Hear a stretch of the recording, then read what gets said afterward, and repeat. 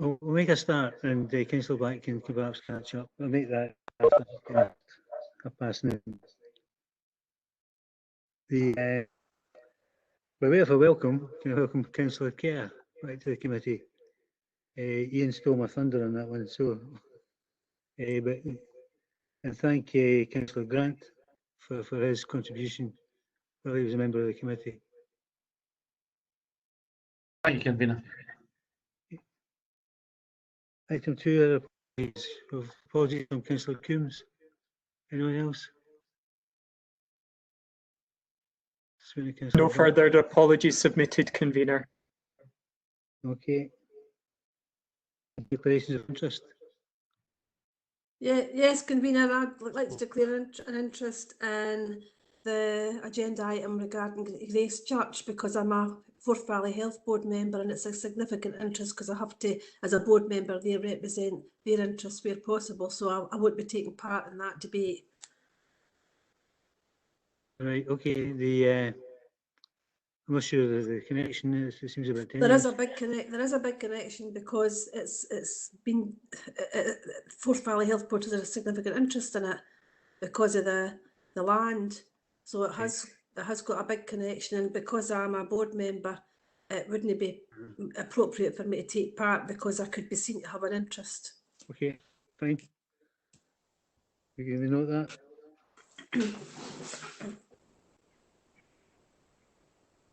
Item 5 is the redevelopment of the former manual brickworks site. We have 2 requests for. Sorry, Convener, item 4 was the minute of the previous meeting. Yeah, correct. Do we accept it as a true and accurate account? Agreed. Agreed. Agreed. Okay. Item 5 is the manual brickwork site. For 2 requests for deputation, one from one of the local members, Councillor McCluckie, and one from the applicant.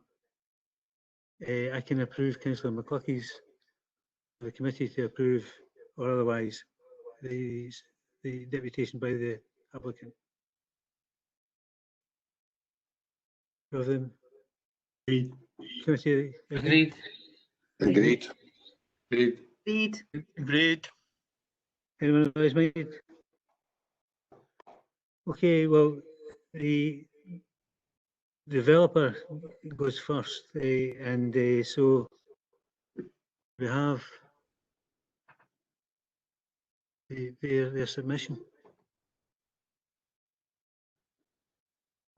Okay, email to your inbox.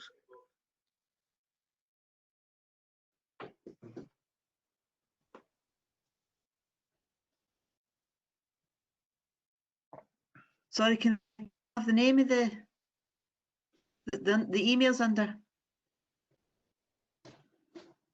Yeah.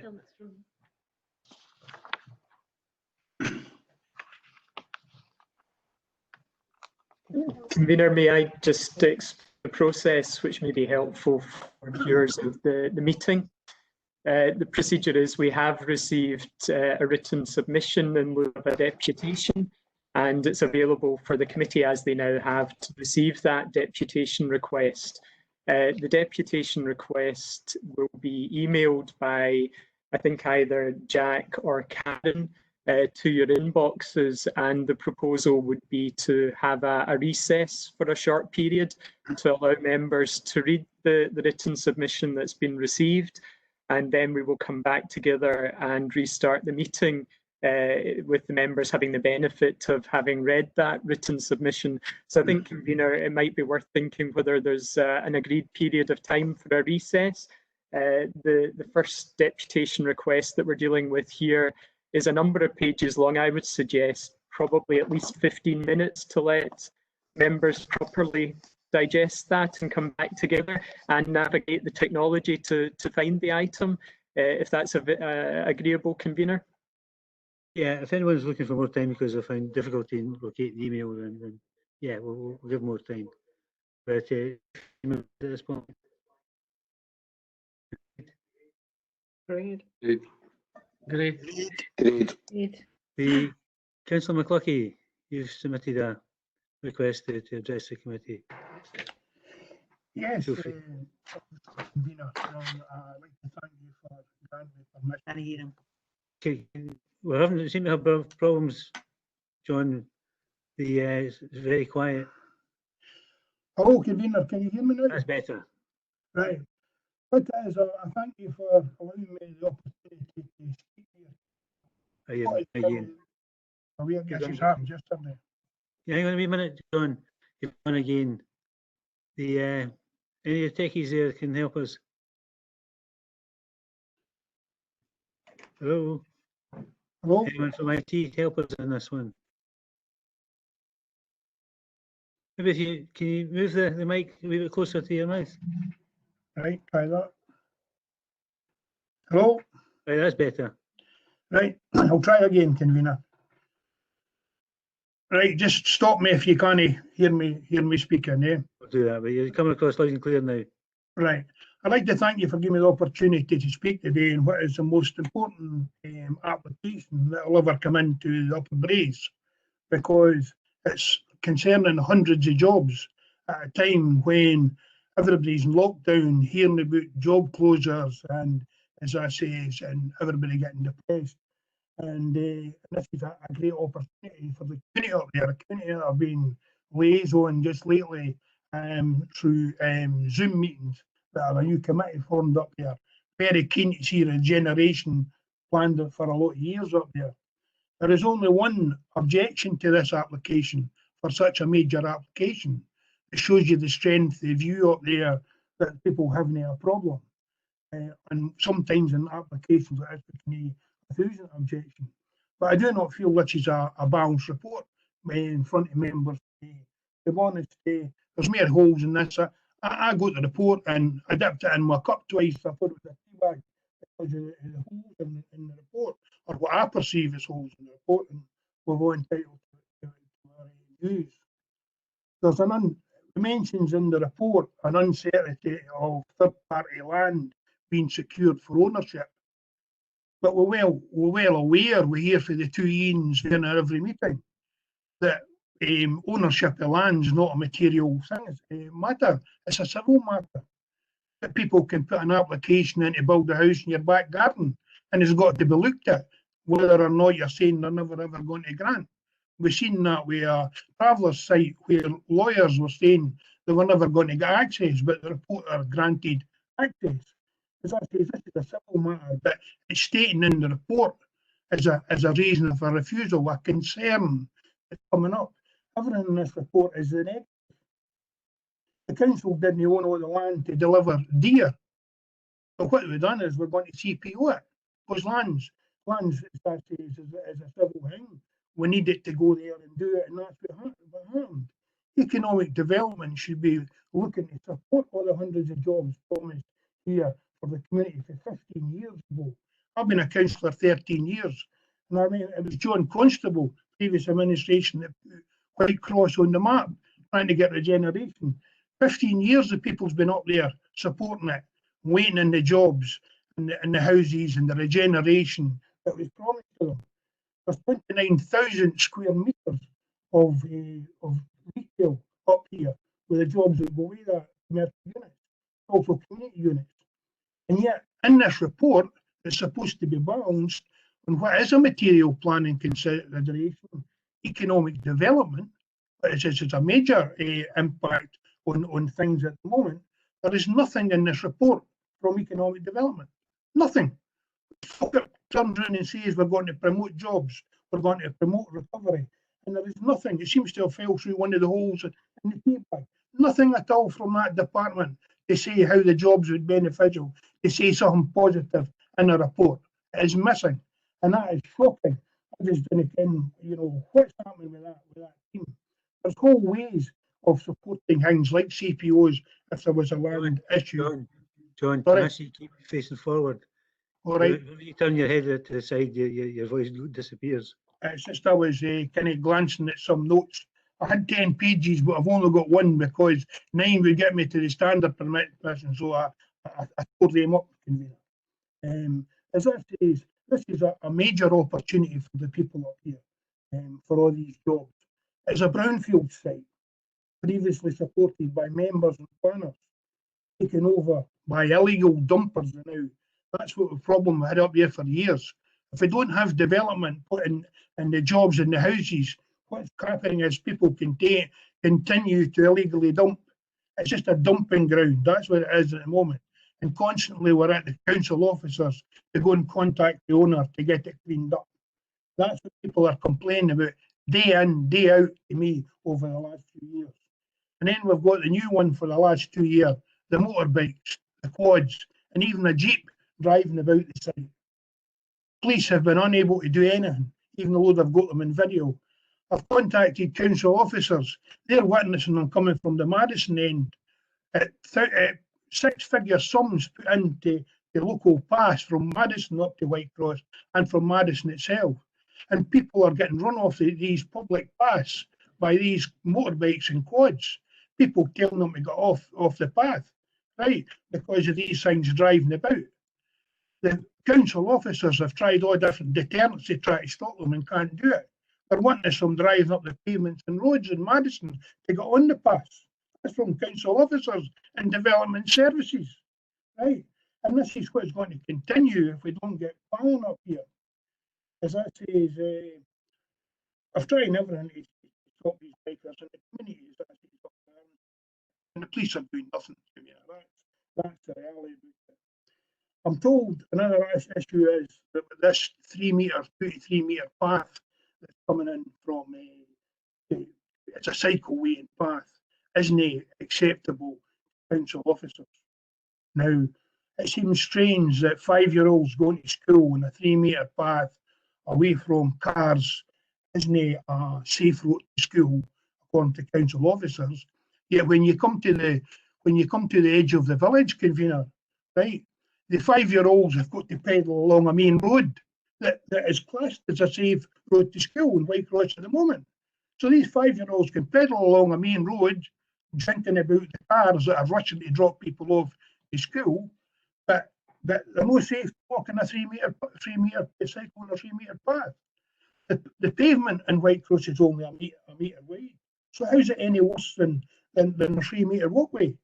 I just don't understand what that is done. We also going about the 400 metres right to a plan application away from a bus stop. This is mentioned as another negative here. That part of the site, and this site's a massive site, a part of the site is out with 400 metres. Yes, that's correct. And they can write that down. You can also write down that a part of the site is within 400 metres. And there's no planning to do it. The government guidelines says that a site must, if it's out with 400 metres, it doesn't say whether it's the start of the site, or the entrance to the site, or the back of the site. But we've got here the negative again. We've also got education coming across. They're saying that it's not a safe way to school, and that pupils might, parents might take the pupils by car to the school. Well, we've got 40 schools in Falkirk, and I'll tell you, if you stand up to the 29, you'll get run down before it's dropping people off. And we can't get lollipop women up the brace. Why? Because we're told that it's a parent's responsibility to take their child safely to school. And if the parents, it wouldn't matter if you make a 30 metre path, if the parents decide that they wish to drive their car to take the pupils to school, and that's what they'll do, and they've the right to do that. But it's put down here in a plan application as a negative. And I just can't understand that. We were not supporting the regeneration promised to the people. Like I says, this was taken out the local plan 2 years ago, another major planning issue, at the advice of officers. Nothing was going to happen in Whitecross. Yet we've seen an application this last year for 200 houses, and now we see one for hundreds of jobs and another 400 houses. Right? And members took officers' advice, and they said nothing was going to happen. We took out 1,500 houses, along with another 1,000 houses in the rest of our ward, 2,500 houses. What's the result of that? We lost a planning appeal, a major planning appeal at the hospital in Larbert. right? They're getting houses they didn't want. My last major application at Bowness, they're getting hundreds of houses they didn't want. The last one at Madison Fire Station, they're getting houses they didn't want. I know reporters tell me we have to get houses in Gilson and even more doing it Bowness that people in the community didn't want. This is elected members in the local community's local plan. But we listened to officers and we took 2,500 houses out, and we were already getting persecuted for not having enough houses. This, on hindsight, and I know I listened to officers because they were entitled to their view, and maybe it was right at the time, but planning's a constantly moving machine. And the advice was sadly wrong. And we've kept in this application. The only other issue with this application was seen with the previous one, where it was granted and then the applicant has chosen to appeal, is because originally in the local plan we were looking at 1,500 houses. There was a lot of infrastructure things to get sorted out to deliver Whitecross. And what happens now is when an application comes in for 200 and 400, suddenly, instead of, if you're going to buy a slice of cake, you pay for the slice of cake, you're going to buy the full cake, right? So when you're looking to go there and put an application for a third of the number of houses taken to deliver all the infrastructure that's required, you should only pay a third of the contributions. That should be the way that we take on. I know we didn't do that with Deer because the planning application was taking so long, and I understand that we had to get the show on. But what we're talking about is normal events. That's what we do. And as I say, the bringing up about third-party land, no speaking, no mention of the jobs, the hundreds of jobs for the community up there.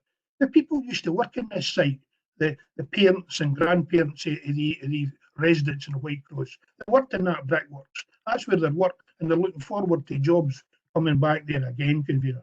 So I'd like to thank you for giving me the opportunity here to speak, and I apologise if I came off any strong. But as I say, I don't think there'll ever be a stronger application or a need for something to happen up to there. Otherwise, the land's is going to remain derelict, right? It took over with yobs and motorbikes and as I say, even jeeps, right? They're zooming about, coming from all over. And as I say, I would hope that members would support this application and that we sit down with these job people that maybe want to create jobs and work in ways to see how we can work with them, right? And get Section 75s agreed and get things done with condition to try to make things happen. Whether it's as I say, and either rates later on. That's what's supposed to happen if there's an infrastructure problem, right? And then get the jobs and then we get the rates back. That's what TIF was created for, as I say as well. No mention of that or any way to help applicants. No wonder we didn't get as many developers want to come. Well, we're creating jobs anyway. I mean, housing is a different thing. But at least here, I've got people who's been coming to my surgery for 5 years waiting on houses in Whitecross because it's unlike any other community. There's several houses to one family. They don't want to live anywhere else.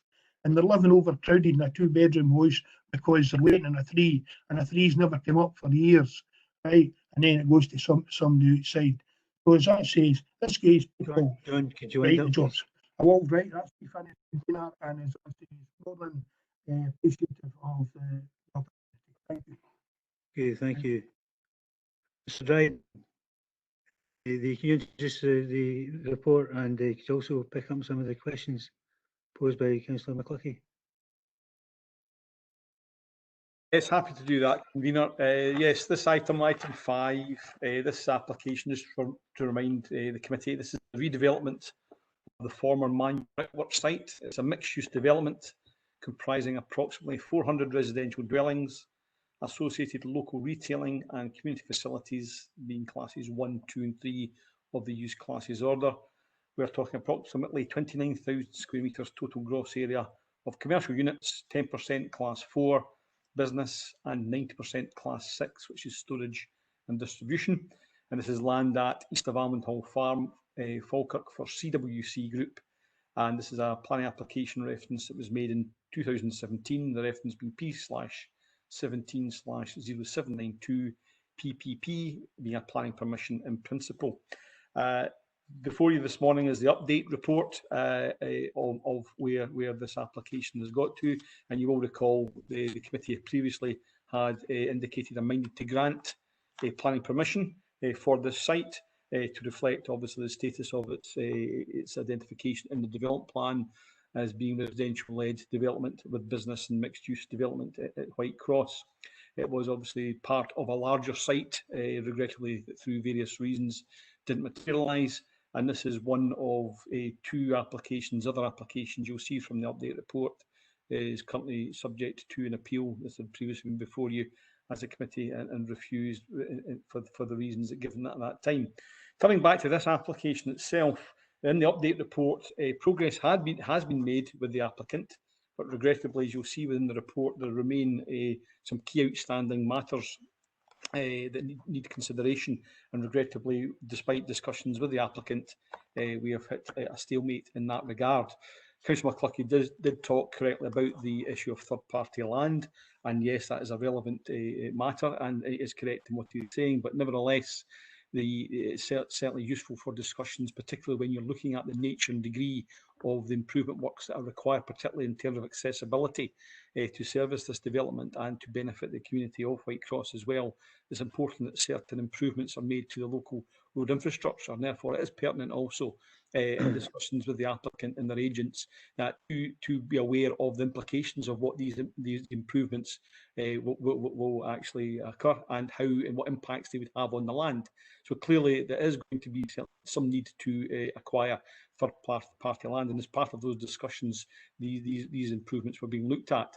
That is really the report that before you this morning. It's certainly highlighting the Haining Road and the Mirehead Road. You'll see that in the update report, and you'll see that some of the concerns remain about the footway, cycleway provision, and actually the geometry and alignment of certainly of parts of the road access, particularly Mirehead Road, in terms of its vertical alignment.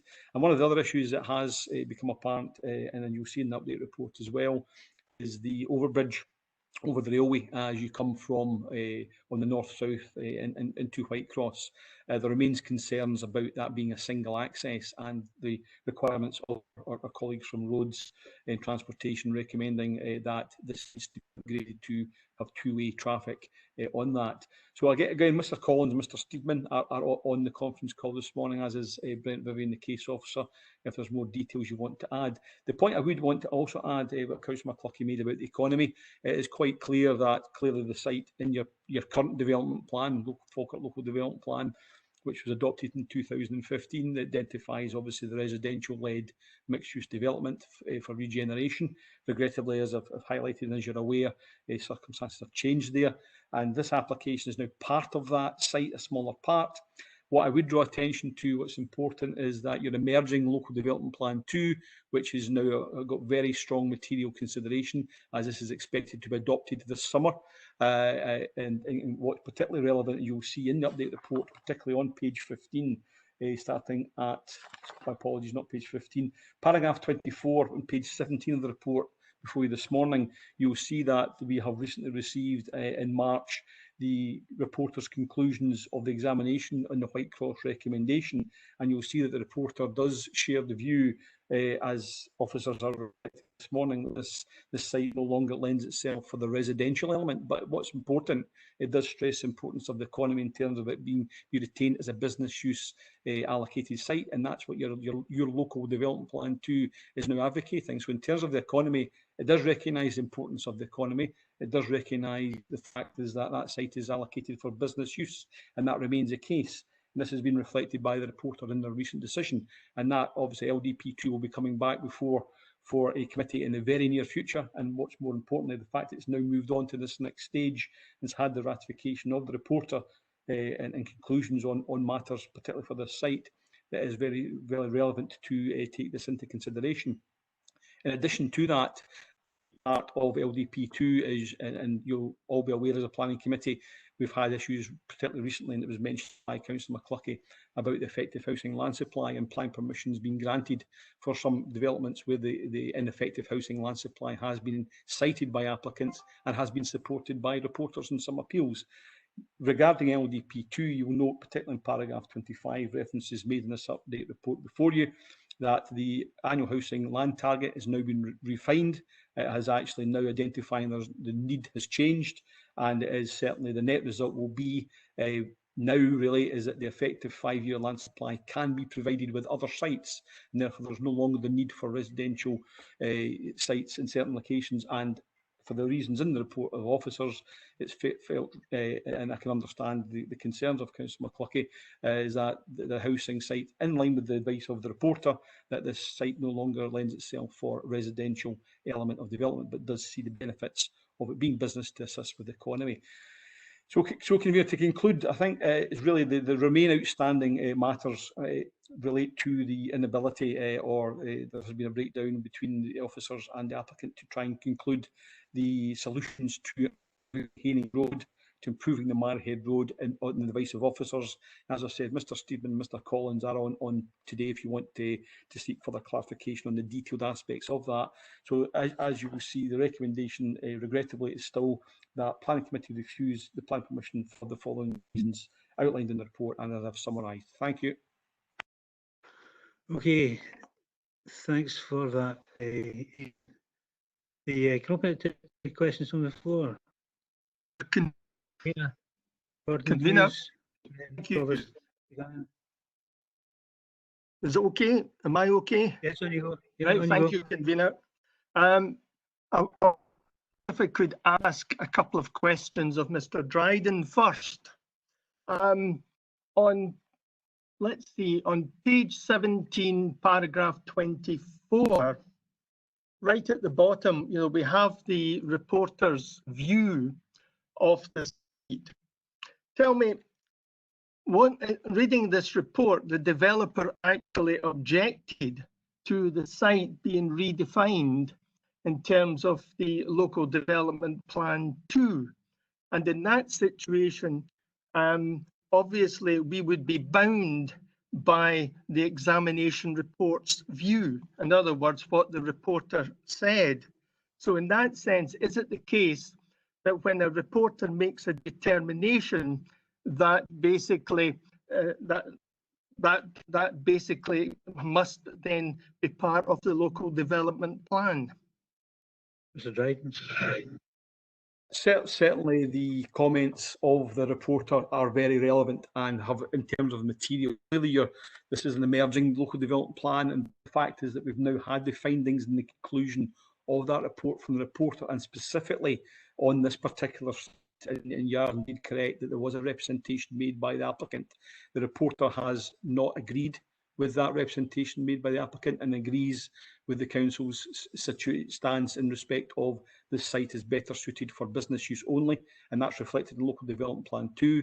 And while it is yet to be adopted, it's certainly moved a very advanced stage, and there is the expectation that that the Local Development Plan 2 is to be adopted in line with the findings and conclusions that have come out from the reporter's findings, which are very recent in March of this year. Just to clarify one point, which was mentioned, was that obviously the examination report came out after what could have been the previous planning committee's meeting. But would, on that basis, I mean, it's pure speculation, but the planning committee didn't meet. But would the planning committee have had to take into consideration the examination report at that time in anticipation of the report coming out? Yeah, to be point, it's very difficult to know. Obviously, clearly the timings, I think certainly back in March, clearly I think the report, if my memory serves me correctly, mentioned that we were awaiting at that time the conclusions of the reporter's findings, and certainly while the March was March the 18th, it was expected. I think we had an indication that it would be later in that month, and indeed that was to be the case. So certainly what we have done is we are I think it's our duty to advise you the up-to-date situation as we've now had those findings. And yes, circumstances out with all of our control, it was not possible to bring that application to the mark, but I certainly think the report would certainly have still made reference to the fact is that it was still the view of officers, and certainly the intention of your local development plan too was that this would be a business use as opposed to being residential. Obviously, there has been a change since the previous local development plan. So, yes, there's this scenario and speculation of what may well have happened, but I think certainly there may have been the possibility. I'm thinking on here. It may have been potentially continued to allow the findings of the reporters' decision to come forward, and we may well have brought that back to April committee if we had an April committee. Just a couple of other points. In relation to page 18, paragraph 25, in terms of the housing shortfall, I take it that as the reporter has intimated their view through the examination report, that the committee listening or would have to take into view what the reporter has said. And basically, it would be very difficult for a planning committee to go against a report determination. Would that be correct? That would be the advice of officers to yourselves as a committee. We obviously, this is a very relevant, up-to-date stance. This is very recent. It may, if this had maybe been a year, 2 years, even 3 years on, then clearly I think, as we've explained to you in the past as a committee, the more up-to-date any documentation is, the more relevant it is to you as a committee. It is still down to you as a committee to decide on the merits and if there's any other material considerations, but I would certainly advise you at the moment that this particular stance, particularly the reporter's conclusions as recently as March of this year, and particularly the fact is that the housing land figures have now been refined. Our advice to you would be that this is very relevant and you should pay particular attention to that as the most been up-to-date documentation. Thank you. I just wanted to ask a couple of other questions, if you don't mind, which is to do with Mirehead Road, paragraph 11, page 14. Although we've had discussions in terms of the railway overbridge, in relation to the railway overbridge, would the bridge be able, I don't know what the actual, shall we say, maximum weight in term would be allowed on the overbridge, but if we have lots of, shall we say, construction trucks going from that site across the overbridge, would that in any way cause difficulties? Yeah, ask Mr. Stephen to come in. Right. Yes, just to confirm for members, there are no restrictions, there are no weight restrictions on that bridge. That bridge is called 44-ton capacity. Okay, so as far as construction traffic going over the bridge, that's not an issue as far as weight's concerned, but it is a one-way, what we call a one-way shuttle bridge with traffic lights. And could you just expand on that just a wee bit for clarity, what that means in relation to the report? Stephen? Well, in relation to the report, our recommendation, and my colleagues in transport planning, is that for this development, this bridge should be widened to two-way traffic without the traffic lights. Right. Thank you, Mr. Steedman. Convener, having listened very carefully to the answers given by Mr. Dryden and Mr. Steedman, I would like to propose that under 33.1, that the planning committee refuse planning permission on the grounds stated. Thank you. Okay, anyone else? Provost Buchanan? Okay. I can now, yeah. Yeah, can you hear me? Yeah, we can hear you loud and clear. Fine. Okay, thank you very much, convener. And the last time this came up, I stated the word concern about this application, and I still hold that view. Councillor Hughes asked a lot of questions there, and I think what's relative, and maybe people maybe have forgotten, that our officers recommended to grant 200 houses out with this site in Greenbelt, and the only reason and material consideration they gave for that was because of the problems with the non-effective land supply that we had, nothing else.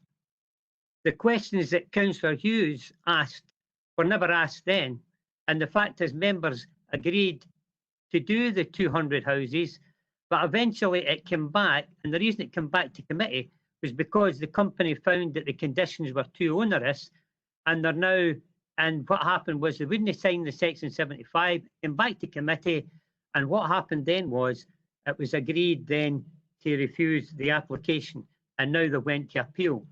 Now, that is a significant issue.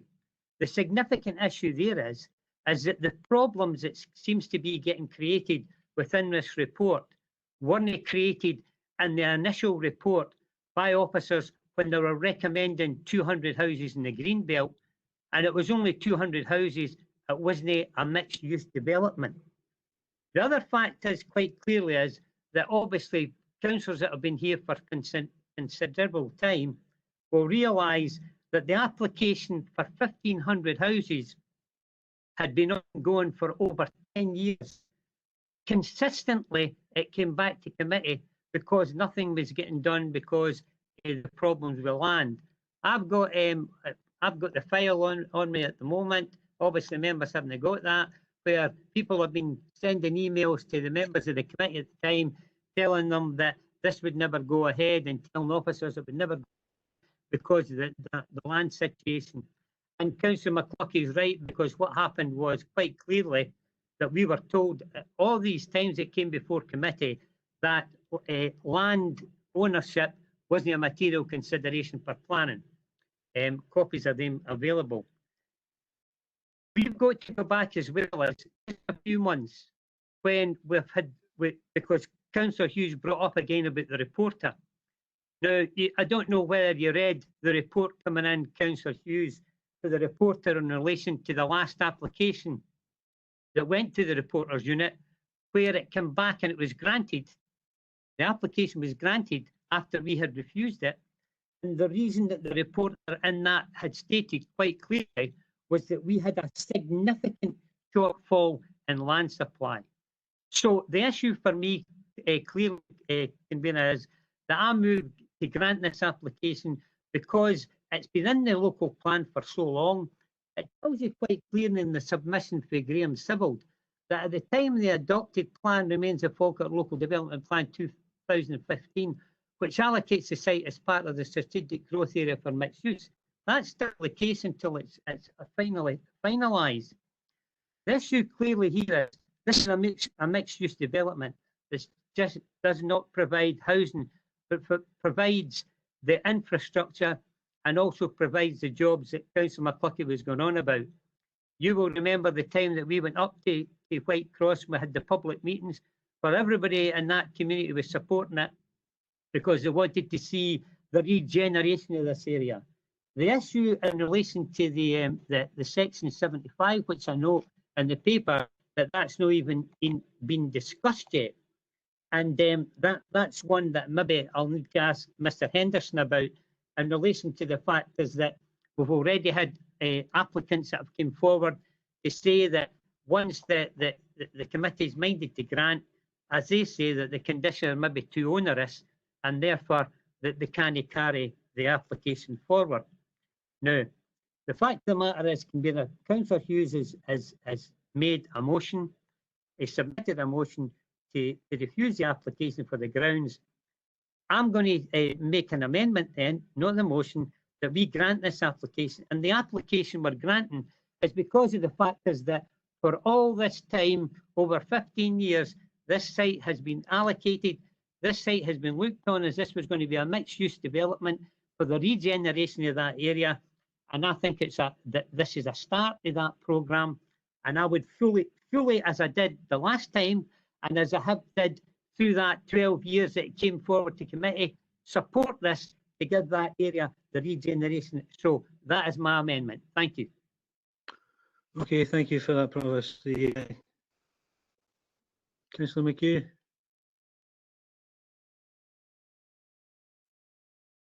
I don't know if Ian wanted to come back in to answer Councillor Buchanan's question first. Convener, with your leave, it may be helpful just to try to summarise and clarify what the amendment proposed by the Provost comprises, and maybe seek some comments from the planning officers. I had taken a note that the amendment was, and I think it would be amended to grant, and I can maybe pass on to colleagues in the development management team. It would be amended to grant because I suspect it would be subject to 75 agreement, but it was considered suitable mixed-use development. And I think from the points that were raised by the Provost, there is actually a summary of similar points at paragraph 7C2 of the original report, which, if you're able to turn your agendas to that, it refers to a number of bullet points. Proposal uses brownfield land, substantial business element, which could promote job creation. Proposal offers potential to enhance Salmon Castle, Haining Wood, etc., and would result in new green space within the site. I would just want to clarify with the Provost if that was the reasoning, that while the application may strictly be considered contrary to the development plan, the emerging LDP2, that these would be material considerations that would outweigh that. Yes, can you hear me, Mr. Henderson? Yes, we can hear you. Yes, I can indeed, Provost. Yep, I'm quite happy with that. Thank you.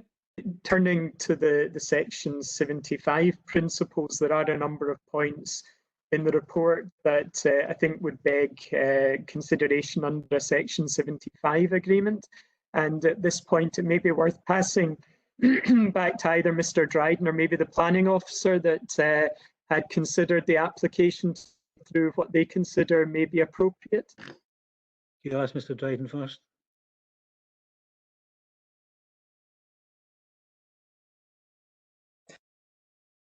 I've actually got details of the previous report. Just bear with me a minute.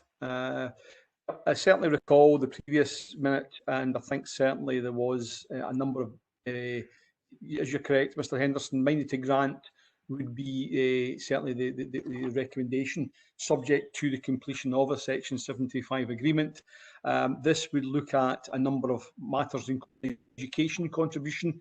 I think certainly, obviously, the revised education contribution, I don't have the precise details in front of me, but the recent amendment of SG10 would apply. There would also be, there was talk at the time about a transfer contribution towards improving the M9 junction at Lathallen Roundabout, and then for other contributions with regard to upgrading the local road network. And I think certainly the one that I would point out probably here would be relevant is that for the upgrading of the Mirehead Road and the Haining Road appropriately, if that was the way to go, I would recommend the use of a Grampian condition. A Grampian condition is a facet of Scottish planning law which came out in the 1980s, and the clue is in the title. Grampian Regional Council and former Aberdeen District Councils used Grampian conditions to secure actually the improvements by the developer of works out with the application site, and these normally would be done before, for example, the occupation of any dwellings, because obviously one of the concerns we have, if committee were to move this way, is the impact on the road network that we would have here, and it would be important that we secured necessary improvements, preferably through a Grampian condition, to cover that. There's also the requirement for provision of the affordable housing, which I think is still 25%, and any other conditions as we felt. We'd also add that certainly we haven't as yet had an update from Forth Valley Health Trust in terms of impacts this may have on health services, and therefore we'd have to also cover aspects of a contribution towards health. There would also be needs for contributions in line with your open space provision for both active and passive open space. that would need to be required, and we'd also be looking for provision of a suitable footway cycle path between the site and the existing village. And then there would be other conditions that we would probably be looking at, which I may ask Mr. Vivian, who's the case officer, if he wanted to potentially identify any particular heads of terms for conditions that we would also be want to add as part of that amendment. Thank you. Okay, Brent, do you wish to add to that? The only ones I would specifically highlight are in relation to the Grampian conditions, which Mr. Dryden has advised, and that's to secure the appropriate timing of completion of upgrade works to Maiahead Road and Haining Road in terms of provision of a footway, cycleway. At this stage, I hadn't really gone beyond that in terms of other relevant conditions. I would expect they would generally be standard conditions which would apply to a planning permission in principle, and that the delegation for drafting those conditions would fall to the Director of Development Services. Thank you. Okay, thanks. Councillor you. Thanks, convener. My main concern is that initially, with 1,500 houses that were in the original plan, there was talk of a new school, various new builds for the community. Now that this is reduced right down, and given the problems that we're having all over our council, Kinnaird, Madison, Wollaston, where new housing estates have came on, and they've given, yes, there is money there for education, but Whitecross Primary is a very small school. If we grant this time, how much land then is left for the developer to come in yet again with more houses that we've seen and more houses, and then the school is exhausted and not suitable for the volume of children that could end up having to attend that school, and the knock-on effect obviously of the high schools around about. We've already relocated children, so Whitecross still goes to Graham High because the Braes High School is exhausted. So my main issue is within education that, like we've seen in the past, there's a wee drop more houses coming, there's a wee drop more houses coming, and there's a wee drop more houses coming, to the point we have a major problem up there with our schooling, like we have in other areas within Falkirk. Okay, thank you for that. Anyone else? Councillor Bowes. David, Councillor Allen, I'd like to speak as well. I've got my hand up.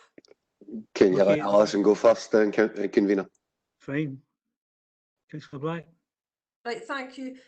In the current economic and climate that we're in just now, I would agree with the Provost.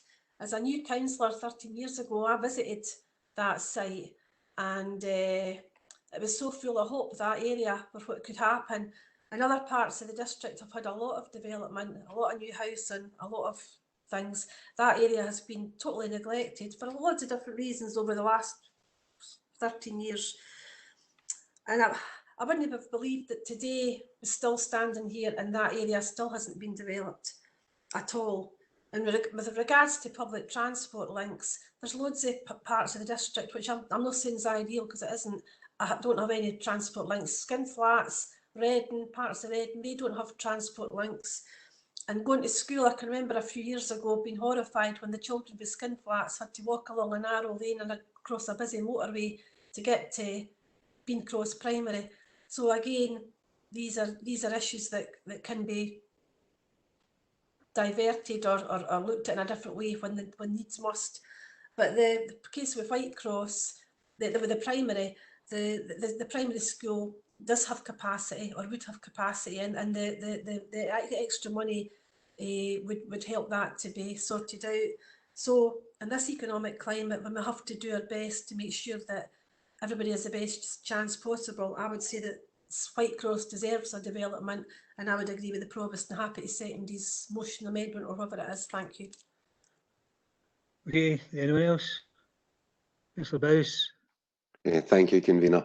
An interesting application, and I can see the benefits in the area of 400 houses. My only concern, really, I mean, I've read the applicant's submission, and there seems to be an alternate way to do the path. I suppose that could be written into the recommendations. On section 75, I just want a wee bit of clarity because there's been mention of the 400-metre distance. I'm assuming part of this site is outside that, so therefore, as part of the section 75, I assume that we would look for money for the buses, for example, which is what we've had to do in other areas. We've been concerned that the section 75 hasn't been going any further given where we are with this. And the details on that, and I'm sure Mr. Dryden will confirm that a lot of it's statutory, the things that they'll claim for is, so the developer would be treated no differently from any other developer. That's probably my main part of concern on this is getting that through and dealing with that. I genuinely understand the need for development in the area, but I have concerns that we are going to get access through public transport to the site. And one last thing, given that this is, because I remember the 1500 development, and I think just about everybody was pretty positive about it, although it ultimately it's not gone ahead. The 400 development now can, and I know normally we don't refer to if there's not an application in, but we've had that application in before. How would this application affect the development of that 1500? And obviously then the difference in the section 75 and that, which I think Councillor McHugh was talking about. Sorry, a few questions, but I've covered them. Okay, Mr. Dryden. Yes, thank you, convener. Yeah, I'll probably ask maybe Mr. Collins to come in eventually and move on the issue about the bus contributions. I would certainly say, as Councillor Bowes has correctly said, certainly in terms of the planning obligations and the identifying how we secure appropriate contributions to it has to directly relate to development, and it has to be a justifiable need for certainly securing any monies or any contributions. And again, as I've also said, for the granting condition, there's got to be a justifiable need, and we are confident that certainly all the matters we have already highlighted is in a potential obligation here, should committee be minded to grant, are all justifiable. The one query I may have is the bus provision. I'll get Mr. Collins to come in that in a minute. I think going back to the other points, I think certainly the original 1500 houses at the time, that ship has sailed, regrettably. I think we're in a different climate now, many years on. And I think certainly what you have before you is, and I think it's been reflected in the report, is that you have the other application just now, which is close by, which is a subject of appeal just now to the Scottish Ministers at the Department of Planning and Environment Appeals. And now what you have is a downscaled version, of that original development and that aspiration that was at that time. And I think we now are in a different world, a different climate, even since a few weeks ago. So that I think the situation is now what you see is probably what potentially could happen, and who knows what would be around the corner. Clearly, this is obviously your local development plan 2, which has now got a lot of weight behind it. It's obviously does not recognise that, and as I've already explained that the reasons for that. But that's where we are, and I think certainly the 1500 situation now is certainly not on the radar, and it probably won't be for the foreseeable future. But certainly this application, if this is the decision committee wish to take, would potentially put a marker down, and subject to getting the conclusion through of the obligation with the developer, that's something that could happen. I think what I would add, certainly there has been some comments made, I think, from the deputation from the applicant about discussions, and I think clearly there have been discussions ongoing with the case officers and officers from transport planning in those in particular. And the big sticking point, and reflected in the report, is that there has been an impasse, let's say, about what the appropriate improvements should be, and therefore whether there have been some discussions about the other contributions such as education, open space and other matters. The fundamental concerns you'll see from the report is that particular area there. So I think I think what we would probably wanting to just maybe try and get some clarity on is particularly your thoughts. Obviously, I mean, we mentioned grampian conditions for the Haining Road and Marhead Road, and I think clearly that has been one of the main concerns you'll see in the report. And I just wanted to maybe get committees' view particularly on those aspects that you, if you are potentially of mind to support, we want just to get clarification on that the proposals that officers are seeking, is it something you still agree with? Clearly we do have an issue there, but that's certainly something that if committee are minded to take the stance today, it would allow us to then go back to the applicant and negotiate further. Thank you. Councillor Kerr. Thank you, convener. Just getting used to using this. Just at the last Thursday at the emergency executive, our vision for the future after the COVID-19, the council would be supporting construction, supporting jobs, and that we would be working, the planners would be working with developers regarding Section 75s. This is a different age, as you know, convener, to what it was in January, December last year. Anything that we can do to support jobs in the community, I feel that the comments being made by different members of the committee are valid in their views. I feel that going forward that we need to support applications like this. I would support the Provost's amendment proposal, whatever it is, but I would like if he could add it to his proposal that the Section 75 comes back to the committee after to and fro between the officers and the applicant, so that because if that Section 75 is onerous like it was before, it doesn't matter if we grant it or no grant it, it won't go forward.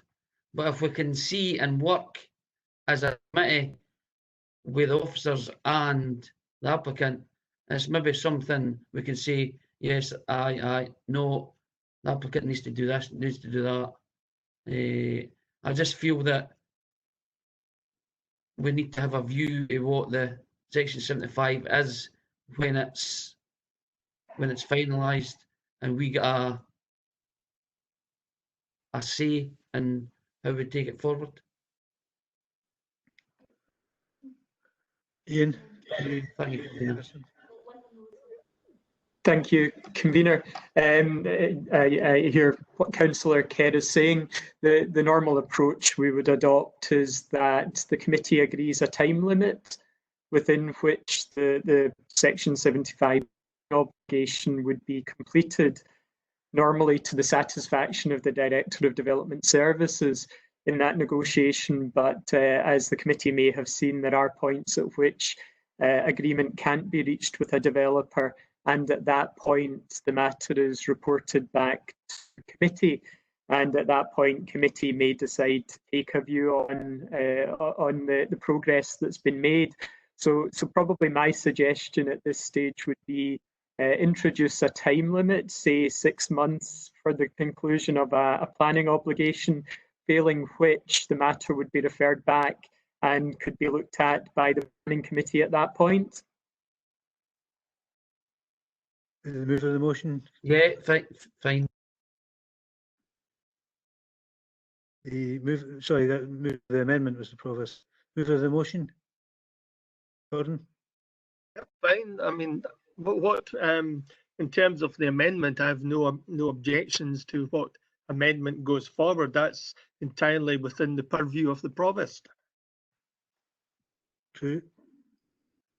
Councillor Monroe and then Councillor Blackwood at this point. Councillor Bishop then. Councillor Monroe?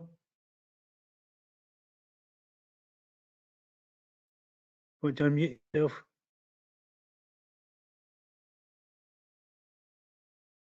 Can you hear me? Can now, yes. Thank you.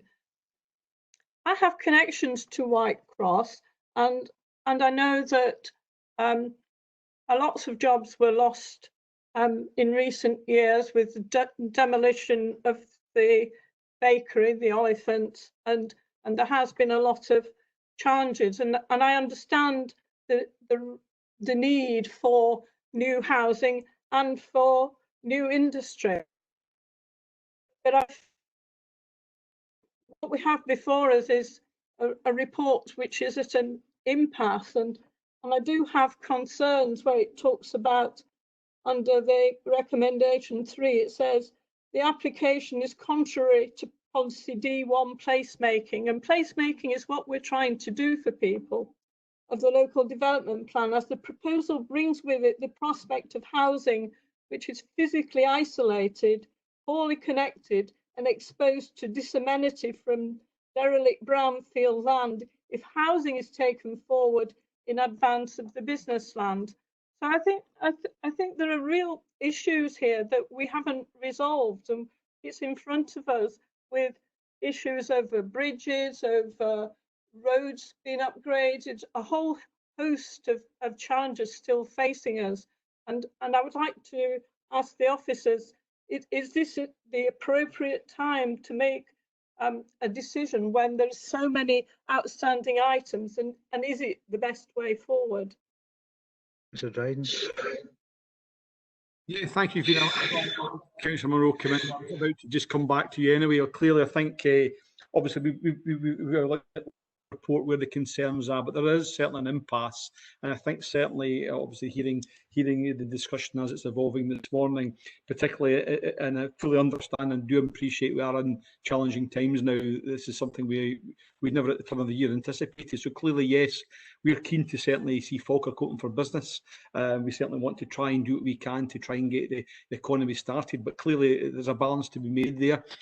Also with, for example, the practical issues for this site, and it does come back to Councillor Monroe's made the comments about placemaking, and obviously you'll see the comments of the reporter about the thoughts on placemaking, and there is an issue there. But there is also fundamental issues about access, and particularly it was mentioned, I'm glad Councillor Monroe mentioned it, the overbridge.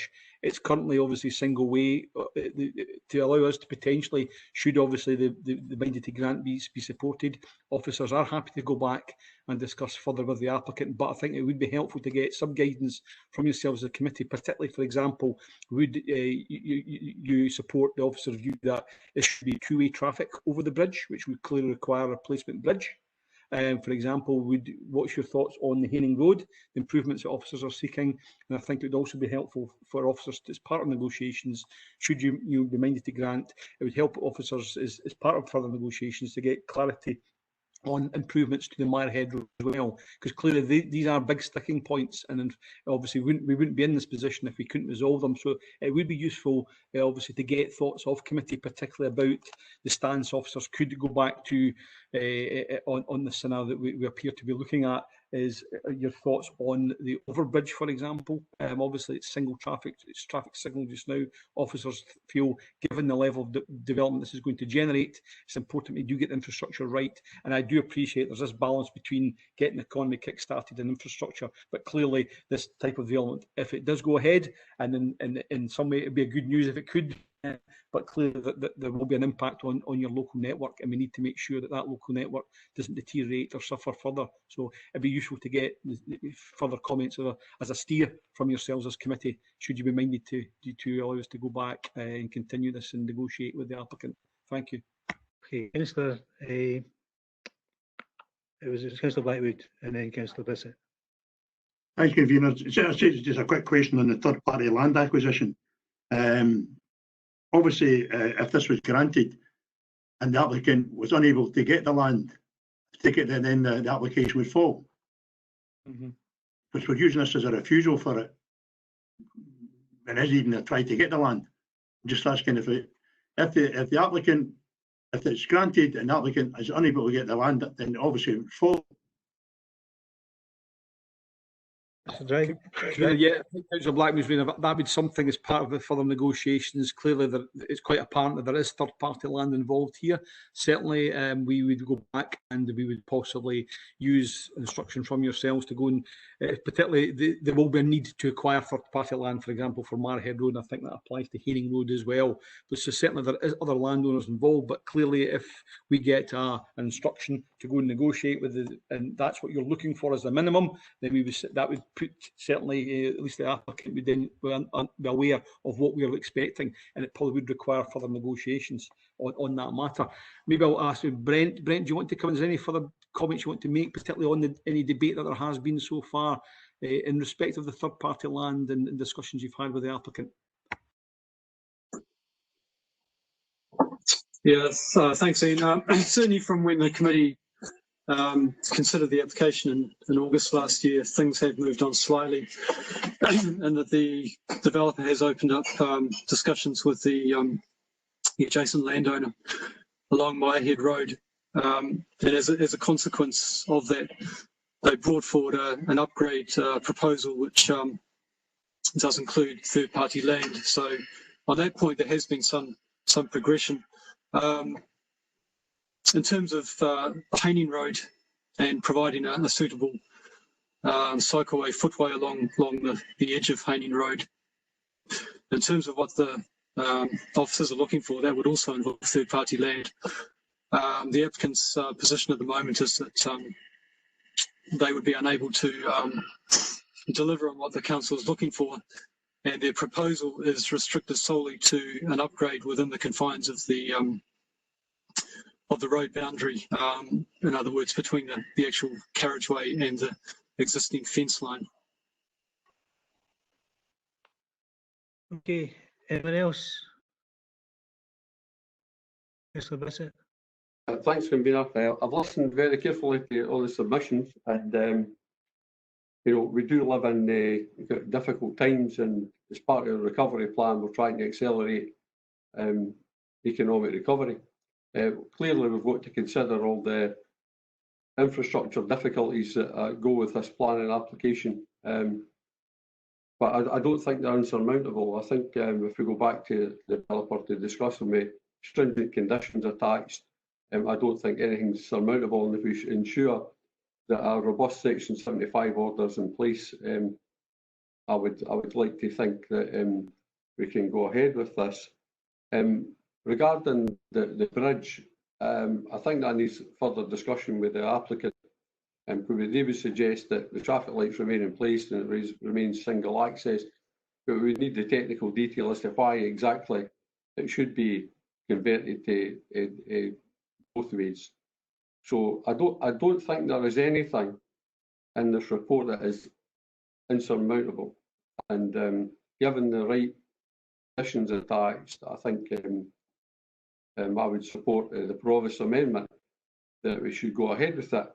And we do live in difficult times, and that land has lay barren for a very long time, and I think it would be a boost to the area if this could go ahead and bring some a bit of hope to the people of Falkirk, because Falkirk is indeed open for business and we need to get moving, but we can't just get moving and disregard infrastructure requirements that needs addressed. But I think on balance, having listened to all the submissions, as I said, I would go with the Provost amendment and support this application. Thank you. Anyone else? Yeah, Councillor Bowes, very briefly, because you've been before. Yeah, just quickly, it's really towards Ian Henderson, sorry. Very simply, that rather than, and I can see the impasse in the decision, is it possible to take it as a continuation until the Section 75 is agreed, which may change the format of the report, rather than what we're talking about is agreeing it and putting time limits on it? Mr. Dryden. Yeah, thank you, Councillor Bowes. I think the decision before you today would be amended to grant decision. So that would result in the committee essentially saying that we would be happy to grant permission once the terms of a planning obligation, a Section 75 agreement, have been finalised. So it's almost a kind of suspensive grant of permission.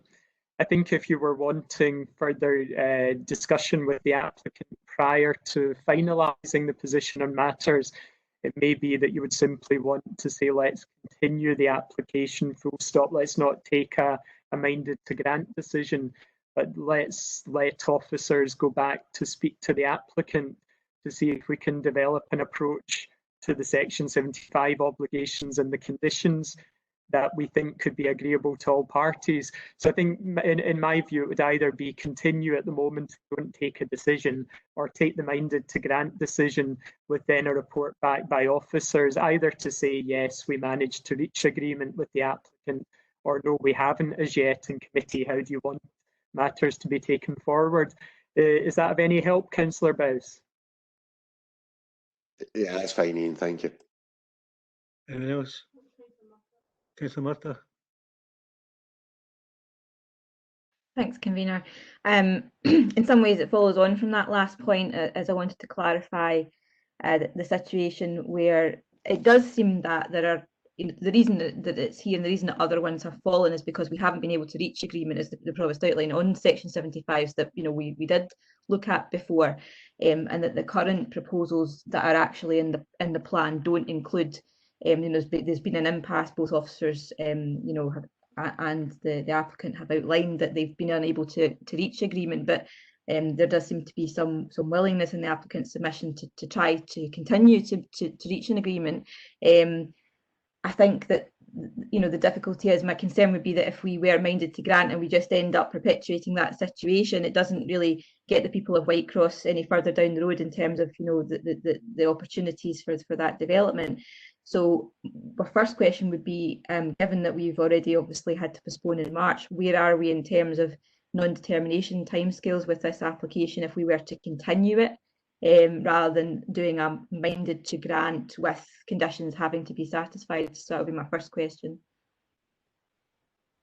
Okay, any answer from Mr. Dryden? I'll just ask Brent if he could confirm is there been a date, an extension period being given. Apologies, phone going off there. And I think depending on if there is an extension period being allowed, there may well be still time for determination. But if for example, there has not been an agreed period for extension, then it's possible that the applicant, if the scenario of it being continued, they may decide to invoke the right of appeal against non-determination if they are not time barred, and that's why it's important to just try and clarify from Brent what is the date that was the agreed last extension on the application. Yeah, thanks. There's no current agreed extension of time for the application, so in effect the applicant is time barred from appealing non-determination.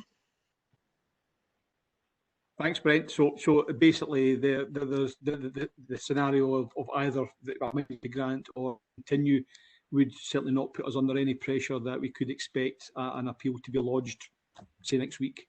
So it's as Brent said, we're in a position where we have that flexibility.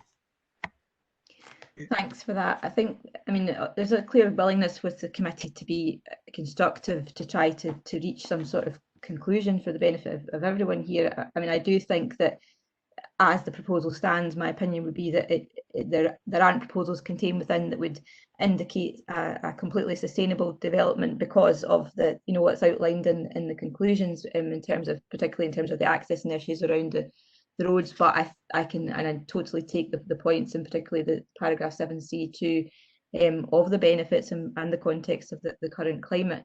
And I do think that whether officers can outline then, and whether Mr. Henderson can give his opinion about how strongly we can as a committee assert our view in terms of what is outlined, whether we do need to say, for example, our opinion specifically about the two-way traffic on the bridge, or whether the idea of it coming back to committee for us to, if that can't be agreed, I mean, that obviously if it couldn't be agreed, it would come back to committee anyway. But I think it does hinge on whether we're just perpetuating a situation which has already happened with other applications, and what's most practical, because I think that, as Councillor Hughes has said, that there are elements in this which clearly haven't been able to be agreed by officers and the applicant, and that's why we're here. So we need to make that understand what's actually practically possible here and what's likely, than just kicking it down the road and kicking it down the road and kicking it down the road. I'd like to know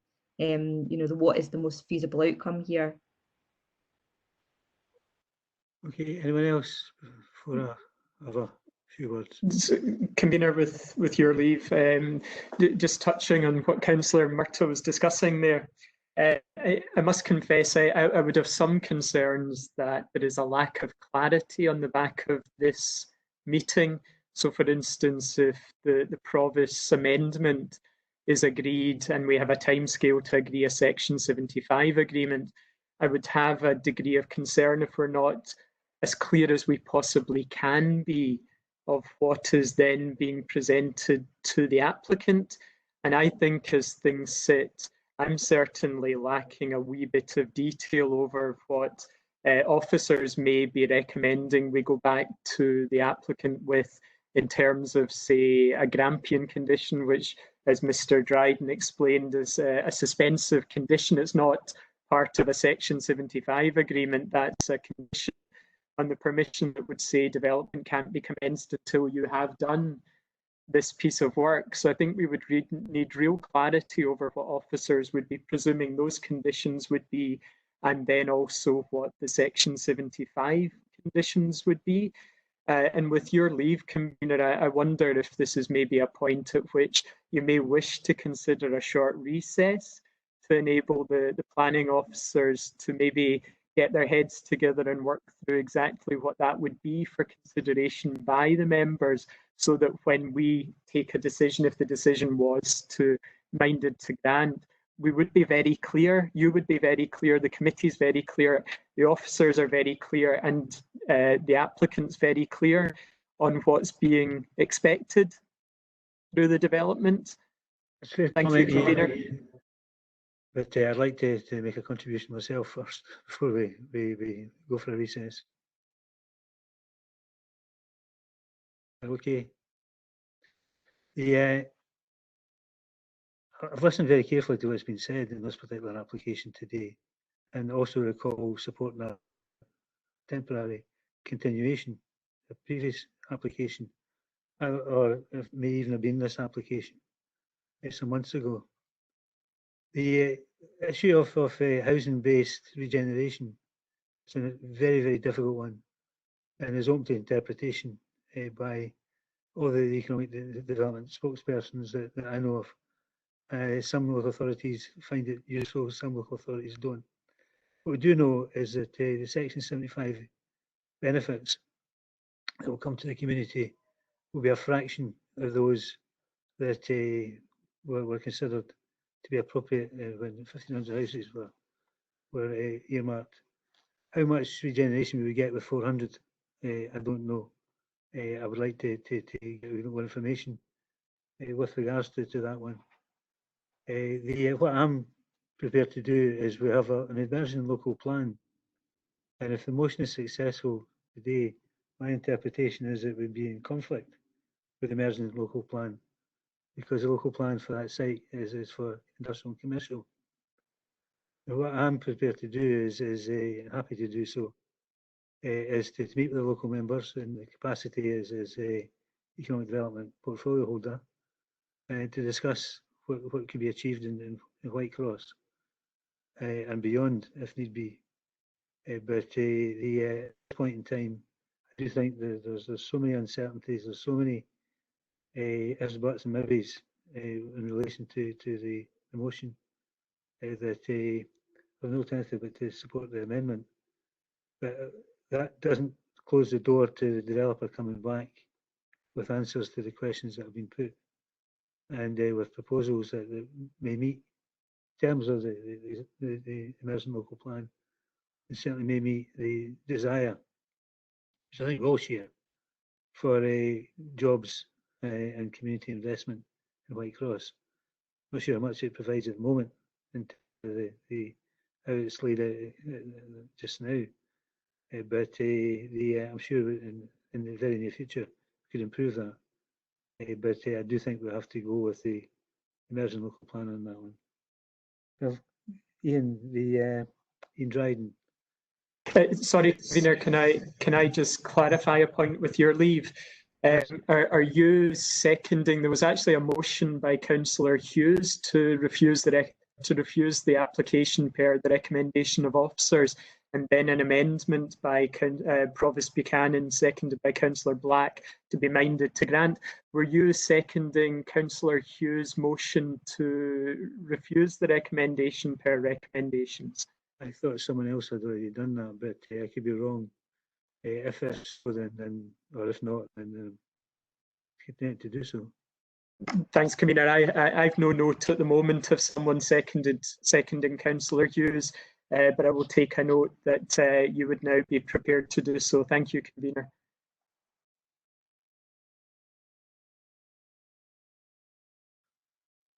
Okay, do you want a 10-minute recess? I think we should just go to the vote then, Convener. Convener, I would like to have the planning officers, as has been suggested, to go and have a look and come back to us before we go to a vote, because I think it's important that we hear what they've got to say. And it was suggested, and I think it's a good suggestion and should be taken up. Yeah, I'm inclined to agree. I appreciate the points you're making, Provost, but as the opening comments from Councillor McCluckie, that this is one of the most important, if not the most important, application that will come before the committee for Whitecross.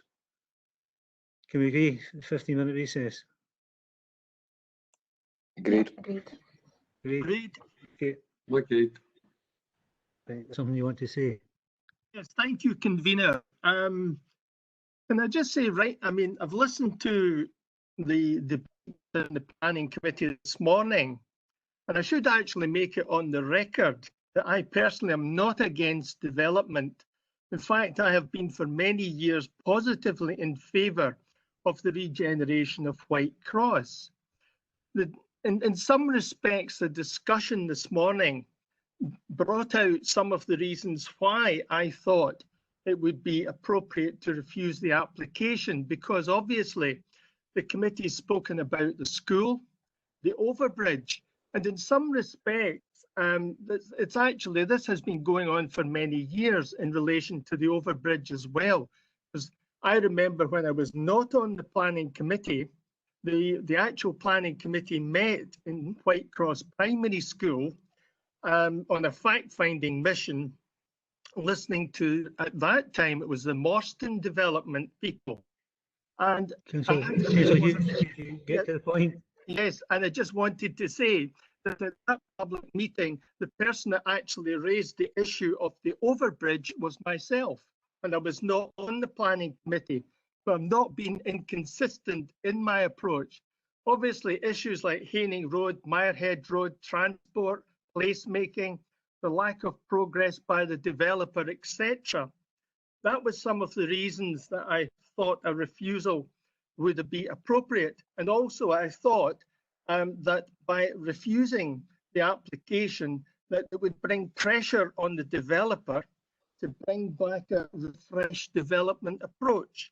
However, listening to the direction of where the committee is thinking of going, I am quite happy to withdraw my refusal, motion of refusal, and at the same time support a robust amendment, which then would become the motion.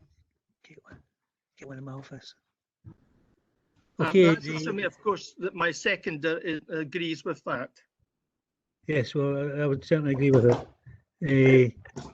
The committee would have to decide if it was prepared to accept that as an amendment to the motion. Happy for that, Convener. Happy, Convener. Happy. Okay, so we're continuing the matter. Mr. Dryden and Mr.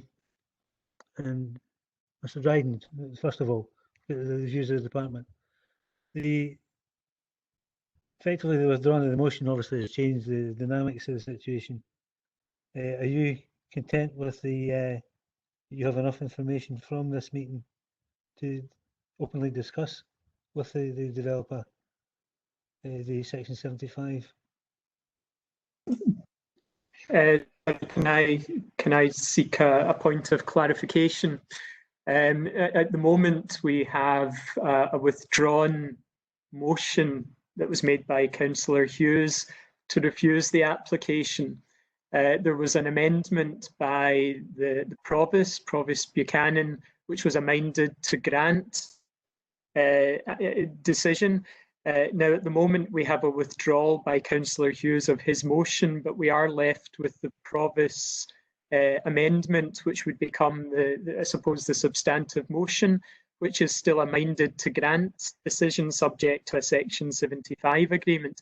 I think you mentioned, Convener, possibility around continuation. I was just wanting to clarify if that was if that was an amendment perhaps to the Provost, what is now the motion. So, sorry, that last part, the what my interpretation of that is that effectively the committee has agreed that it wishes to continue the matter pending the discussions with the developer. I thought we had a break so we could hear the officers. But the Well, officers... hang on a wee minute, then just to get this clarified, this may negate the need for a lengthy briefing from officers. Ian? Thank you, Convener. At this point, I think I would ask the Provost and Councillor Black, who had made the amendment as it was at that point. Are all members happy that that be withdrawn and it be a straightforward continuation for further dialogue with the applicant? Can you hear? Yes, Provost. Can you hear? Well, to be honest with you, I think it should still. I'll listen to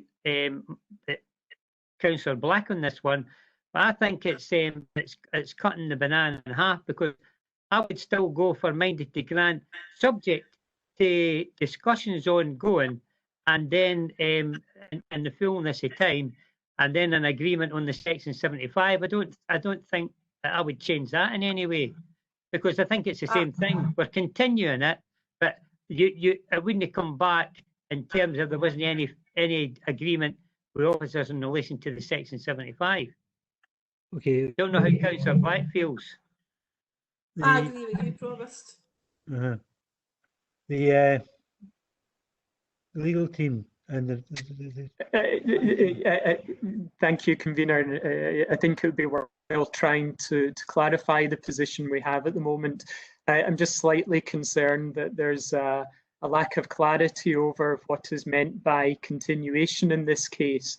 If it is simply the case that you want to continue the matter for further discussions over conditions and Section 75 obligations with the applicant, with officers thereafter reporting back, there would be no substantive decision today. There would be no decision that would be minded to grant. Alternatively, if the position is that the committee would want to take a decision on whether or not it was minded to grant the application subject to a Section 75 agreement, then that is akin to the normal position where we would put in a timescale for agreement on the terms of the Section 75, failing which the matter would come back to committee. But by that stage, the committee would have taken a decision that it was of a view that it would be happy to grant subject to an agreement being put in agreed terms.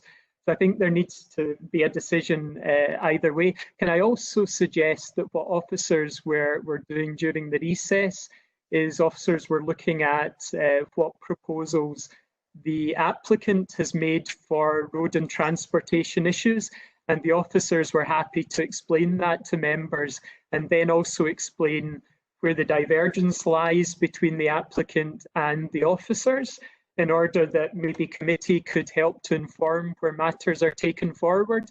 So would it be worth officers at this point being heard on that? Okay, thank you for that. I would say so, yes.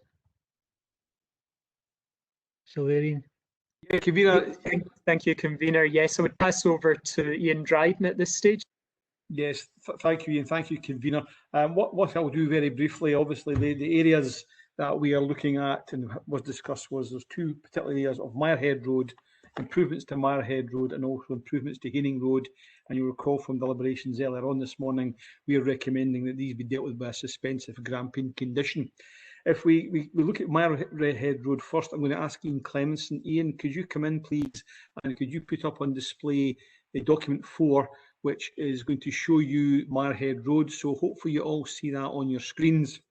And you'll see at the top of the page, looking north, that is the roundabout which would link into the A803. Now, the details of what is being proposed, this is the applicant's drawing submission, and this actually, the details of which are covered in paragraph 11 on page 14 of your update report, and you'll see what has been submitted. And it starts here at the north with a new at-grade roundabout at the junction of Mirehead Road and the A803.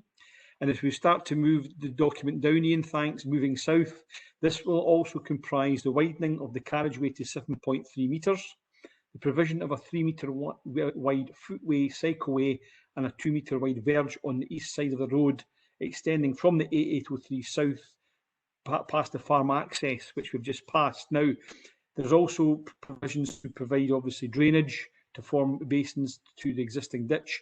And there's going to be a vertical realignment of the carriageway in interests of road safety. This has been discussed at length with our colleagues in Roads and Transport Planning. The issue we've now got is now coming onto your screen at the very bottom is as you pass the farm, the areas that remain that have been the area of concern for officers is that a road now actually turns to your right as you look at it towards the east as it ties up and meets up with the existing overbridge on the Mirehead Road. Now, as you know, the existing overbridge is a single carriageway, traffic light controlled, and that is where we have had the ongoing issues. Clearly, at this point in time, there is also a lack of a cycleway in this particular location, and that remains a concern of officers that there's a need to maintain the cycleway link. And as you've heard this morning, it is the view of officers as well that there needs to be a flattening out of the gradient. And if I draw your attention as well to the update report on page 16 in paragraph 20, there is the National Roads Development Guidelines, and you'll see the details of what we would normally be looking for to assist with this type of arrangement. It's all to do with the gradient, and particularly if you have stopping vehicles, you know, at the traffic lights for large vehicles. As you know, in addition to housing, there's going to be a business industry park in this location. So you could have, in theory, large, heavy vehicles potentially stopping on that road at the traffic lights. Therefore, the gradient would have to be smoothed out. So it's a combination of the access road as it comes from the south. It comes from the north, south. It needs to be realigned. And one option might well be that you could link into the Mirehead Road Bridge, but clearly there'll have to be a realignment of the road there, and that's where there currently is the impasse. And I think what we're trying to clarify for the purposes of this morning, particularly in terms of the improvements to Mirehead Road, while a lot of the improvements have been taken on board by the applicant, the area of, as we get to the south here, towards the lead up and the gradient onto Mirehead Road Bridge, the actual Mirehead Road Bridge remaining a single carriageway is the area that officers remain concerned about, and that is one of the areas of impasse. So it would be useful to get the committee's view on for officers to potentially go back as part of the potential mind to grant clarity on how committee feel about that particular element. Brent, could I ask you to come in? Is there anything else I've missed that you want to maybe add, Brent, in addition to this particular part of the Mirehead Road before we move on to Haining Road? I think you've covered it well, Ian, and comprehensively. The only other point, I suppose, is one suggestion that officers has put to the applicant is rather than attempt to upgrade the existing crossing of the railway bridges, actually to provide a new crossing on a new alignment, so that Mirehead Road would basically just continue straight in the southward direction and link into the application site further to the south. Thanks, Brent. So I think I just then conclude, for the purposes of Mirehead Road, that is the areas of concern that remain with officers at the moment, and it would be useful to get the committee's views on that. As Brent has suggested, potentially another option might be to have a new direct access coming south, as you see the plan on the screen just now, rather than turning to, as we look at to the right and to the east, you could have a potential direct access further south over the railway with a new two-way overbridge, with obviously the appropriate gradient could be constructed there. So it would be good to get the committee's view on that particular element. And I think it's important that if we can get clarity on that, that would be of assistance. And as I say, this can be covered by a gramping condition, and we make a suspensive condition that clearly we'll be looking for this element of the works to be completed prior to occupation of any dwellings. Ian Clemson, could you maybe just return us back to the committee screen for the time being? And I don't have a plan or a plan on the actual Haining Road, but the Haining Road proposals are more simple.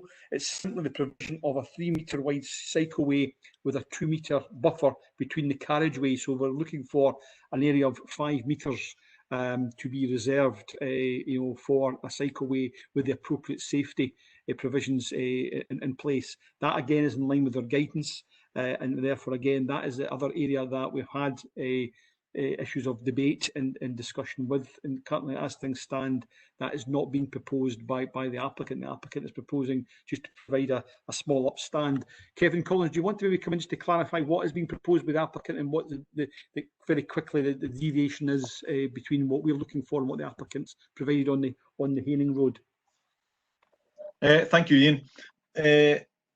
Currently, we were looking for the 3-metre segregated cycle footway with a 2-metre buffer between that and the carriageway, because of the rural nature of that part of the Haining Road. In terms of there's no development on that piece of land either side of it.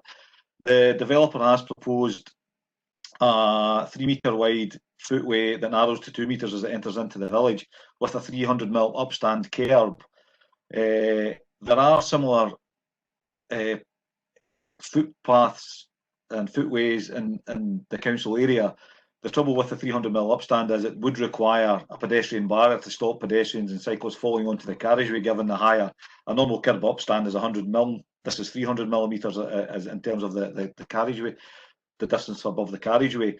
And a pedestrian guardrail would then, when you put that in, would actually narrow the footway cycleway from the 3 and 2 metres, so you'd end up with something that maybe be less than 2 metres at its narrowest point when it enters into the village, which would be below the current design standards for footways and cycleways.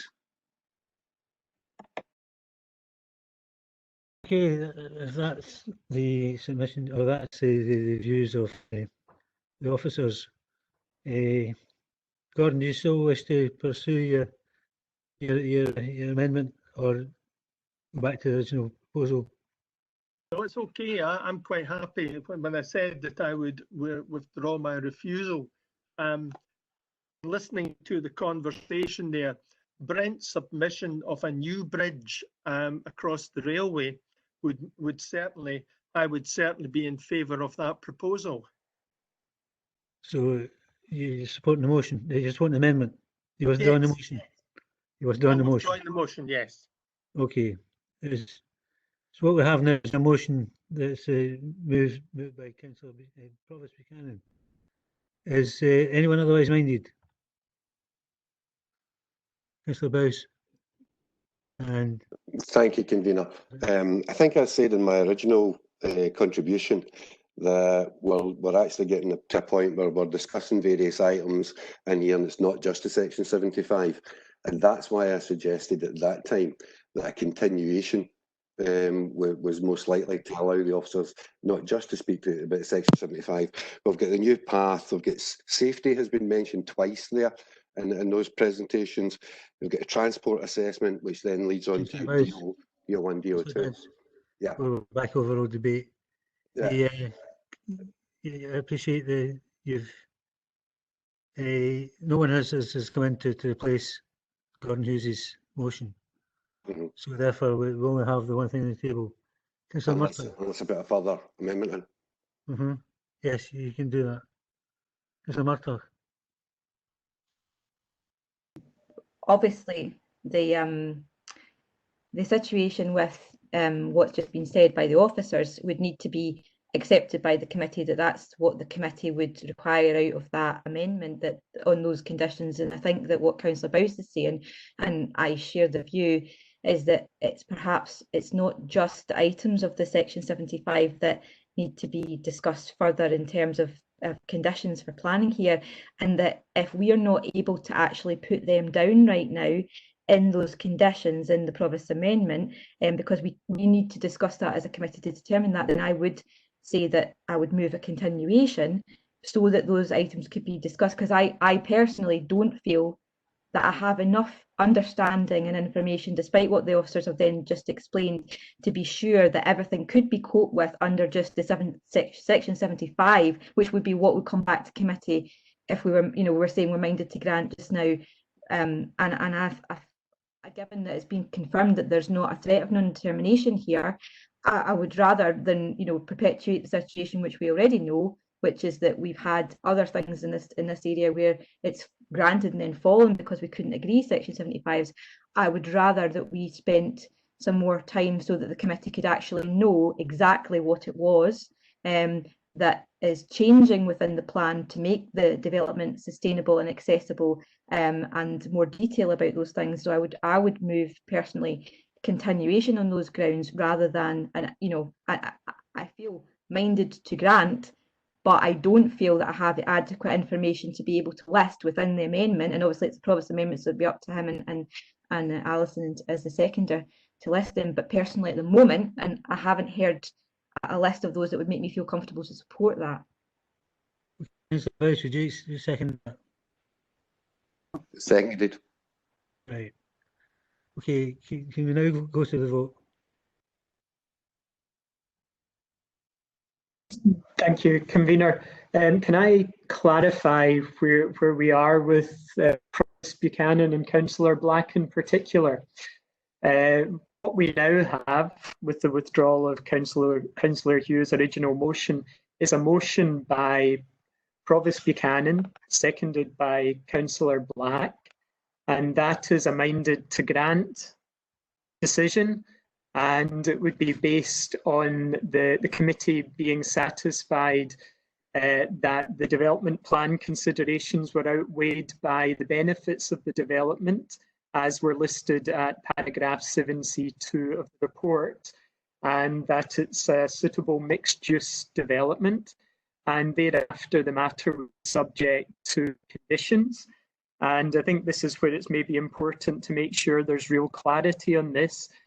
What the planners have suggested is what's called a Grampian condition, or a suspensive condition, that development not be commenced until various roadworks have been done.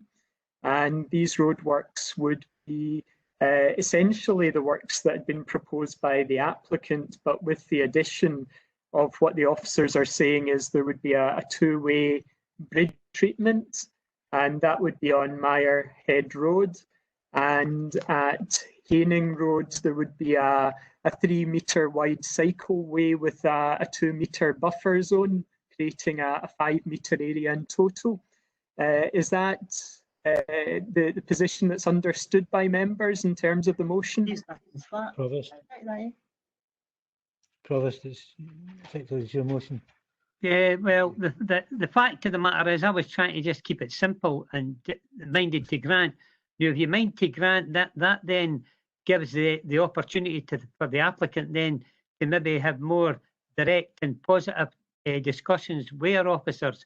It was mine was made to grant subject to an agreement for the Section 75. Now, the fact of the matter is, it could very well be that will need to come back to committee if there's no agreement on that. But just to keep it simple, minded to grant, subject to agreement between the officers and the applicant in relation to the issues on the Section 75. If they can't agree, well, the Section 75 then comes back. Now, I would also like to ask a question in relation to some of these issues that Mr. Dryden and Brent Vivian had come up with in relation to the application that was already granted on the recommendation of the officers for 200 houses in that locality.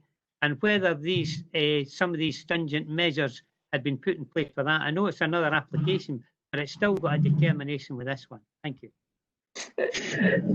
Thank you, Provost. It's Ian Henderson again. I'm conscious that the Grampian conditions would in fact be conditions within a planning permission. They wouldn't be part of the Section 75 agreement. Right.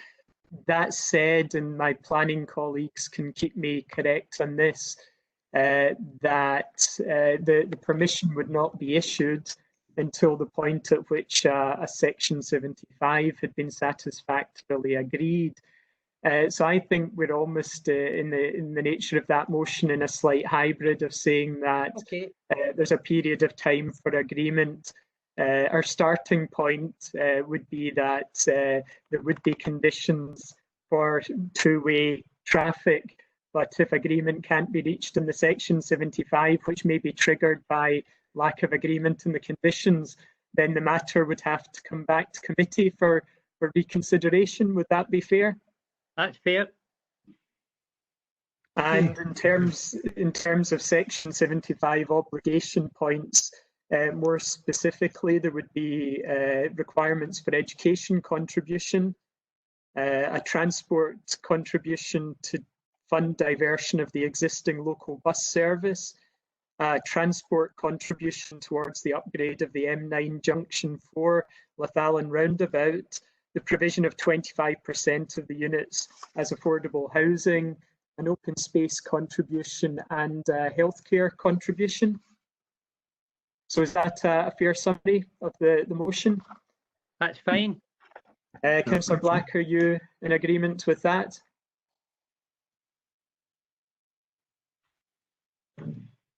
I'll take Councillor Black, is that? Thank you. We then have an amendment by Councillor Murtagh, which has been seconded by Councillor Bowse, and that is to continue consideration of the application to a further meeting to allow the officers and the applicant to have further discussions over the terms of the Grampian conditions and the terms of a Section 75 agreement. So on that basis, I would run through by way of a roll call, and it would be Councillor Alexander. For the amendment. Provost Buchanan. Motion. Councillor Bassett. The motion. Councillor Black. The motion. Councillor Blackwood. The motion. Councillor Bowse. Amendment. Councillor Kerr. The motion. Councillor Hughes. The amendment. Councillor McHugh. The amendment. Councillor Munro. Amendment. And Councillor Murtagh. The amendment.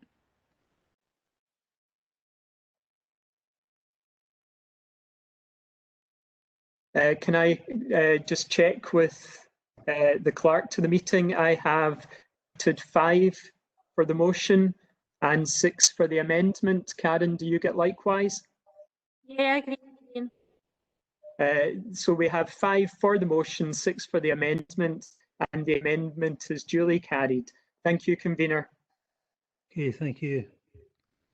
Moving on to item 6, the erection of a visitor centre, 22 bungalows at East Lodge, Earth for George Russell. Thank you. Yeah, this application is a description. I'll read it out in full. It's erection of a visitor centre to include information / exhibition space, arts and craft workshop, restrooms, cafe and retail area, and 22 bungalows at land to the north of East Lodge, Earth for George Russell. Construction, the planning application reference is P/19/0578/PPP, and this is an application for planning permission in principle, and it is on land approximately 7.62 hectares. It's currently agricultural land, and it's within the karstland of the River Forth, serviced by a roadway off the A905. Ian Clemenson, could I possibly ask if you could upload document 2 which is the site plan, which I'll let committee see a context of where the actual application site is, obviously in addition to the plan that's attached on your report. But what we have here is, as you can see, it's an outline application, obviously, but there has been supporting information submitted here. As you can see, looking at the document here, over to the right-hand side, you see some housing, which is obviously at the right edge of the page there. That is actually the village of Airth. As you leave Airth and as you head north and west out of Airth towards Stirling on A905. And as you'll see from the indicative plans, and again it stresses planning permission in principle, but you'll see that the visitor centre is towards the north with car parking to be in close proximity to the Pineapple, and then to the south and south and west, you'll see the indicative location of the proposed dwelling houses, these to be specified as 22 bungalows. Ian, could you return me to the committee screen, please, and then could you give me the street view looking north of the site, which is hopefully will be the A905. Just give you some context of the photographs of that. As Ian's uploading that, as I've said, the visitor centre is proposed by the applicant is to show for the proximity to the Pineapple. So this is the A905, and you can just see just beyond where the A905 is on the plan, you see the junction access, which is the B class road, and clearly the plans are to show that the access be realigned, and I'll come on to that later. Ian, could I ask you then to provide the next street view looking south from the location of the site? And that's looking south again with the site over on your right hand side as we look here, and this is looking back towards Airth, looking back south and east towards Airth. Thanks, Ian. Can you return us to the committee screen? The applicant, well, it is in principle, you'll see that it's a single-storey visitor centre is being envisaged. There'll be a new road junction on the 905 in the location you've just seen on Street View there. And I would draw attention to the proposed housing development of the proposal. This is as part of enabling development to assist with the viability of the proposal. But you'll note that the applicant has identified this housing to be a low density development of particularly bungalows, and it's aimed at retired people over 55 years of age. In terms of the consultations, I would just draw attention to the Scottish Gas Network, who have identified that there is a high pressure gas transmission pipeline that runs close to the site to the north and the west. And I would also draw attention to Historic Environment Scotland, who accepted the principle of a visitor centre in this location. It has not raised any issues that would have an adverse impact on the environment at this stage, but bearing in mind it is an application for planning permission principle. The visitor centre would be part of the Dunmore Park and design landscape, but again, at the principle of development, it would not preclude a potential development in this location. There is a view that Scotland's Garden and Landscape Heritage, who have also been consulted on paragraph 4.5 of the report before you, they have also advised that they conclude that there would be minimal impact on the Pineapple itself and Dunmore Park, the Pineapple being category A listed. Our transport planning colleagues and roads colleagues have recommended, you'll see in the report, a number of recommendations. Particularly one of the recommendations being offered by our colleagues in transport planning is the issue regarding bus access, particularly on a Sunday service, and there is a recommendation that consideration, if minded to grant, would be that a Sunday service be potentially provided by a developer to assist with the public transport provisions that this development would serve. There obviously are some concerns about the high traffic speeds on the A905, and while a priority junction is being proposed, it would not be supported by officers, and it is considered that a roundabout access would be more of a safer option in this regard. There are also concerns that have already been highlighted from our roads colleagues in terms of the de-restricted rural nature of the road, and there is a concern that this would lead to pedestrian activity across and alongside the A905, and therefore there is grounds officers feel potentially not support the application in this particular instance. The final consultation would draw your attention to is that in terms of certainly the residential development that's being proposed, we have yet to receive a response from NHS Forth Valley. Ayr County Council have also made comments, and these are outlined in paragraph 5 of your report. And in conclusion, they do support the application. They have identified, though, a number of comments that are predicated on that support, and that again is outlined in the report before you. We've had a total of 76 representations that have been received, and these are of support, and we've had one representation of objection. And again, these are detailed in paragraphs 6.1 and 6.3 respectively. Turning to your development plan, the Falkirk Local Development Plan, which was adopted in July of 2015, identifies that the site is not specifically identified for tourism-related facility. It's not recognised as an area where tourism development would be supported or promoted. It does acknowledge that there are pipeline constraints, and again, policies do cover that. And while it lies out with the village limit of Ayr and in a countryside location, obviously countryside policies in relation to housing development in the countryside would be relevant here.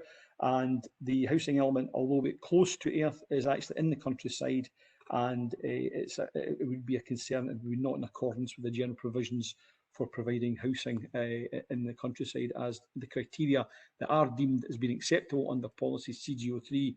This proposal does not meet those criteria.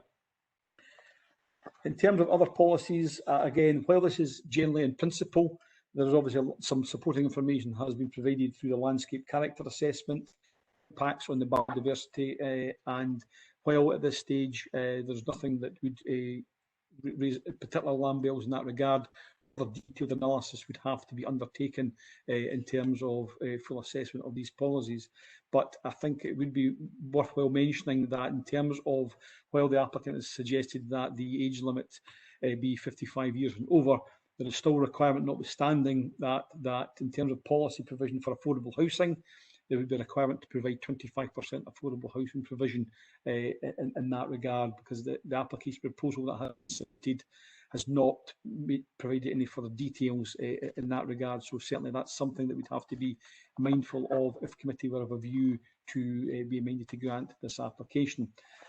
In terms of flood risk and other technical constraints, the flood risk is considered acceptable, but there are further details that we require to provide in association with a sustainable urban drainage system, SUDS.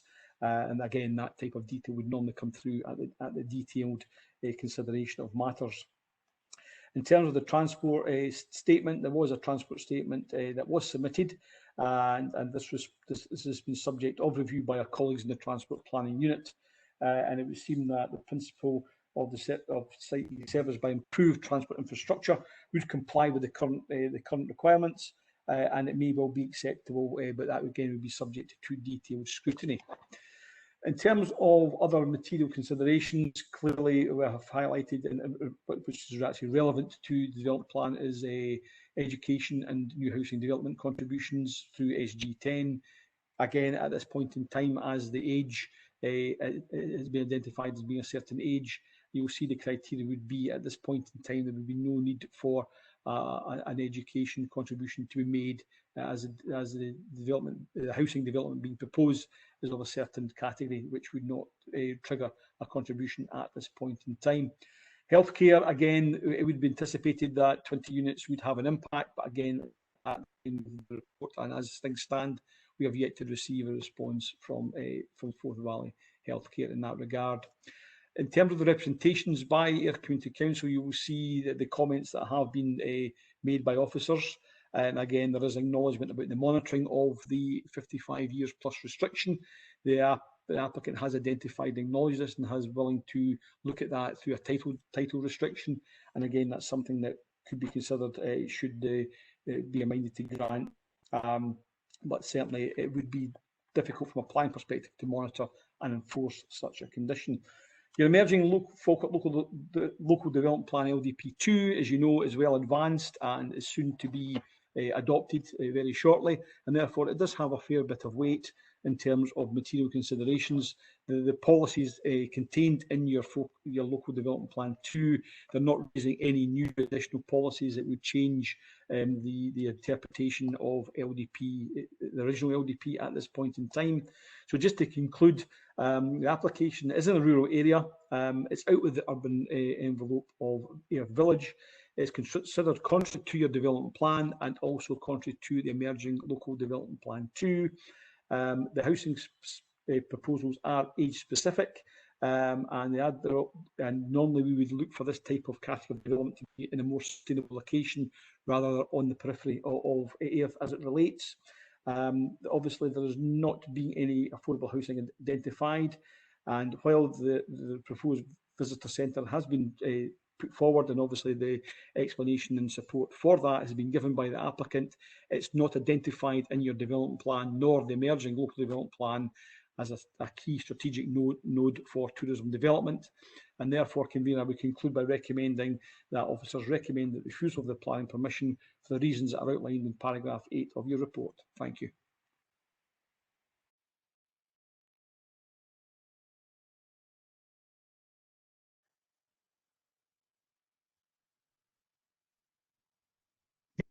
On you go. Right. You were muted there for a minute, Convener. Were you referring to myself? Yes. So, thanks, Convener. Obviously, the reason this is before us today, given that there are quite an extensive number, as outlined there, of reasons for refusal, is that it's been called in by Councillor Coombs. It's kind of regrettable that she's not here, though obviously there must be circumstances understandable to that. But obviously, the reason given in the report is to allow consideration of the application in relation to development plan policy with regard to potential impacts on the local area. Obviously, I am extraordinarily familiar with the area, living more or less a short walk or stone's throw from that particular area, and know the area well. I don't know whether committee are aware, and I know you've seen the photographs of where the actual visitor centre is proposed. However, the development of the bungalows is not proposed on that area of flat karstland. That it's actually off that road and up the hill to the side of the other B road. So it's just to be clear that that's not indicative of where the actual bungalows are.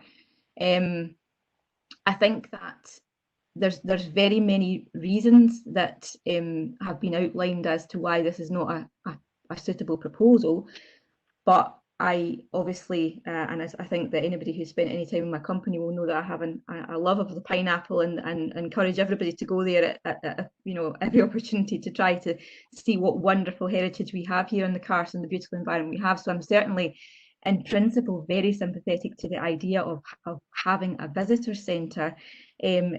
However, I think that what was outlined in the local plan, and what continues to be outlined in the local plan, and I believe the reporter has also picked up on this and outlined this, is that although, as we said in the last application, it's not a concern that the National Trust are the current operator of the pineapple as a monument, and there's no existing evidence of any kind of relationship or discussion between the developer and the National Trust. We're not simply talking about a visitor centre on land that would then encourage people to go to the pineapple, whether they could reach an agreement or not. As was outlined, this is part of Complex, it's part of Dunmore Park, it's part of Carsland.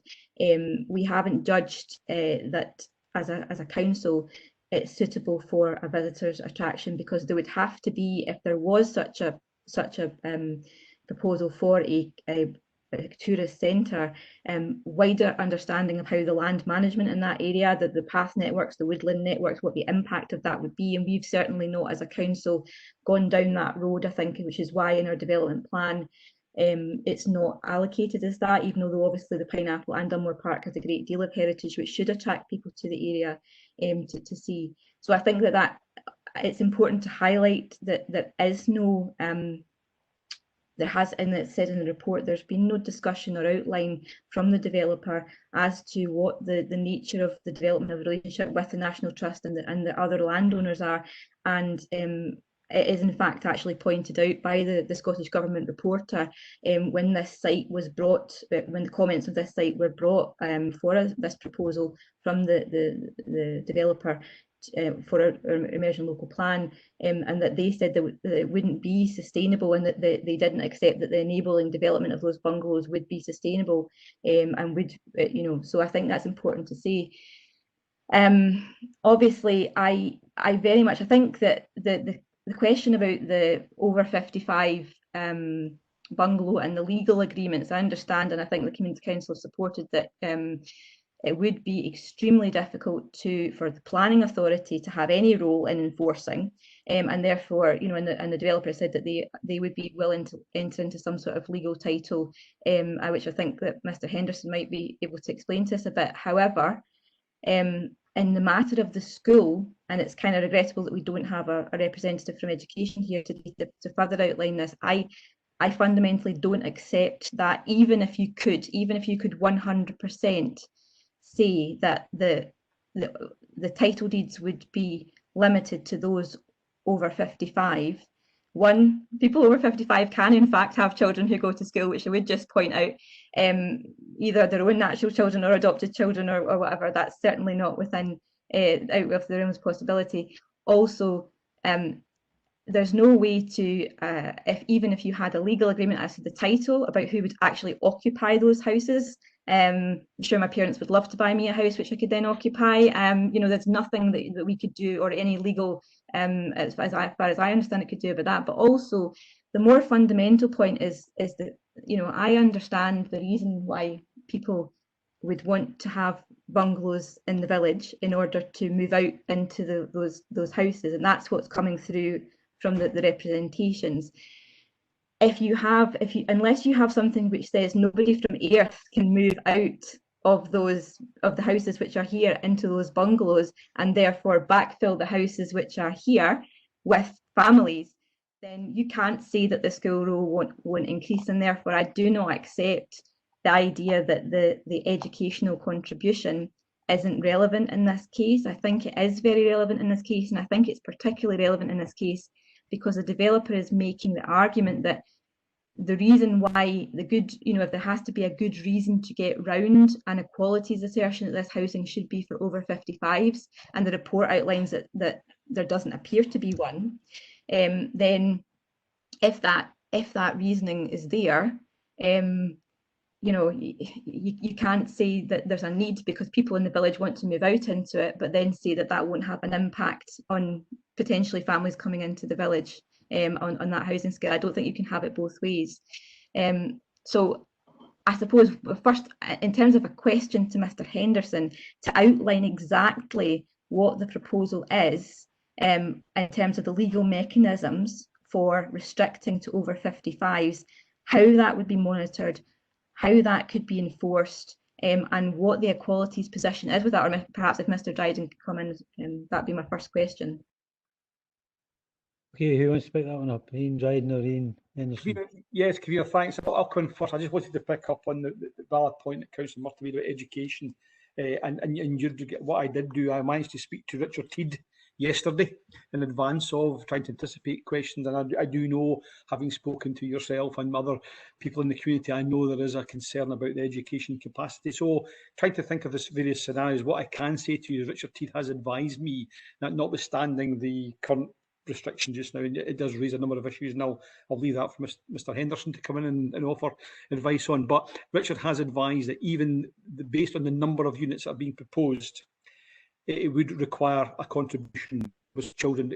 I think there was a concern, and there still remains a concern, that they think the school is at a bursting capacity, and I know there are issues, but Richard has advised that it could accommodate that number being proposed could be accommodated in Ayr Primary School, and contributions would also be required towards Larbert High School. So Richard has said, with the numbers based, it would not cause him a concern insofar as we couldn't do something in the school. I'm afraid he isn't here today, but he has certainly advised that it would not be an immediate concern that there's no capacity at the primary school for the level of numbers that could come from that. Can I just, before Mr. Henderson comes in, I think that perhaps Ian would be able to clarify, there's a development. I mean, as you say, at the moment, there is nothing within the local development plan for the numbers of these properties at all. But there's an application which has been approved, and the planning is now going ahead for over 100 homes just adjacent to that site.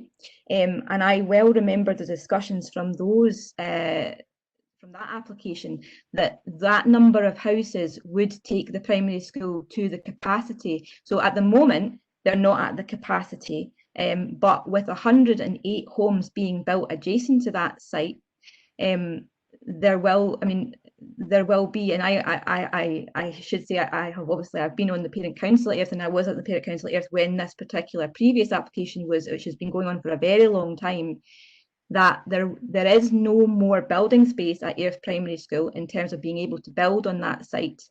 There's no way that it can be expanded, and that the 108 properties would mean that all classrooms, including their library, stroke music room, stroke extra capacity, would have to be converted to classroom just to accommodate that one. So I think, as I've discussed with Mr. Henderson before, we can take that in view when it comes. We can take that fact that although those houses are not there just now, they are going to be in that area as part of our considerations as a committee. So that'd be good to confirm. Councillor Murtagh, KG. Is winding up now? To be honest, convener, there's a whole bunch of things which, I don't know how the rest of the committee are feeling. There are so many unanswered questions about this. I think, in my mind, although I understand it, I think they're probably at this stage on this proposal insurmountable. However, if the committee wanted to, they did want to continue, or they wanted to see the site, because also I have other information I understand, then there would be a lot of conditions that I would want officers to go back and seek clarity on, and I'd be happy to outline them, but I would like to hear that specific point outlined in terms of the legal position about the 55s and also with the school. And we can certainly get that. The questions I'm quite happy to accept, but we haven't had too many questions yet. We've spoken for over 10 minutes. So the questions, if you switch yourself to questions, then we'll get the answers for you. Okay, well, in that case, obviously I've asked about the legal opinion on the We'll get you that. Okay, just now. Okay, well, if you want, do you want them all just now so that Ian can clarify them, or do you want me to come back on it? We'll take a couple at a time and see how it goes. Ian, do you want to pick up on the? Yes, thank you, convener. I think the question I've asked is particularly in relation to the restriction that the 22 bungalows be used for occupation by those aged over 55. And I think it's an interesting point to raise, and helpfully the applicants included in their application papers a letter from their solicitors. And what their solicitors were at that point is that when the properties were being sold, they would ensure that there was a restriction on purchase and occupation of the properties to those aged over 55. Now, they would be proposing that, and I don't want to get too technical, be included within a deed of conditions for the development, which would effectively be burdens affecting the development. We have some experience. In fact, I think it was Williamson Street where we were involved in a Section 75 agreement where there was wording which I've taken the opportunity to bring with me in relation to something similar. And what that wording said was that all units will be occupied in perpetuity only as, in that case, retirement housing and may not be used for other purposes. Occupation of all units will be restricted to persons over the age of 55 without prejudice to the foregoing. On no account may any unit be occupied by any child of school age or younger as their permanent residence. So that would then form part of a Section 75 planning obligation, which equally is registered against the land upon which these houses would be developed. So you almost enter into a sort of self-regulating arrangement where buyers would have these conditions flagged up to them from the title deeds when they were proposing to buy. And if they needed a mortgage, their lenders would be seeing conditions along these lines as well. Looking to council ability to enforce, we could perhaps have a go, and I might pass back to my colleagues in planning who would be more familiar with enforcement procedures. But I think practically speaking, it could be quite a difficult matter to enforce and to maintain the knowledge of the planning authority of what was happening within the development. I think another point I would raise around a Section 75 agreement is that the Scottish Government publish a circular which sets out the tests for planning obligations that would be in a planning obligation of a Section 75 nature. So there's a range of these requirements. One of them is having a planning purpose for the obligation and it being necessary to make the application acceptable in planning terms. So again, I might pass to planning colleagues, but I think there was a clear planning purpose in the case of Williamson Street around parking. I'm just not so familiar with the planning purpose around restricting to over 55s in this case. I think Councillor Murtagh also touched on a point, and it's reflected at paragraphs 7b8 onwards of the report. It's page 78 of your agenda, and that's having regard to the Council's public sector equality duty. Age discrimination can be an issue, and it is able to be got around in certain circumstances, but you would expect that the party that may be creating potential discrimination is able to say or explain that they have a proportionate approach to reaching a legitimate aim, i.e. of restricting to over 55s. In effect, are they able to objectively justify the restriction that would take place? And that's maybe something that the committee wants to have regard to the comments in the report on and what the applicant said. So I sense I've probably said more than maybe is necessary, but happy to answer any further points on these issues. Indeed, Ian. If I'm going to ask members to be brief, I've got to ask officers to be brief also.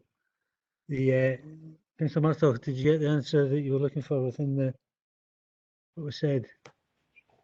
I think that Mr. Henderson wanted to pass to Mr. Dryden in order that he could clarify what the reason was, which I haven't heard yet, because there needs to be a reason for this discrimination under the Equality Act. Yeah, Mr. Dryden. I'll initially come in, and maybe John Milne, who's the case officer, who's got more detailed knowledge of the mechanics of the application. But in terms of the purpose and the need, my understanding is, and it's touched on in the report, is that certainly the applicant in advance of submitting the application has been, I believe, engaging with the community. And I believe as one of the outcomes of that engagement was that the community have identified that there's a feeling that this particular location, there is a shortage of a certain type of tenure or property of a certain age, hence the over 55s retirement. I think the basis of this how this came about is for that. So therefore, in terms of the purpose, there's a submission being put by the applicant, rightly or wrongly. They have a view that there is a demand for that type of property. John, do you want to come in and you want to add anything of that side of things? Thank you, Ian. Thank you, convener. I'll be as brief as possible. I think I would share the concern. There is no empirical evidence submitted through the application as to the justification of the over 55. When the applicant was approached, they took the stand that being within the local community, it's their understanding that this type of housing is needed. And their knowledge of the market would dictate that this type of housing is needed. But I can confirm there's been no survey information or any empirical information submitted as to justify the over 55 element of this. Okay, you've got your answer, Councillor Murtagh. Are you quite happy with that? Well, I think that gives a clear answer that there hasn't been evidence submitted to support that, which is really important in terms of the committee being able to actually progress at this stage. But and this was brought up by the reporter in terms of questioning about phasing. We're talking about 22 bungalows here, enabling a visitor centre, and that's been listed as an enabling development, but the report outlines that there hasn't been a plan submitted to sort of say, well, we would have 5 houses built and then this. And I think that I'd probably require some clarity on whether that's progressed any further, and that whether there's what Officer's opinion is on whether 22 bungalows is appropriate for a phasing arrangement, given that it's been outlined that a new road would be required, a new part of the road, and certainly a roundabout suggested, etc., etc. So I think that needs to be answered, and just obviously the bus was mentioned, and again that seems a very onerous. We're talking about profit from 22 bungalows enabling that visitor centre. The reporter has also said, and that's publicly available on the website of the council, that they don't believe that is something which is that those two things marry up, and they've I have a certain amount of sympathy with that. And so I think I would like the officers to answer about what phasing arrangements and the feasibility of that, and given the requirements that have been suggested for bus and road and footpaths, also to enable development to the village, which is another reason it's down for objection, whether these can be overcome, or what the opinion is on potential phasing. Mr. Dryden. Thanks. I'll actually ask John Milne, who's a detailed case officer. John should be able to come in and answer those questions for Councillor Murtagh. Thank you. Okay. John. Thank you, Councillor. I would say at this point there is no substantive technical breakdown or financial information in support of the application. I would remind elected members that this is an application in principle, and that while the applicant has no doubt, in the best of intentions, submitted some fairly detailed indicative drawings, at this stage they are only indicative drawings. They're seeking the principle of development of the site. So no detailed analysis has been given to the house types or the visitor centre size or the size, scale, massing of development at this stage.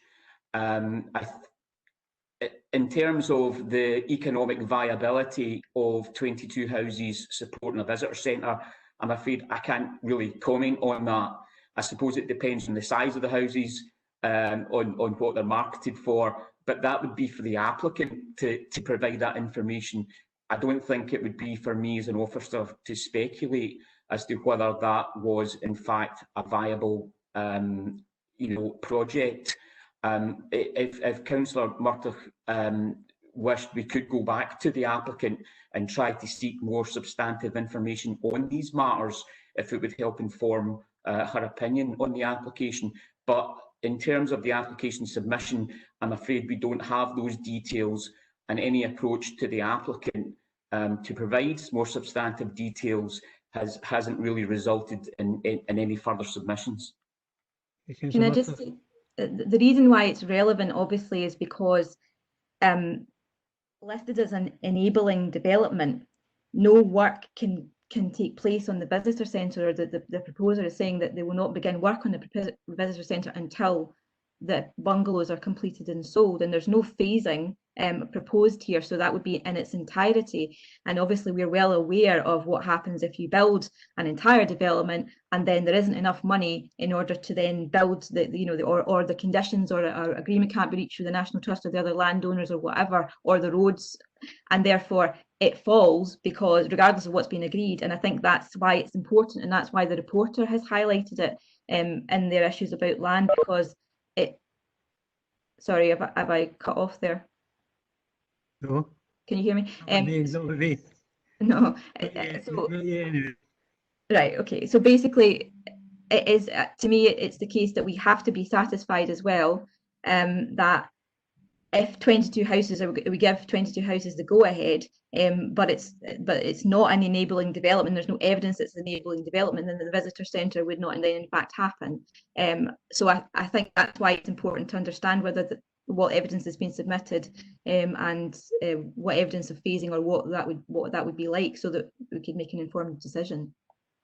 Well, we've heard that it's an in principle application.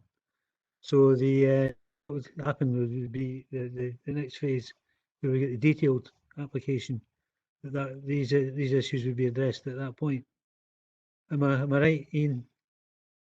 Yeah, Convener, I think Councillor Murtaugh's very valid points, and you are indeed correct. Convener, I think certainly it is a principle, and certainly that's something that should. There's other obvious issues as well, but let's say that should the committee be minded to support the application, and clearly that type of could be put in of a condition. It may even could be tied into an agreement, a legal agreement as well. There's various mechanisms that could be looked at. Because it's the principle, that obviously the detail hasn't gone into there, but clearly the applicant has felt sufficient, although, as John has said, he hasn't provided the detailed information that we would expect to justify that. But I do share your concerns that what we would not want to see would be to see all the residential development built and then no start made on the visitor centre. I think there would have to be, we have had experiences in the past of phasing arrangements and allowing, maybe for example, thinking aloud here, some element of residential to start, realistically to get kickstart development, but we'd also be looking for a commensurate start on the visitor centre and other improvements. So we'd have to look at that in detail. So I think there is a way forward, but there is potentially some valid points raised about the numbers game here. But again, it's something that we don't have the full detail on. But I wouldn't certainly be concerned. I would be advising to use a committee that if we are of a application, that one of the many issues we want to be sure about is agreeing appropriate phasing to ensure that we do see a combination of the development in its entirety start at the correct time. We do not want to see one element not being started. I think it's important you would see a kind of level playing field, so to speak, where you had some housing being allowed potentially with some milestones identified with the visitor centre and the access improvements. Okay, Mrs. Murtaugh, Councillor Murtaugh. Yeah, Mrs. Murtaugh is my grandmother and she's no longer with us, but there you go. I apologise for that. That's all right. I mean, I think I'd like to hear what the rest of the committee say. I just want to make one final point in terms of the argument about this this type of development being needed in the area. I obviously want these points to be here because it is an important application for the people here. It's very important that every aspect is considered and it's given a chance to have properly determined. However, Airth has a small village in relative terms and has a number of streets which are entirely composed of bungalows. In fact, quite a large number of streets: North Green Drive, Schuler Gardens, Snedden Place, Carsview, Banksview and Netherby Road in most part. And therefore, there is not that there's a lack of bungalows, and that the evidence is that the bungalows in the village are in fact, as the house type and a suitability type, at least balanced in terms of many families residing in them. So that's why it's important to understand the restrictions. It's not that a bungalow makes it a suitable type of house, particularly a bungalow that's up a hill with no footpaths that can connect to the main road. So I want to make that clear to the committee. That's the kind of development. I'm not against having a visitor centre or development, but there's very many reasons that this would need to be considered very carefully here. Do you have a motion? As I said, I'd like to hear what the committee are thinking. Anyone else? Provost Buchanan. Thank you. Well, at the outset that Councillor Murtaugh is the local member, and obviously she put a lot of very valid points here on behalf of her constituents, and she's got to be congratulated. Now, I know this area very well. We as a committee have been down here over the years on numerous occasions for proposals that never ever seen the light of day. To me, as an outsider, I think going through all this, I think it's one of the most, I would say, very positive and exciting proposals that we've had for a long period of time. One of the areas as well, and I'm going to be very brief, one of the areas as well is that I always take cognizance, well, usually, of what community councils have got to say. Airth is probably one of the best community councils that we have, and the interpretation I take out there is that they've got a number of issues there that they've highlighted, that they're giving it support. Plus the fact is they've got 76 representations. Convener, I think it's a tremendous, obviously, as you highlighted, Mr. Dryside, it would only be amended to grant, subject to all these information and questions to be answered that Councillor Murtaugh has put forward. But just to move things forward, I'm delighted to support this application, and I would formally move that we're minded to grant. Thank you. Okay, anyone else? Councillor Hughes, can I bring in the Councillor, Mr Henderson, first of all? You were indicating that you wanted to clarify a point. Convener, it's in terms of the Provost has raised a motion that's minded to grant planning permission in principle. I think it might be worth just thinking through the reasons, because at the moment we have a refusal recommendation by officers, so it's maybe just thinking through the specific reasons and the material considerations that would outweigh what's been narrated by the officers. I think it's probably also wise at this stage to think through, and sorry for going through this again as with the last application, what may be covered in a Section 75 agreement. A Section 75 agreement's a voluntary agreement, and as things sit, the applicant may not have turned their mind to it. So if we are proposing something, I would rather that it was something that the committee members were, at least in broad terms, agreeable with the matters being put forward for a Section 75. And with that in mind, I might ask my planning colleagues to list out what they might suggest would be covered and any specific conditions that they would require. One thing I suspect would be covered is the occupancy restriction over 55. Thank you, Convener. Okay, Provost, do you want to clarify? Well, if you look at, thank you, Convener. If you look at the public representation, I think that incorporates exactly what I would be feeling. The visitor centre would attract visitors to the area as well as providing employment and recreational space. So therefore, it boosts the economy. Also, one of the major issues, and it wasn't highlighted maybe too much, was the fact is that is a very, very dangerous road. I've got friends that stay in South Alloa, and I go down there quite a bit, and it's a racetrack. So therefore, this would improve, and I'm quite happy. I think the roundabout would be the access would be improving. I would also visit visitors to other attractions nearby, where you've got the Kelpies just along the road, and the residential element is welcome. Is there a shortfall of affordable bungalows in Falkirk District? There's a shortfall of affordable bungalows everywhere, and at the end of the day, I'm quite happy to think that this would be a real bonus, and I think it would be tremendous for that community. Thank you. Okay, thank you. Councillor Hughes. Thank you, Convener. I just want some clarification. Page 57, consultations, paragraph 4.2. Obviously, a high pressure gas transmission pipeline in the vicinity of the development. I was just wondering, how far away is this pipeline from the development? And obviously, with discussions with Scottish Gas Network, would there also have to be an input from the Health and Safety Executive? Okay, we get an answer to that. Mr. Dryden. Yeah, I think for Councillor Hughes' information, it's just immediately to the north of the application site. It is close by, and it's certainly, as you'll see from the consultation report, again, it's in principle, but that's certainly something that if there was obviously the motion to support the money to grant, that's something that would have to be looked at in detail. And again, that's a matter that could be covered by a planning condition. There would need to be full detailed assessment done. And again, this again being made to grant, there's a number of conditions that would be attached. And one of those conditions would be to be close liaison with Scottish Gas Network. So that would cover the health and safety aspects. It is their remit.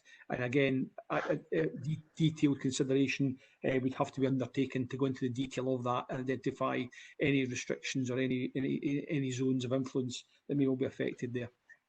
Okay. Thank you. Yeah.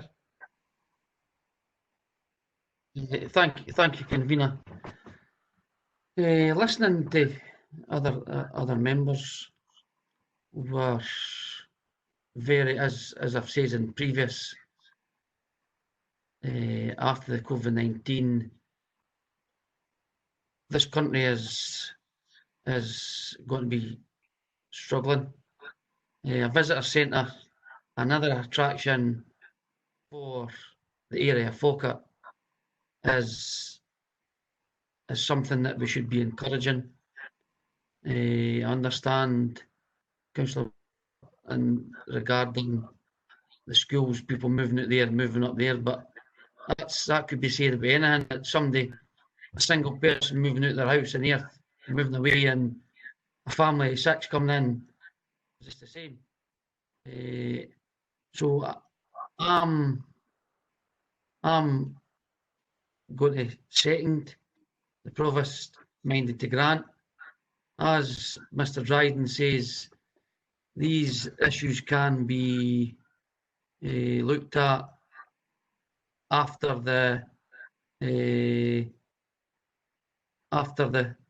minded to grant's done, if that's what it's done, and it can be conditions and things in the section 75. Thank you very much, convener. Okay, Ian Henderson. Sorry to intervene again. It was just to clarify, we now have a motion that's been seconded, and it was just to clarify with the mover and the seconder. Now, a number of reasons have been given, but I take it that you're satisfied with the position explained by the applicant on the proposal for restriction for over 55s, and you've had regard to the public sector equality duty in doing so? Yeah. Would it be possible to run through, or maybe ask the planning officer to run through what the terms would be, even in broad terms, of a Section 75 obligation? Well, at the end, but I'd like to see if there's any other members who got anything to contribute at this point. Okay, Councillor Bryce and Councillor Black. Sorry? I put my hand up. Let Alison go first. Yeah, oh, sorry, but it's just I had my hand up for a wee while. I'm just not sure how it actually is supposed to work. I would agree with the Provost that this is an application that merits going forward for lots of different reasons. I think that Historic Environment Scotland has recognised that that there could be a need for a visitor centre in that area.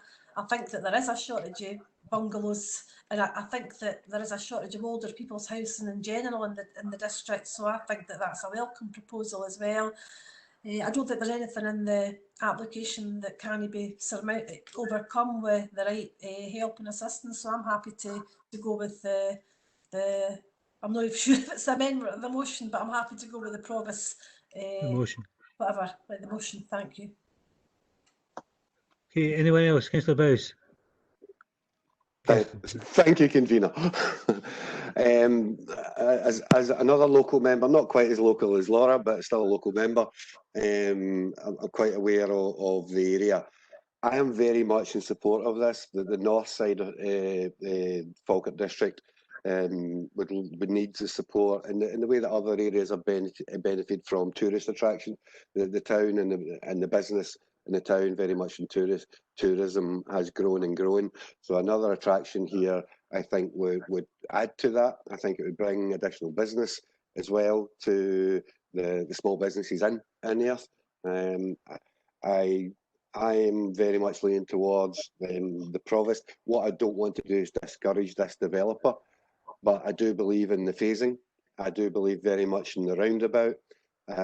So I as much as I want to support the Provost, if we can just get the detail on what is actually going to be discussed in there. I do appreciate the work that Laura has done on this, but I'm looking at this as potentially the Pineapple is an absolutely beautiful place, and to put a tourist attraction there would only help the north side of the world. And I know a lot of the other tourist attractions are more the centre line of Falkirk, if you wish, and I'm very much in support of this. Thanks, Councillor Bissett. I thank you. I've visited the Pineapple many times over the years, and I would encourage others to go there as well. And if you take a wee wander around, you might even get a glimpse of the Great Crested Newt in the pond that's here. I would entirely welcome this visitor centre.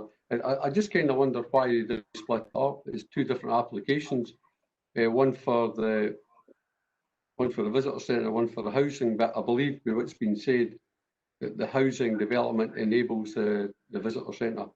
It might have been kind of easier for me if they'd been two separate applications we could have discussed.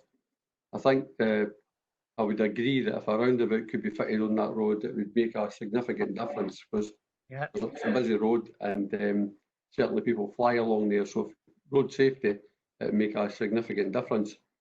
I just wondered about the limit, and I don't know how enforceable is the 55, setting the limit to 55 and for perpetuity. So I think that would need to be nailed by council officers to ensure that is the case. But how you would police that, I don't know. So I think we need to make sure that's a robust condition and that's set in place. But no, I fully support the application and look forward to it going ahead and seeing the change in that area. I think it'll be a welcome break for everybody to see some, once again, a wee bit of hope for the future, given the crisis we've had. So fully support it. Thank you. Okay, anyone else? No. Convener. Sorry, who's? Somebody shouting. Councillor Bagwood. Oh, Councillor Bagwood, yes, sorry. Yeah, just a point in this for 50 age limit. We have an allocation policy for high flats, and we're actually just talking about reducing it from over 60 to over 50. We managed to monitor that and manage it. The problem was under the right to buy scheme prior to the change. The high flats were properties purchased, and we lost control of that. We had no control over who purchased them, when they became a private flat. So how are we going to impose this on a developer and future purchasing? I mean, it's okay, the first 20 flats you go to over 55, but if somebody decides to sell, can you put restrictions on people purchasing these flats or these bungalows? It's a fair comment as well. I think myself. Ian Henderson or Ian Dryden, answer that one. It might be best that's one that I would come in on. I think the example I gave earlier was the Williamson Street example. So when we owned all of the high flats, we were in control of who the tenants were. We weren't in a position to impose an age restriction on sales. What the applicant's agent has, or what the applicant solicitor has said in this case, is that they will create a deed of conditions for the development of 22 houses that will put onto the title of each property that there's a restriction of purchase and occupation to those over 55. We would look to supplement that by specific wording in a Section 75 agreement along the lines of that I read out earlier. The reason I raised the slight point about planning purpose, which was responded to by Mr. Dryden, is that you can have a Section 75 agreement where the applicant at a later point seeks to challenge the provisions that we've put into it, notwithstanding they may have signed it at an earlier point. So I think committee members will be aware of that. So there's always a slight risk over that position. I would hope that with the applicant specifically proposing this, that they wouldn't go down that road. As you say, in terms of enforcement going forward, it would be almost a self-regulating approach as I see it, based on the reading of title deeds. I think it would be quite hard for officers to enforce that fully themselves. Okay. Okay, Laura, do you have an amendment to move? Yeah. Sorry, as I say, Jim, hang on a minute. Sorry. Jim Blackwood, you quite happy with the response? Yeah, it's obviously further down on the road that it could be open to challenge, and there's not a lot we can do about that. Yeah. Okay, sorry, Laura, on you go. No, sorry. I mean, it's a very important point, and one I was making earlier on. As I say, I understand what the committee is saying, and as I say, I am very, very much a lover of the pineapple and want to encourage people to go there, and very supportive of the concept of a visitor centre in the area and of appropriate housing. But it has to be the detail has to be right, and it has to be feasible.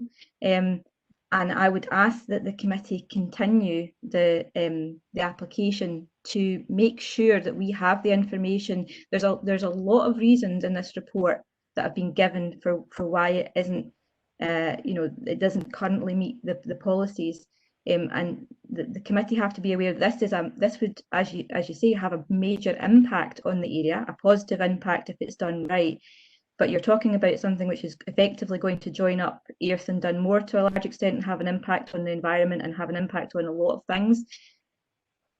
I would like to continue on the basis that further reports come back to do so that it could be properly explained to the committee, the equality, the justification and the legitimate aim that is asked in the report that's highlighted, that there has to be a legitimate aim, and I don't think that's been satisfied today. And also that the evidence that has been submitted about the need for the housing in the village, as it's been stated by officers, has not been said, that it's just been said that the developer knows the area. I'd also like to have a report come about the clarity about school numbers, which hasn't been provided in writing and properly explained in relation to the other development and the feasibility of how the school would cope with that. I think that, as I say, I agree with a lot of things that members are saying, but members have to remember that if it's not an enforceable condition or there are circumstances that this would mean that the school would not have capacity and there is no space on the ground to put mobile classrooms, etc. So we need to make this decision in the knowledge of that and understand that. And I would like a report that actually outlines that to members so that we can make an informed choice. I think there has to be further detail about potential phasing arrangements to be put, because there's nothing of that in the report. Laura, can I stop you? Can I stop you? All of that information be contained at the detailed planning stage. Yes. I don't, to be honest, no, I think it's a planning permission in principle, but the very principle of having this isn't supported by the local plan. It's not supported by the things that have gone to the reporter and the applications, and these things are not contained within the report. And I think that they have to be fully outlined, because as we've seen before, once something is given a principal outline, it can sometimes be very difficult to go back and agree the detail afterwards. And I think the planning officers have outlined their concerns. None of these, I mean, the questions haven't been addressed sufficiently as far as I can see, and it needs to be the right detail. And I agree that it would be a benefit to have a visitor centre on the right terms, but there's not the detail within this report to satisfy that. And I think it would be, given there's no issue about you know, the developer, I don't believe would object to going through those things and understanding those things. I think we would be much better to get this right, given how critical it is to the area, than leaving it to chance and then having to argue about it later. I don't see. I do move continuation. It's part of the planning process. A very, very important part of the planning process. So the detailed issues that would be addressed at that particular point in time. The issue you've raised with regards to local plan is something that's valid, but the other issues are all issues that would be relevant to carry forward to the detailed application. I think, with respect, convener, that the justification for a legitimate aim for limiting the housing, it hasn't been, as far as I can see, there needs to be a report to actually outline that to members. We need to be confident that that's legally competent, and I don't think that we have a legitimate aim outlined in that to get us through that. So, sorry, Inigo. Councillor Blackwood raised the point that we approved unanimously an allocation policy last week, which had a very, very similar outcome as this particular application. The lawyers were very, very clear last week at the executive that legally we could do that. I think you've got to trust the lawyers, and you've got the consistency. But that's not the same type of development they were talking about. I mean, it's already, the Provost said in his a statement about, you know, having affordable housing for this type of occupant. It's stated in the report that bungalows are not considered to be an affordable type of housing, and so that's not the same thing. It's not under the same terms. Convener, can I say that I never mentioned affordable housing? Provost, I'll let you come back in a minute. The issue, I'm sorry, you've lost me completely, Laura, with regard to the property review. as been rightly pointed out, we're all crying out for bungalows, and they most definitely are part of the affordable process, if that's what the agreement between the council and the developer ends up with. So I really think that I've given you a fair shout, and I think you've made a number of valid points, but the majority of them in relation to the detail will get picked up as part of the detailed process, and that's something that's a well-established procedure. Provost, I thank you. Just the fact that Councillor Murtagh has obviously put an amendment in. If she hasn't got a seconder, then it falls. So I'll leave it to you to be the judge. Okay, thank you. Convener, I will second Councillor Murtagh. For a continuation, fine. Item 2. Councillor Murtagh, Make me a plea. Councillor Murtagh, Yeah. can you give the exact details of your amendment? So to continue the item for officers to bring back a report and undertake further discussion with the developer to address within the report to address the equalities issue and a justification of the legitimate aim in order to restrict that sort of housing is legitimate for that aim. Also to be outlined in the report the legal opinion clearly about the enforceability of legal agreements, but not just in terms of sale, but in terms of occupancy and what that would mean and what the implications of that mean for clarity on school numbers. In order sorry, Laura, I'm not letting you go back through that again. No, this is what I'm asking for as the continuation report, that the officers would bring back these items in a continuation report as part of their report, so that we could make a proper decision. Okay, fine, on you go. So that school numbers, could an assessment of school numbers would be assessed, be given, including with due regard to the current application which is being built, and the implications for the primary school and potentially options of what could happen in that regard. Also, further discussions to be undertaken about phasing arrangements with the applicant and feasibility, therefore, and a general outline of, in more detail, what a Section 75 agreement would be, including potentially not just the roads but footpaths out with the development site, Sunday bus service, etc., detailed so that officers and also for a assessment of the impact on the green belt, given that that's one of the reasons that is in the report for refusal, is that it doesn't meet countryside and green belt criteria within our plan. Okay, a motion and an amendment.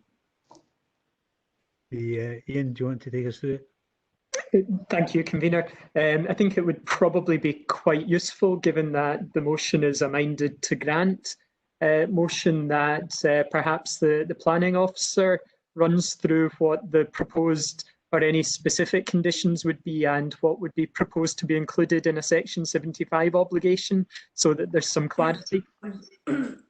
Okay, Ian Dryden. Ian. I'll just check my other screen there. I'd put some of my notes down. I can just give you some details of what I think should be covered.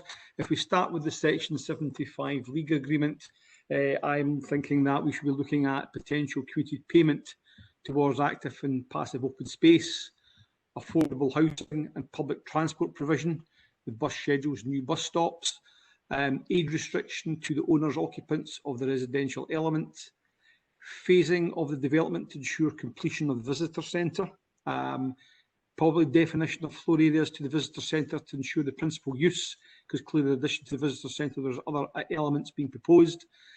We should also be looking at a retention of land for landscaping, passive open space. I'm also thinking aloud here, and maybe John Milner, he might want to come in, but also in terms of the housing element, contributions potentially towards identified deficiency in health service provision.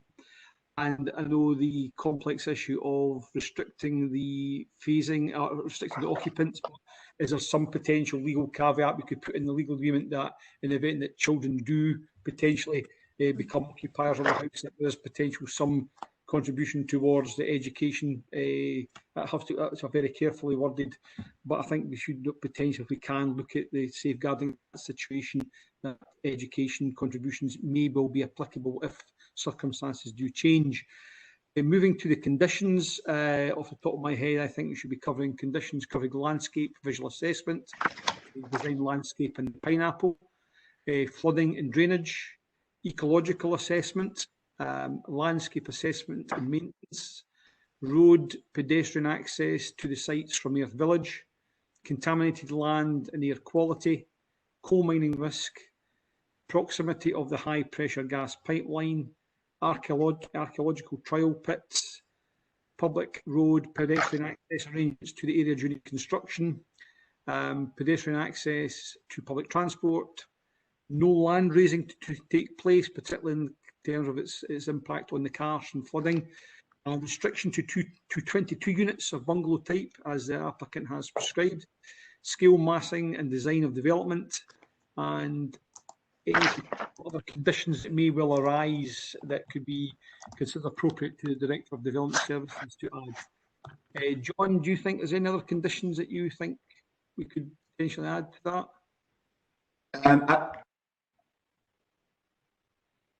I think, given members' concern, the issue of a roundabout, perhaps in the section 75, which I think we were a wee bit unclear as to whether we could do that at this application in principle stage. But I think, given members' favour for a roundabout, perhaps that's something that we should include, perhaps within the section 75. Yeah. Thanks, John. Okay, is that your list completed? Ian. Thank you, Convener, and thanks Ian and John for running through the information. We'll certainly give some consideration to the potential that you mentioned there, that if children were to be on the site, then there might be some form of contribution. That's something we can work through on.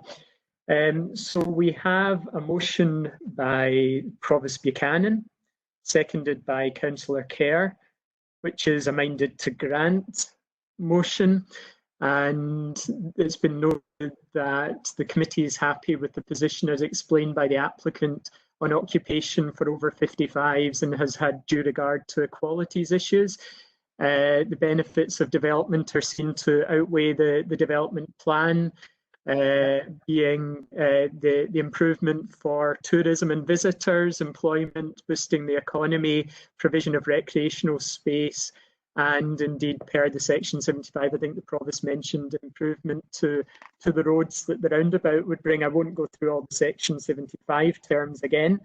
And then we have an amendment by Councillor Murtagh, seconded by Councillor Hughes, and that is to continue the matter and officers bring back a further report after liaison with the applicant, and that would cover explanation on the equalities provision and the over 55s, a legal view on enforceability of the over 55s restriction, essentially demand need information, clarity on school numbers, detail and phasing arrangements, feasibility information, presumably viability, what would be covered by a section 75 obligation, and assessment on impact on the Greenbelt. I think that summed things up. I would go to a roll call vote. Councillor Alexander. For the motion.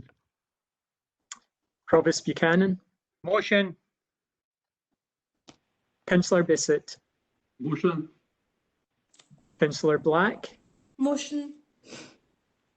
Councillor Blackwood. A motion. Councillor Bowes. Motion.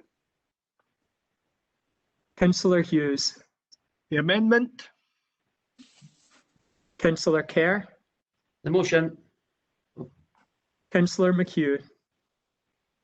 For the amendment. Councillor Munro. Motion. And Councillor Murtagh. The amendment.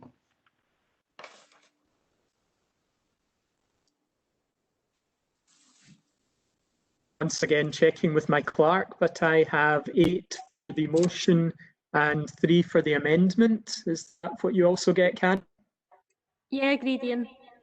It's 8 for the motion, 3 for the amendment, and the motion is duly carried. Thank you, convener. Okay, thanks very much. I'm going to call a halt to proceedings at the moment for lunch. We're almost an hour over what we should have been in terms of the standing orders. Can I ask if members have brought lunch in with them, in which case we can have a quick packed lunch and get started this afternoon session reasonably sharpish. If you've got to go out, then you've got to go out. I'll certainly need to go out, convener. 7 is the alteration, the change of use of a house to of change of use from a restaurant to a house for general. Yeah, for house of multiple occupancy. Apologies for that.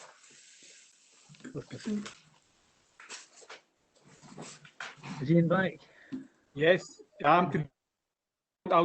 I'll start. Yeah, as you said, this is item 7. This is an alteration and change of use of restaurant, which is a class 3 use to a house in multiple occupancy at 60B Laporte Precinct, Grangemouth. It's for REWD Group, and the application reference is P19/0756/FUL. And the report before you is this relates to a former restaurant to a house in multiple occupancy, and the property has been vacant for a number of years. Ian Clemson, if you're there, would you be able to show the site photographs of street view of the property, which will give the committee an idea of the, for those who don't know the area too well. Hopefully we can upload that very shortly. As Ian's doing that, I'll continue. As part of the proposal, it involves 10 rooms being created, and this will involve ensuite bathroom facilities, a communal kitchen, living area, laundry room are proposed, and there'll be a formation of a new window on the south elevation. So as you can see on the screen, Ian's kindly put up, this is the property here. It's at first floor level.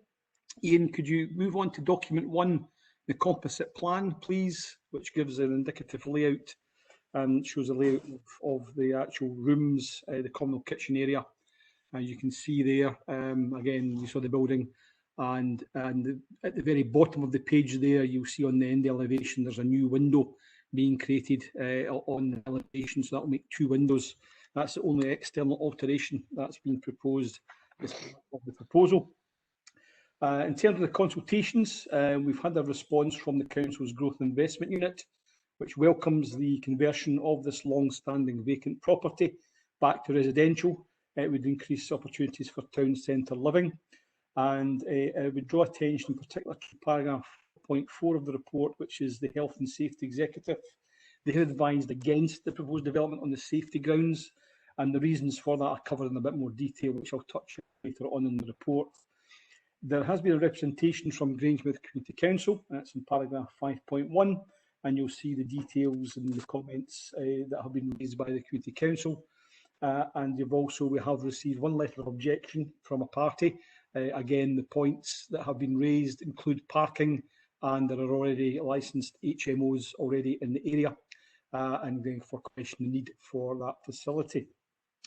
Coming to your development plan, the development plan, which is the Falkirk Local Development Plan 2015, this covers a number of policies, and I would draw attention to policy BUS05, which is the major hazards and pipelines, which starts in 7A.4 on page 91, and you'll see the policy criteria, and you'll see the report identifies that the site is located within the middle zone of the Syngenta Limited and Callachem and the outer zone of Fujifilm, and it's not considered that the proposed development would significantly increase the number of people exposed to risk, bearing in mind that the property is currently authorised as a Class 3 restaurant use, and albeit it is vacant, but nevertheless it could open up again tomorrow for Class 3 use, and there'll be no controls in that regard. So on balance, you'll see from the report, the fact is it's an existing building, existing use, albeit it's a change, and what's more importantly, the officers' views are that this will achieve notable regeneration benefits by converting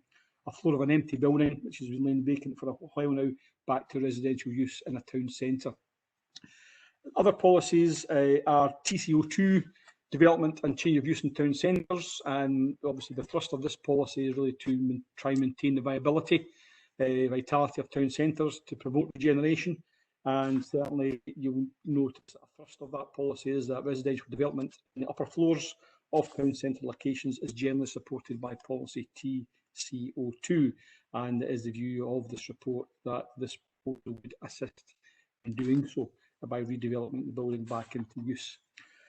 Other policies, what I would draw attention to now is the HSE advice is a material consideration. That's Health and Safety Executive. And certainly, understandably, their concerns it relates to the level of risk and proposed uses. And while it is acknowledged that obviously this will obviously potentially, in theory, that risk will be evident, but as I've already said, there already is existing use there, and there's already been a risk, and it's felt on balance that this substitution will not actually increase that risk any further. And I think on balance, it's the benefit of bringing back a vacant property back into use and assisting with the regeneration of the town centre would be relevant. But I would note, particularly to look at paragraph 7B9, that where we do have an objection from a statutory consultee, such as the Health and Safety Executive, it's important, therefore, that if, as the recommendation, as you will see, is minded to grant, because we'd have to refer this to the ministers for their decision in light of that particular situation. So really, in conclusion, I would draw attention to the assessment of the public representations, and while it is acknowledged that there are a number of HMOs already in place, this is not a material consideration that can be considered. And I would also add that your emerging local development plan, LDP2, that also has very similar policies. There's no material change there in terms of the policies that are currently in your current development plan. And I would also draw attention to Circular 2/2012, which talks with regard to houses in multiple occupation, and this provides guidance to planning, control and licensing. And you'll note that while concerns understandably were raised with regard to antisocial behaviour that these developments sometimes can create, antisocial behaviour is not a matter for planning authorities in that particular matter. So to conclude, convener, the proposal is considered to accord with the provisions of your development plan and the emerging local development plan 2. The HSE have advised against it. However, the benefits of regenerating an upper floor property back to residential use does meet the spirit and the terms of regenerating town centres. It's a vacant building, and therefore the recommendation is minded to grant, subject to notification to Scottish ministers. Thank you, convener. Ian, could you put back to committee view, please? Okay, thanks. I'll go to questions from the floor, but before I do so, I was just going to say that what a difference it makes when you produce some photographs. Here. We've asked for that for some time, and it makes a hell of a difference. So well done. Okay, anyone? Cheers. Councillor Black. Yeah, thanks, convener. I mean, I do welcome the renovation of an old building. I do have reservations about it, and I have spoken to emailed planning officers and Mr Henderson and asked about it, if there was anything that we could do in terms of limiting who would be occupying it. Because yes, it is opening up a building, renovating it for residential use, but that residential use is for I think 10 people, hopefully contract workers, but we don't know who those 10 people will be. And just round the corner from the building, only a few years ago, myself and Angus MacDonald fought very hard to stop that building from becoming an even bigger HMO and having about 60 people in it from where it started off, because the amount of antisocial behaviour and disgusting behaviour that emanated from that. Well, at the same time, the people that were in that place, through no reason, no fault of their own, were not getting the help and support that they desperately needed. So there was a lot of issues from that. So I'm hoping and presuming that it will be contract workers, but I do not think that putting vulnerable people in an HMO in a town centre who have multiple problems and difficulties is going to help with that town centre regeneration.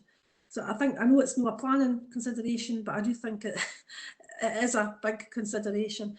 I'm concerned as well. Somebody said about the plans don't show a no smoking area. They represent one objection, and I think that is a fair point, because it's the first floor of a building. There's no outdoor space. You've got 10 people. I mean, don't know who these 10 people will be, but some of them or all of them could smoke. And where are they going to be congregating outside with their fags, making the town centre look untidy? So I think that's a fair comment. Also, at 7B13, it says that the regeneration plans for the town centre, although they're recognised, have never come forward because, due to a lack of trading conditions. Well, I suppose it means, I suppose the definition of trading conditions, but what my interpretation of what happened was that the economic downturn came in 2008, and the fantastic plans that were meant for Grangemouth on 2 occasions after that were scuppered because the developers couldn't fulfil their plans. So I wish I had something that I could do to try and sort this out and make it a bit more watertight, so that people in the retailers in the town centre won't have to worry about it, and the people that live in that surrounding area won't have to worry about it. But the planning registration scuppers that, and I'm stuck. So I suppose at some point a licence for an HMO will go to civic licensing if it hasn't already, and that is where these matters would be discussed, and that is where Angus MacDonald and I discussed this at great length on a previous occasion. Thank you, Convener. Okay, anything else? Councillor Munro. Thank you, Convener. Like Alison, I looked to see where on this document it discussed the master plan for the Grangemouth precinct, and I think that putting in this type of housing in an area which is principally a shopping centre and which townspeople are trying to regenerate, it's maybe not the first choice of anyone.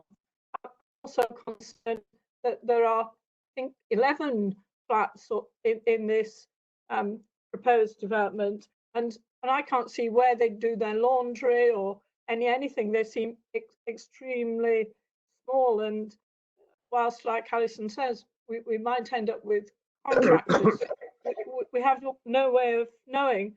But I think the overwhelming thing is that, you know, if we are placemaking and we are concerned about community, you have to take note of what the Community Council says, and we ought really to be considering the implications in terms of the town centre. And like Alison says, if there isn't a master plan, we ought to be doing it. It ought to be a priority to get things going again. And these things need to be addressed right at the outset in terms of planning, and we're not doing that. We should be much more holistic in our approach to this. You know, think about, where do people want to live, what do communities want, what sort of towns we want, and how we can move things on so everybody is content. And I find this a very unsatisfactory application. Okay, anyone else? Sorry, who was that? Sorry, too much interference there. Who spoke up there? Who wishes to speak?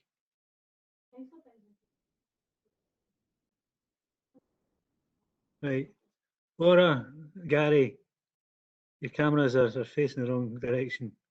We're missing your faces.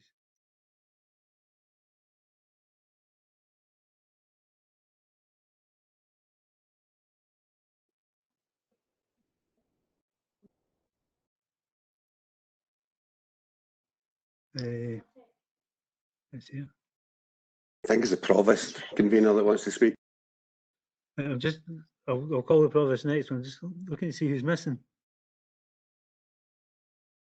Laura Murtough.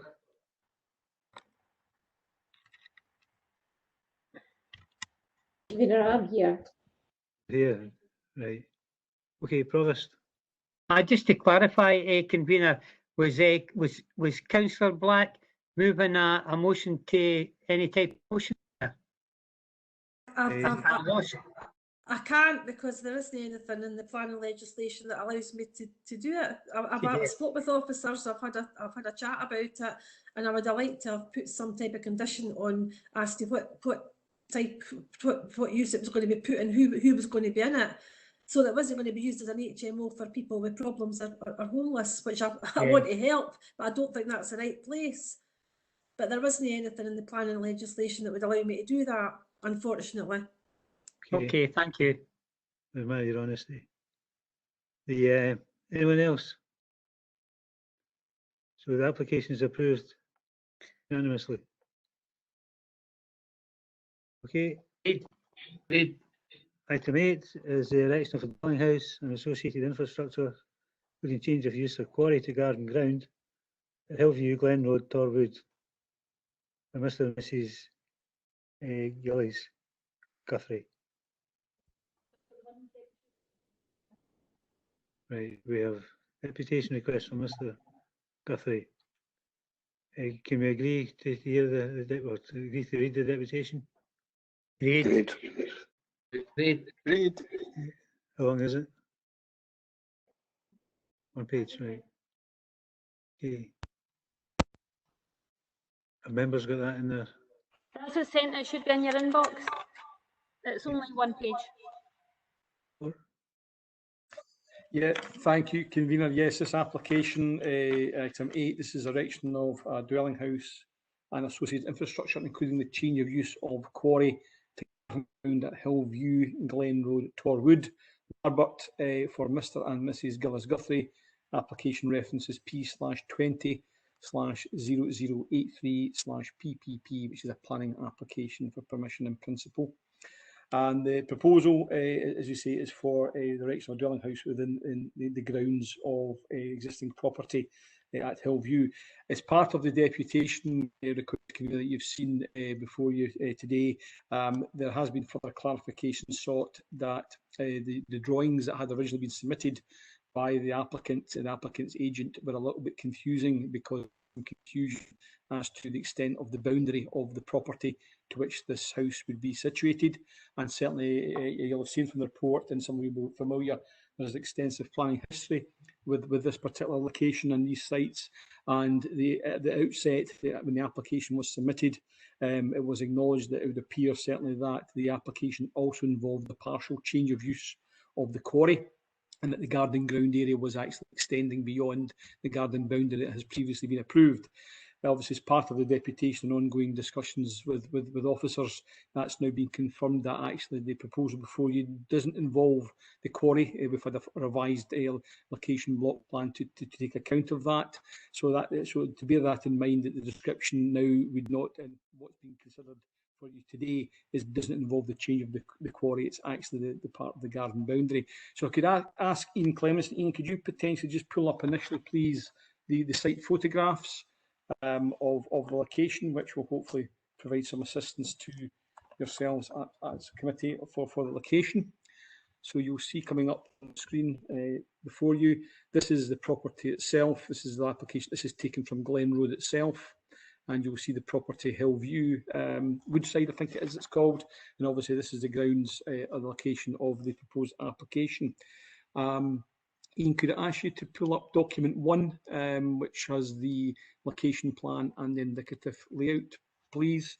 And you'll see before you now the area shown yellow in the proposed block plan is where an additional property is to be proposed. This will in effect be a tandem development in light with the previous permissions that have been granted, and you'll see that in the history before you, particularly the plan application for paragraph 3.14 on page 101. This was a change of use of the quarry to garden ground, extension to dwelling house, erection of outbuilding with ancillary living accommodation, and erection of fence and wood store. And this was granted in December 2019, and therefore the house is to go in this particular location. Coming to the consultations, the actual roads comments, as you will see from the report before you, identifies that access to the site is via an existing verge crossing constructed as a temporary measure to facilitate the restoration of the quarry. This was granted permission by the committee back in August of last year to remain as a permanent access. I would also add that there has been further clarification in the last very recent times that the applicant clearly at the moment has been using delivery lorries to go in there, averaging I think 25 a day, albeit in lockdown that has not been the case, but there has been activity prior to lockdown that vehicles were still entering the site as part of the infilling of the quarry operations. Notwithstanding that, you will see in the report roads officers remain concerned with regard to the vertical alignment of Glen Road. It restricts visibility to the south-east, where the required level of visibility cannot be achieved, and there is a general concern that the additional traffic a new house could potentially create in this particular location in terms of road safety. There has been one letter of objection that was received, and the details of that objection are outlined in the report for you.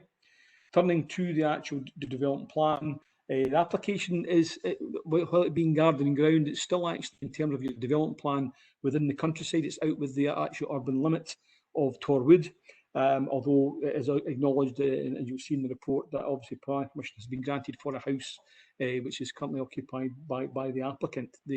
In submission of their application, they want to move there, given they've cited that they're disabled, both registered disabled, and want to potentially relocate to this particular property. So in terms of actual relevant criteria, obviously the housing in the countryside policies is still relevant to an extent that technically this is a house in the countryside, and none of the actual criteria for housing in the countryside actually supports an additional house in this particular location. You will see from the report as well that there's comments made regarding the kind of concern of officers of the sporadic and unplanned expansion of this part of the settlement of Torwood. And while this in effect being proposed would create another tandem development to the additional house that was granted at Hillview here, there is a concern that this would lead to an overdevelopment of the site, and in particular it's not been clarified that what the garden boundaries of this new dwelling house would be. As a matter of fact, what would be the remaining garden boundary of the parent property just now in which the garden is being proposed. So there remains a number of concerns from officers, and particularly in terms of development plan policy. And I would also add that your emerging local development plan policy 2, there are no changes in the policy circumstance in that regard. So therefore, LDP2 policies are very similar to what's in LDP itself. So you'll see the report by officers. Disability needs, whether it's been acknowledged by the applicant, do not provide justification for housing in the countryside. There remains a concern about the actual road safety and access. And while I know the applicant has cited precedent, each application, as you'll be aware, is dealt with on its own individual merits. There is just a concern, certainly, that this is an intensification on this particular site, leading to potential overdevelopment. And there's also a concern of officers that it's not clear the actual private amenity space that this proposed development would have, as in effect this would create two potential properties on this particular location.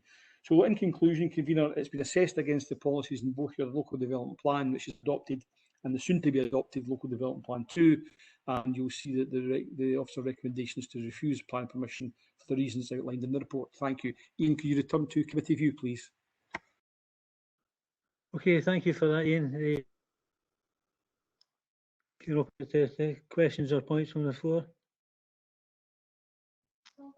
Provost. Hi, thank you very much, Convener.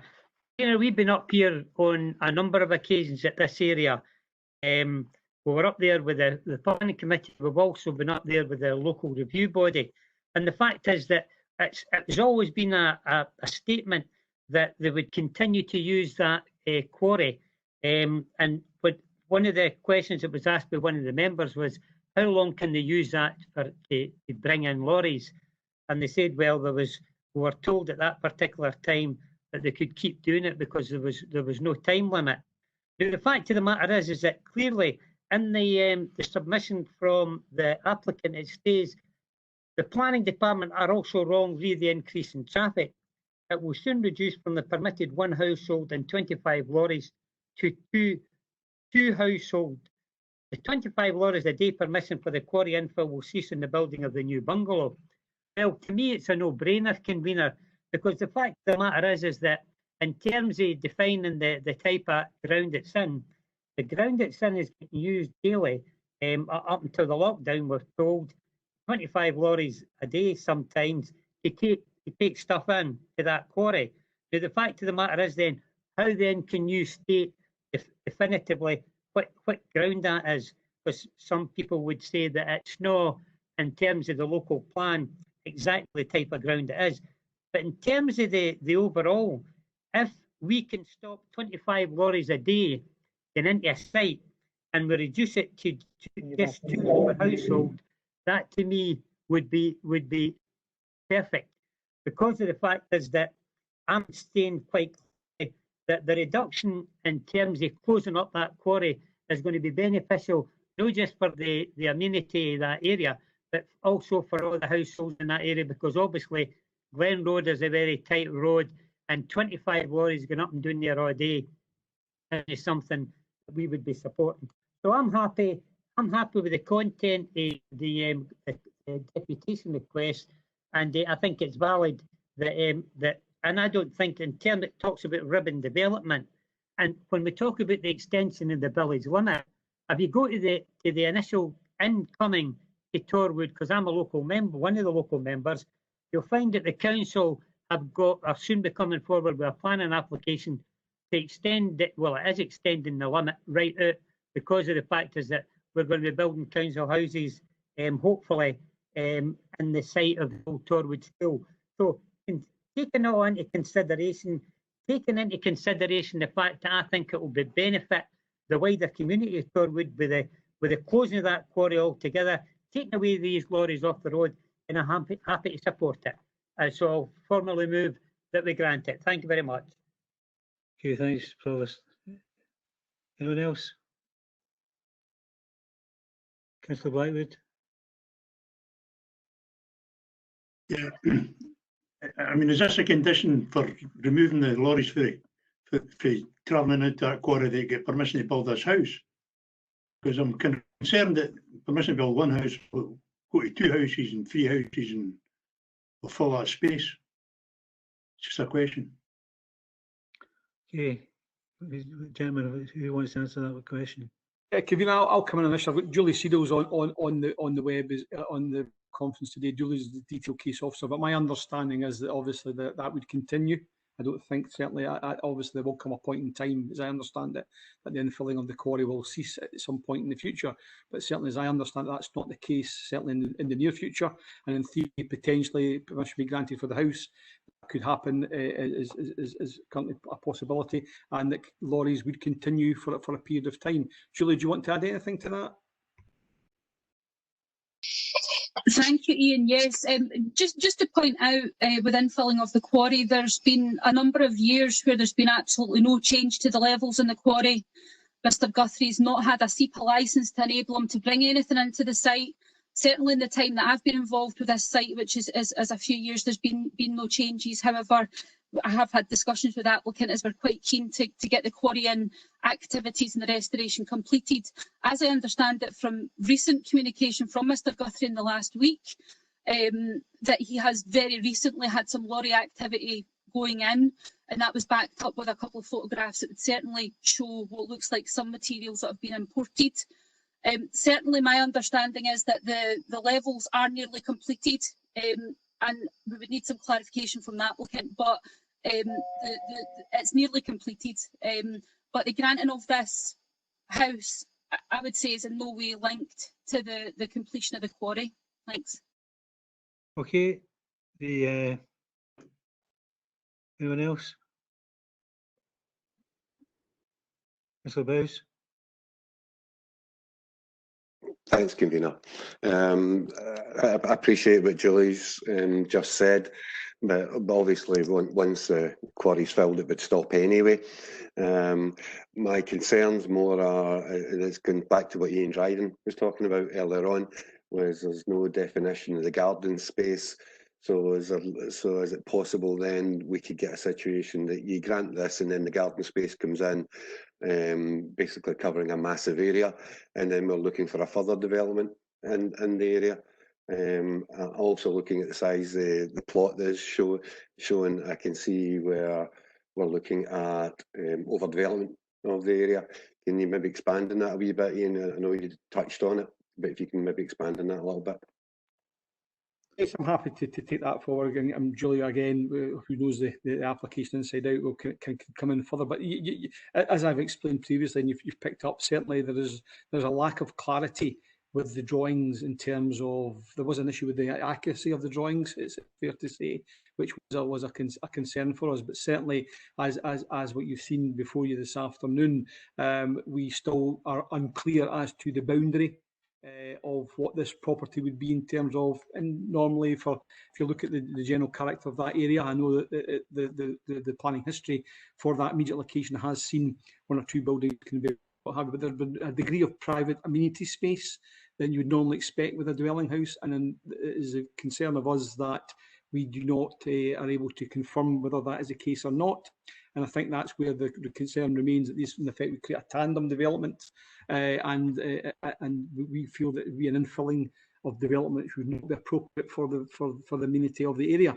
And it's down to the occupiers of the proposed house and the occupiers, whoever that would be, of the remaining house, and that there's a concern about having an adequate lack of private amenity space, and therefore that leads to the conclusion that it would be an inappropriate overdevelopment of the site.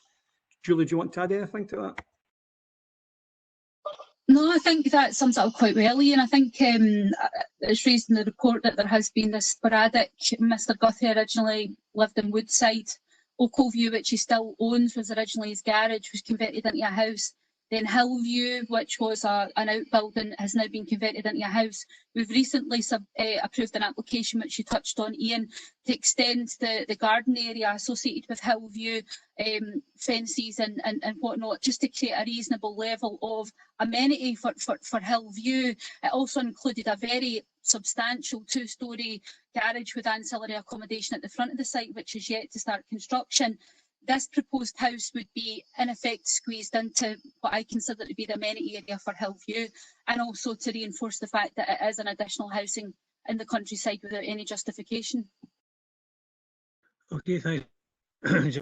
Convener, can I then make a motion to recommend as per the officer's recommendations and to refuse?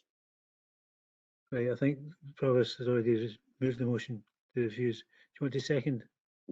I think Provost was looking to, maybe I picked it up wrong. Grant. He was looking to grant.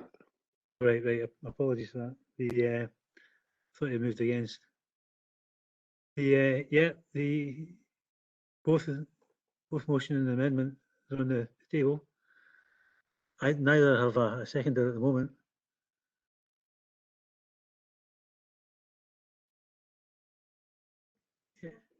Convener. Yeah. I would form a second Councillor Provost Buchanan's motion. Okay. A seconder? Sorry, the seconder for Councillor Bowes' motion, amendment. I'll second Councillor Bowes' amendment. Okay, thanks for that. Anyone want to say anything before, any questions before we go to the vote? Yeah, Ian.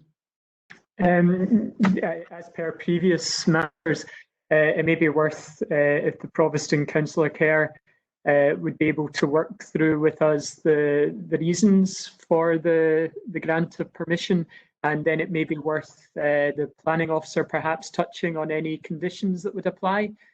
Thank you. Thanks for that, Ian.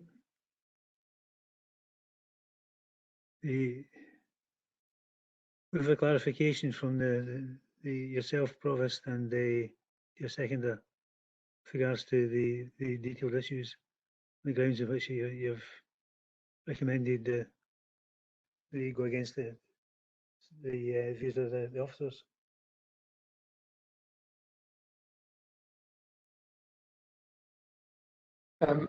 Provost, I think you're muted at the moment, Provost.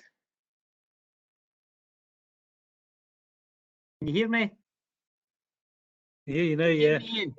Aye, and in terms of the and included in their deputation, it states quite clearly that they believe Sodiada is in the residential curtilage approved by the planning department, and it's no protruding beyond an existing building or garden. also, in terms of, it'll be beneficial to the amenity of the whole area, and also it'll improve road traffic concerns by the community. Ian, are you content with that? That you can minutes? Thank you. That's helpful, convener. Just to maybe Ian and Julie, are there any particular planning conditions that would pertain to this matter? Julie, do you want to come in with any conditions based on your knowledge of the site? It would be fairly standard conditions. We would be looking at obviously contamination. I think we would need intrusive site investigations in terms of coal mining legacy. Obviously, it's plan permission in principle, so the usual standard conditions in terms of the appearance and levels and so forth. Our low and zero carbon development condition, standard condition as well. But I think the main one was probably the contamination and the intrusive site investigations would be the main ones. Everything else would be fairly standard, I would consider. Okay, thanks for that. Anyone else? Mr. Bissett? Thanks, Ross. I'd just like to ask Mr. Steadman, is this the same site that we visited maybe a couple of years back? And had a look at the visibility for traffic coming up. There's a sort of hill, and we were concerned that this display, is that the very same one? And Yeah. what was the outcome of that at the time? Granted.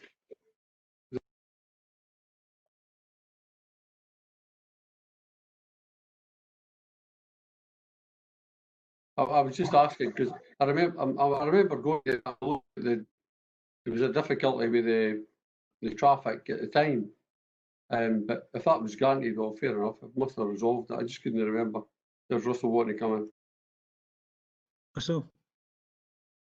Anything else for roads?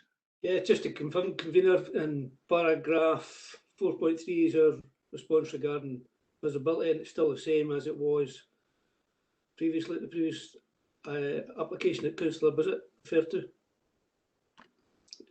Okay, we have a motion and an amendment.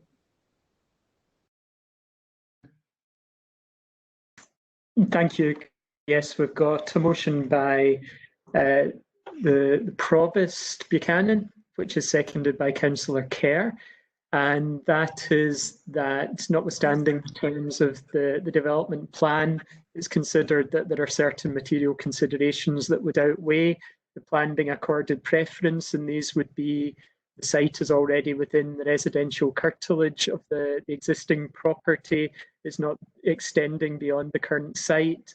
It would be beneficial for the amenity of the area, and it would bring benefits for road traffic.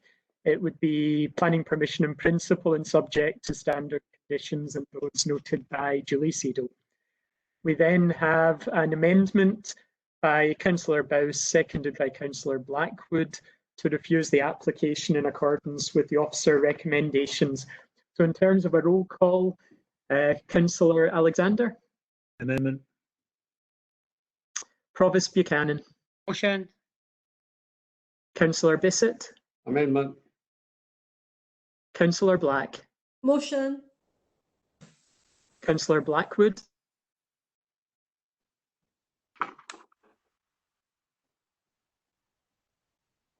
Councillor Blackwood?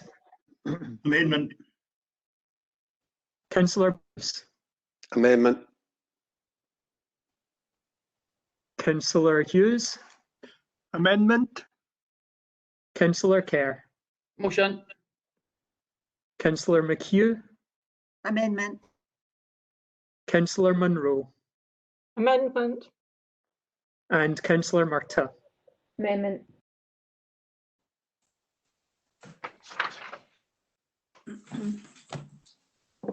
I have 3 for the motion and 8 for the amendment. Karen, do you get the same? Yeah, agreed, Ian. Thank you, Karen. On that basis, the amendment is duly carried. Thank you, convener. Okay, thanks, colleagues. Item 9 is the erection of a dwelling house and associated infrastructure at land to the northwest of One Broom Farm, Stedding, Falkirk, for Antonine Developments. Ian? Thank you, convener. Yes, this application before you is an application for planning permission in principle. And as you said, it's at and close to Broom Farm Steading. Ian Clemenson, could I ask you possibly just to pull up the site photos for this application? I'll just continue to speak. As part of this location, you'll see it's close to Broom Farm Steading, and it's on access to be taken off the C45 Leppie Road. So as what's just coming up just now, this is a view looking down the C45 Leppie Road, and you can just see as you go down there, there's a sign, and it's this field immediately off to your left here. There's a fence that runs perpendicular to the road. It's beyond that fence towards the sign. That is the location of the application site. You'll see as we move down there. Ian, could you pull up the other photograph, please? Document 2, this that's where there's looking back up the road. You can see the sign where I was referring to. It's that field just behind the sign, which would be the location of the proposed dwelling house. You can see obviously in the picture the access, which is a private access to Broom Farm Steading, which has got residential development, which I think dates back to around 2006. Ian, could you move on to the site plan document 2, please? This is again shows you a plan form of the application site outlined in red. There's land, as you can see below to the south, which again is in the ownership of the applicant. And you can see the steading itself, the buildings themselves, and obviously the left-hand side of both the application site is the Leppie Road. In terms of the application and support of the application, the applicant has cited that this obviously is close to the farm steading of Broom Farm, and he considers that this would represent a cluster development on the back of the existing buildings that are close by. I would draw attention to the consultations that have been submitted, and you'll see our colleagues in Roads have raised concerns in terms of the actual private access that serves the actual Broom Farm Steading. This is currently already serving a number of dwellings, and the proposal originally to use that existing access would result in actually being contrary to the National Roads guidelines. Ian, could I ask you to pull up document 3, please, the indicative proposed site plan? And you'll see from this plan that as part of that solution, at the very bottom of the screen is the existing access that serves 1 to 5 Broom Park Steadings, and you'll see there's a separate proposed site access road now being proposed off the C-Class road that will serve the development. And again, as this is a application for planning permission in principle, it is indicative in terms of the building kind of footprint location, but it's reasonable to suggest that's where you'd expect a dwelling house to be located. And as you can see, the access position is now being shown, so there'll be 2 accesses very close to each other. If approved, that's what would happen. So there is a range of concern that from our roads colleagues you'll see in the consultation that there is concern that still remains about the actual creation of a new junction that would be required to meet the access guidelines, and it's not been shown that this can be demonstrated in terms of design or land ownership, so there remains a concern with regard to road access. In terms of other consultations, the applicant did submit very late on a Coal Authority a risk assessment, and it has concluded that there's no objections in that regard, so that has been addressed. There's been no comments raised by Edenbridge and Stanburn Community Council, and there have been no letters of objection or representation received with the application. Turning to your development plan, your local development plan, this site is in the open countryside. It's in a countryside location, and therefore, as you'll be now familiar, countryside policies CGO3, housing in the countryside, which is outlined in paragraph 7A4 and 7A5, identifies the type of criteria that where a potential house in the open countryside is reported. The criteria that relates to CGO3, none of the criteria would fit this proposed application, and therefore it's concluded as being contrary to your development plan. There is the application has the potential to have unacceptable landscape visual impacts as well, as you saw from the photographs, that while obviously the Broom Farm Steading is in reasonable close proximity, it's still nevertheless separated, and it's clearly there is a distinct differentiation between the site here and Broome Farm Steading. And while the applicant has, in support of their application, cited to be a cluster development, it is considered by officers that the location of the site, while it can be seen from Broome Farm Steading, wouldn't lend itself to being considered as a cluster development in that regard. The application site is also situated on the Slamanan Plateau, which is a special protection area, but consultations, discussions with Scottish Natural Heritage, which is at the bottom of page 118 of your report, paragraph 79, are of the view that the natural heritage interests would not be affected adversely by this proposal. The site is not designated prime agricultural quality land, so there's no tension in terms of the policies there. But there still remains a concern in terms of the general principles of urban design, DO3, and the issue of sustainability. And it would certainly not encourage integrated transport and would not provide, as already highlighted, safe access from concerns raised by our colleagues in roads. Turning to your emerging development plan, and in particular, I would also highlight in terms of planning policy, the area that Falkirk falls in is generally a pressured rural area, and therefore there is a danger of unsustainable growth in long-distance car-based commuting and suburbanisation of the countryside. And it is the view of officers that this particular application would fall within that category, and there are concerns for that. And as I mentioned, LDP2, which is due to be approved or adopted shortly, it doesn't raise any different policy considerations. It really replicates the main housing in the countryside policies. So therefore, there are no tensions with the emerging LDP2, and there's no change of the view of officers in that regard.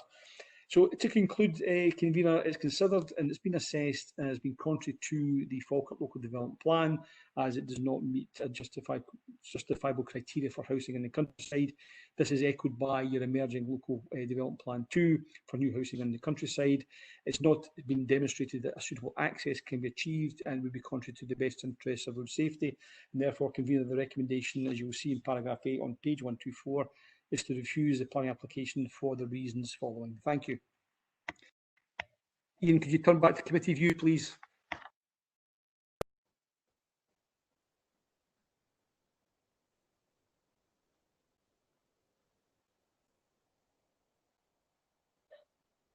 Is that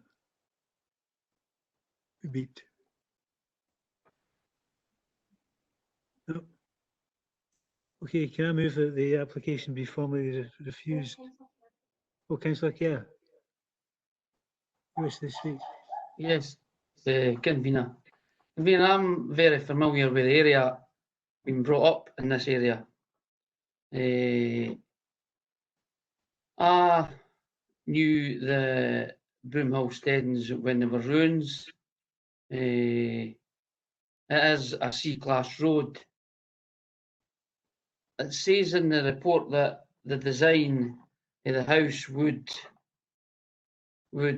be similar to that at Broome Farm. And I known the area and knowing the design of the houses, I think it could be developed as a one extra house. I know that they're talking about 5 houses for a private road, which is a guidance. It's no, I don't think it's law. It's a guidance for us. So I think it could be a house, if no entrance that would allow another junction. As it is stated, it's only in principle, and these could be ironed out at a later stage. So I know you've already proposed refusal. I would put an amendment in that and form a move that it gets approval.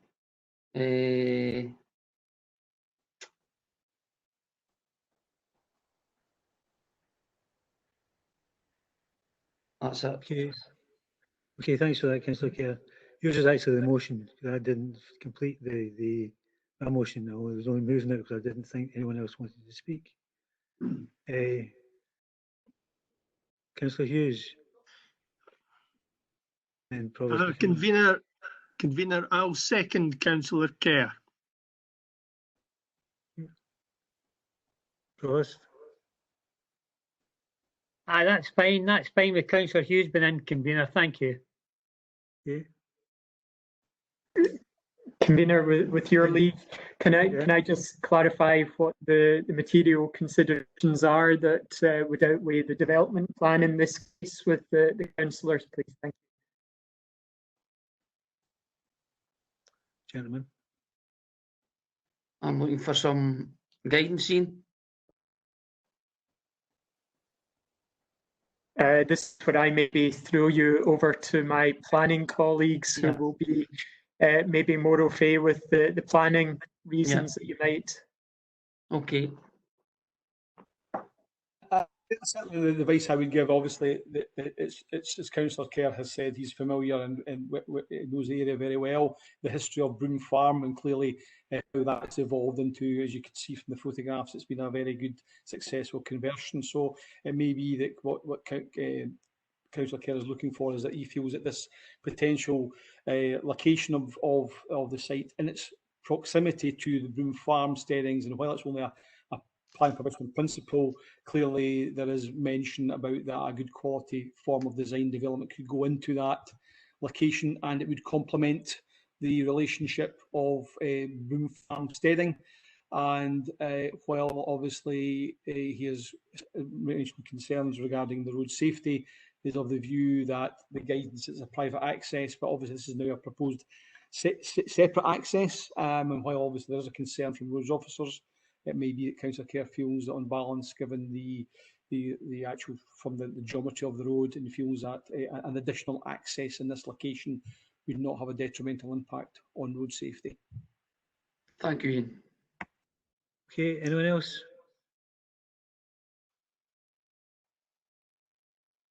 Just convener, are there any conditions that my planning colleagues would seek to implement on such a permission? Do you want to offer any suggested conditions?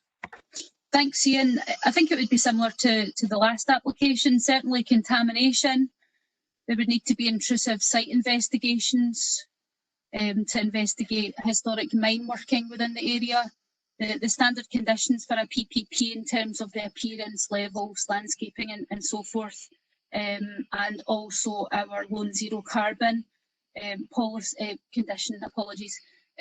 Anything else would be fairly standard. The main would be the contamination and intrusive ground investigations.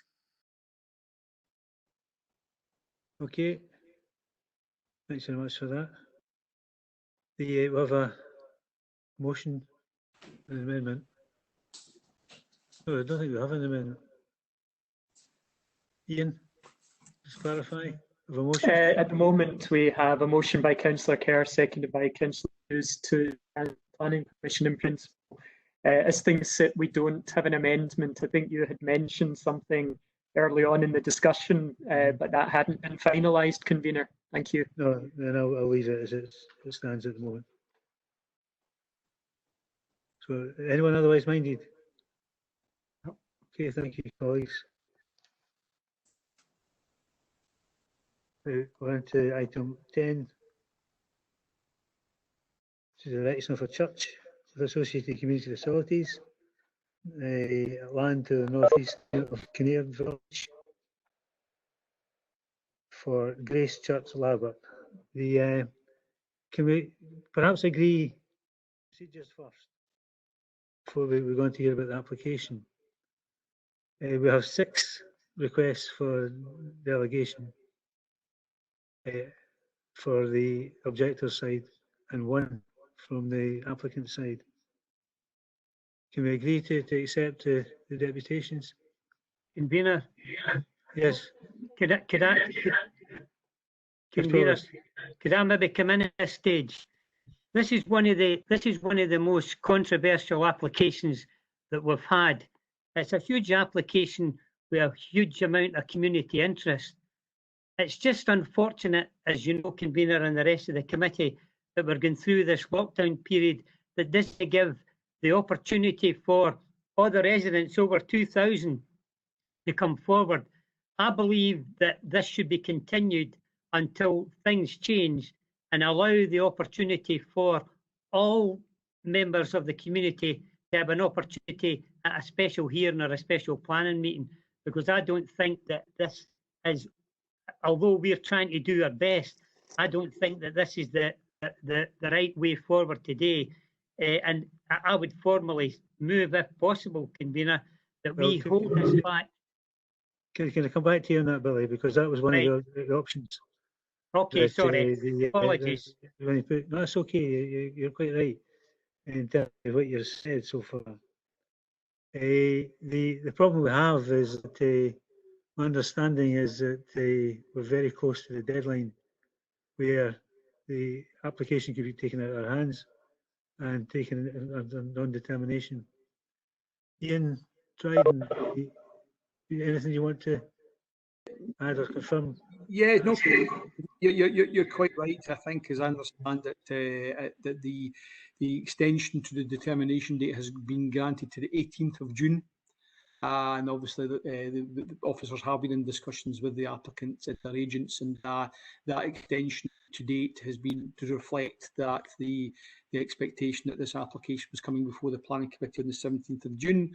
So at this point in time, there's a determination date valid until the 18th of June. And if, as I'm hearing, obviously, I can understand the points being raised here, but there's a possibility, obviously, if a decision is taken to continue the application, certainly officers would go back to engage with the applicant and their agent and ask, as we would they would request if they consider extending that determination date. They may well do.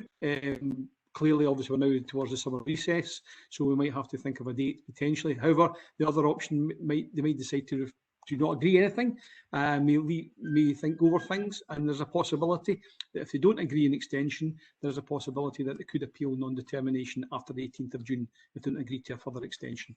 Thank you. That was the complication that I was trying to highlight. The application itself is very contentious. Ideally, we would have liked to have at least a one-day hearing, but that's not going to be possible at this point and deadlines. So I'm open to the questions from the floor or views. Yeah, through your good self, because of the circumstances of lockdown, I don't think that MD would not be understanding if we, because of the magnitude of this application, if we held it over until after the summer recess to give everybody an opportunity. So I wouldn't have a problem personally in continuing it till after the recess to allow that community down there. We'll get bombarded during the night again, and obviously your good self and the rest of the members. It is such a contentious issue, and I don't think that maybe the words no do it justice, but will no do it justice to having a decision taken when you've got over 2,000 people objecting to something. We haven't got an opportunity really to listen to them, and therefore I believe that we've got a basis and it would be understood if we held it over till after. That's it. Thank you, convener. Yeah. Councillor Bowes. Thank you. Thank you, convener. Sorry, it just took me a wee second to switch on. I understand where the provost's coming from. There's 1,100 roughly in support and 900, sorry, against, and 900 who are for this development.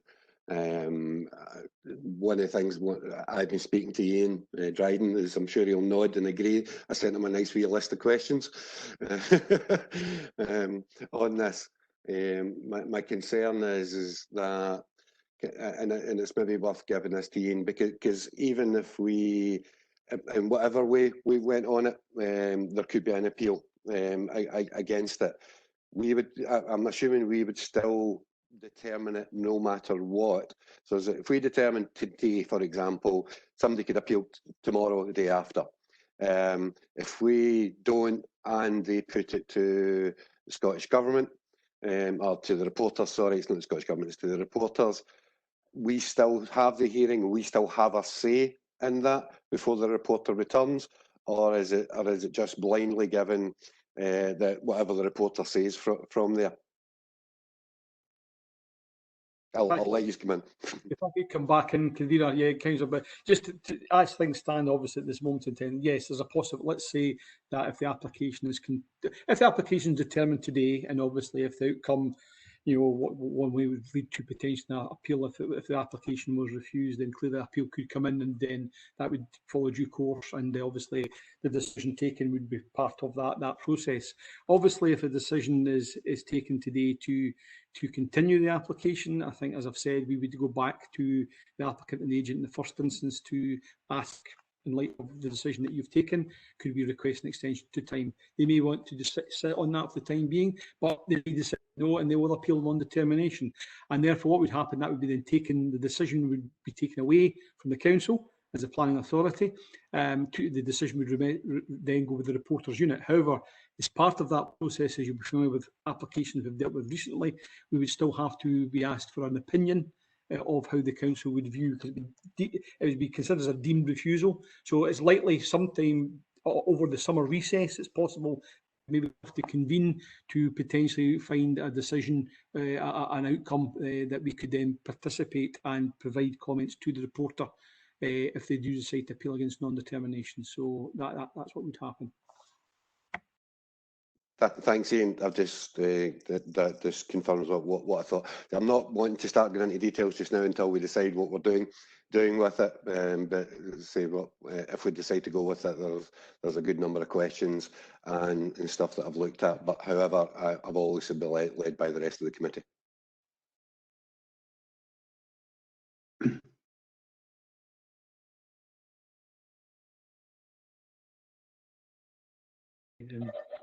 And happy to listen to proposals that are coming forward from other members at this point. Councillor Murtagh got her hand up. Yeah. Councillor Murtagh.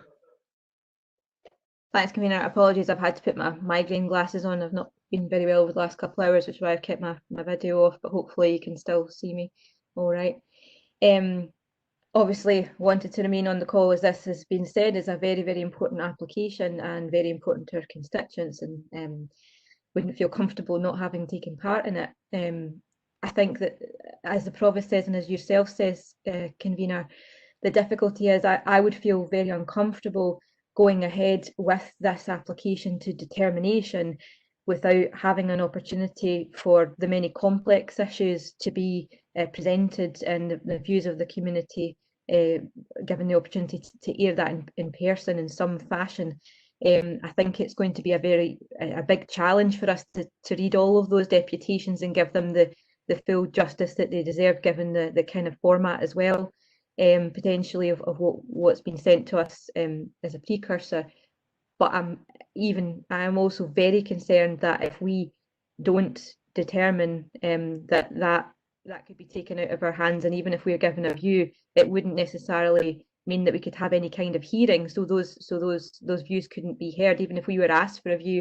And I suppose if officers can clarify, if we were asked for a view by the reporter, would that include any possibility to be able to have hearings so that our view could be informed as a planning authority, or would it simply mean that we would be sitting as we have for previous applications, just hearing from officers and members? Ian? Yeah, I think Councillor Murtagh's raising some valid points.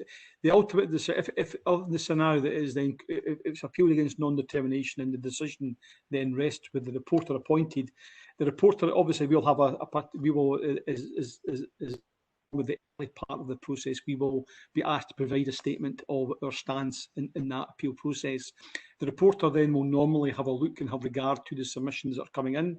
And clearly, as you've said, there's a lot of matters being raised here. It's certainly generated a lot of interest. So it'll be the reporter's ultimate decision on what they decide to take the appeal process forward There are various mechanisms that we'll use. It can be in a hearing, it can be, but normally the emphasis now these days seems to be more streamlining the process. So it will be the reporter's ultimate decision, but there's no harm, certainly if it gets to that stage, that if as an authority, as part of our submission at the outset, we could potentially make a request that if we wish, we feel that there's maybe some merit in certain processes, but ultimately it could only be a request.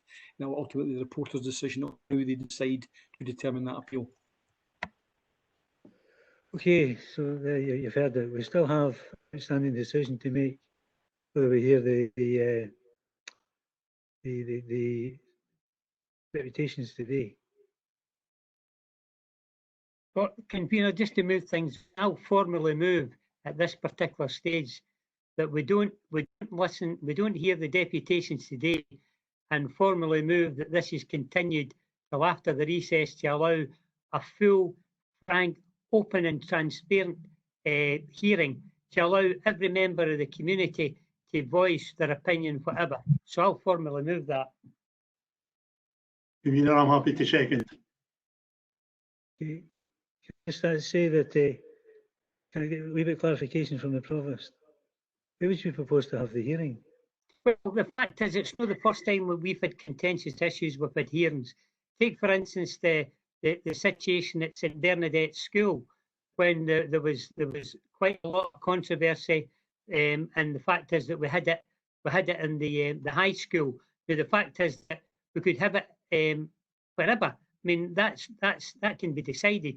But as far as I'm concerned, in terms of this situation today, I don't feel that we are justified in sitting here today without sitting in front of people whose everyday lives is going to be one way or another. So I'm formally moving. Whatever about the logistics of a hearing, well, I can leave that to officers. Councillor McHugh. Convener, I understand where this is coming from, but if he's talking about us having a hearing after recess in August, bearing in mind that we still will only be fully out of lockdown, that it could be months and months and months before we can organise a public hearing. So, and with that view, it's going to be very, very difficult, although I do understand that there is a lot of controversy over this planning application. Who else? Ian Henderson. Thank you, Convener. I see other hands up, so I'll try to be relatively brief.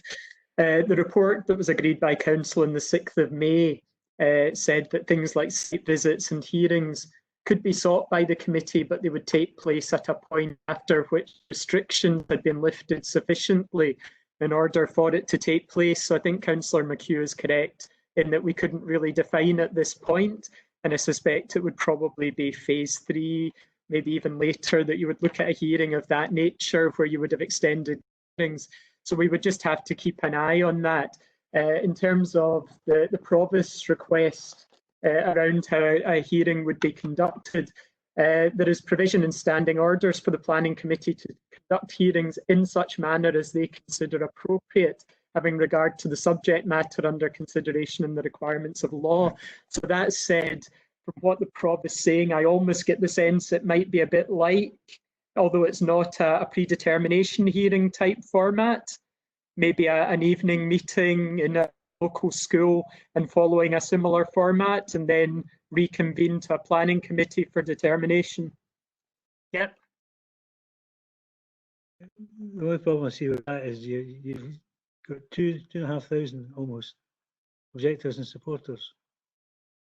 If even half of them were to turn, school wouldn't be big enough because of the social space has to be between participating individuals. Thanks, Convener. I think typically my colleagues in committee services would write out to parties that had already submitted representations to see whether or not they intended going to the hearing or the predetermination hearing in cases, so they can start to get a feel for the kind of scale of premises required. Okay. Anyone else? Councillor Kerr. Thanks, Convener. I understand for for both sides of what people are saying. It maybe be by the time that happens, and we're maybe no out of lockdown, but it's a chance for our services to allow the deputations to use WebEx, so they're doing it virtually instead of by letter. It's given us to the August to sort that out. I think it would be a lot better listening to people's opinions than try to read it out a letter. So it's maybe an opportunity for us to take the community with us with the WebEx if we're not out of lockdown. Okay, Councillor Murdoch. Sorry, Councillor Kerr, are you satisfied with that point given across? Are you looking for an answer?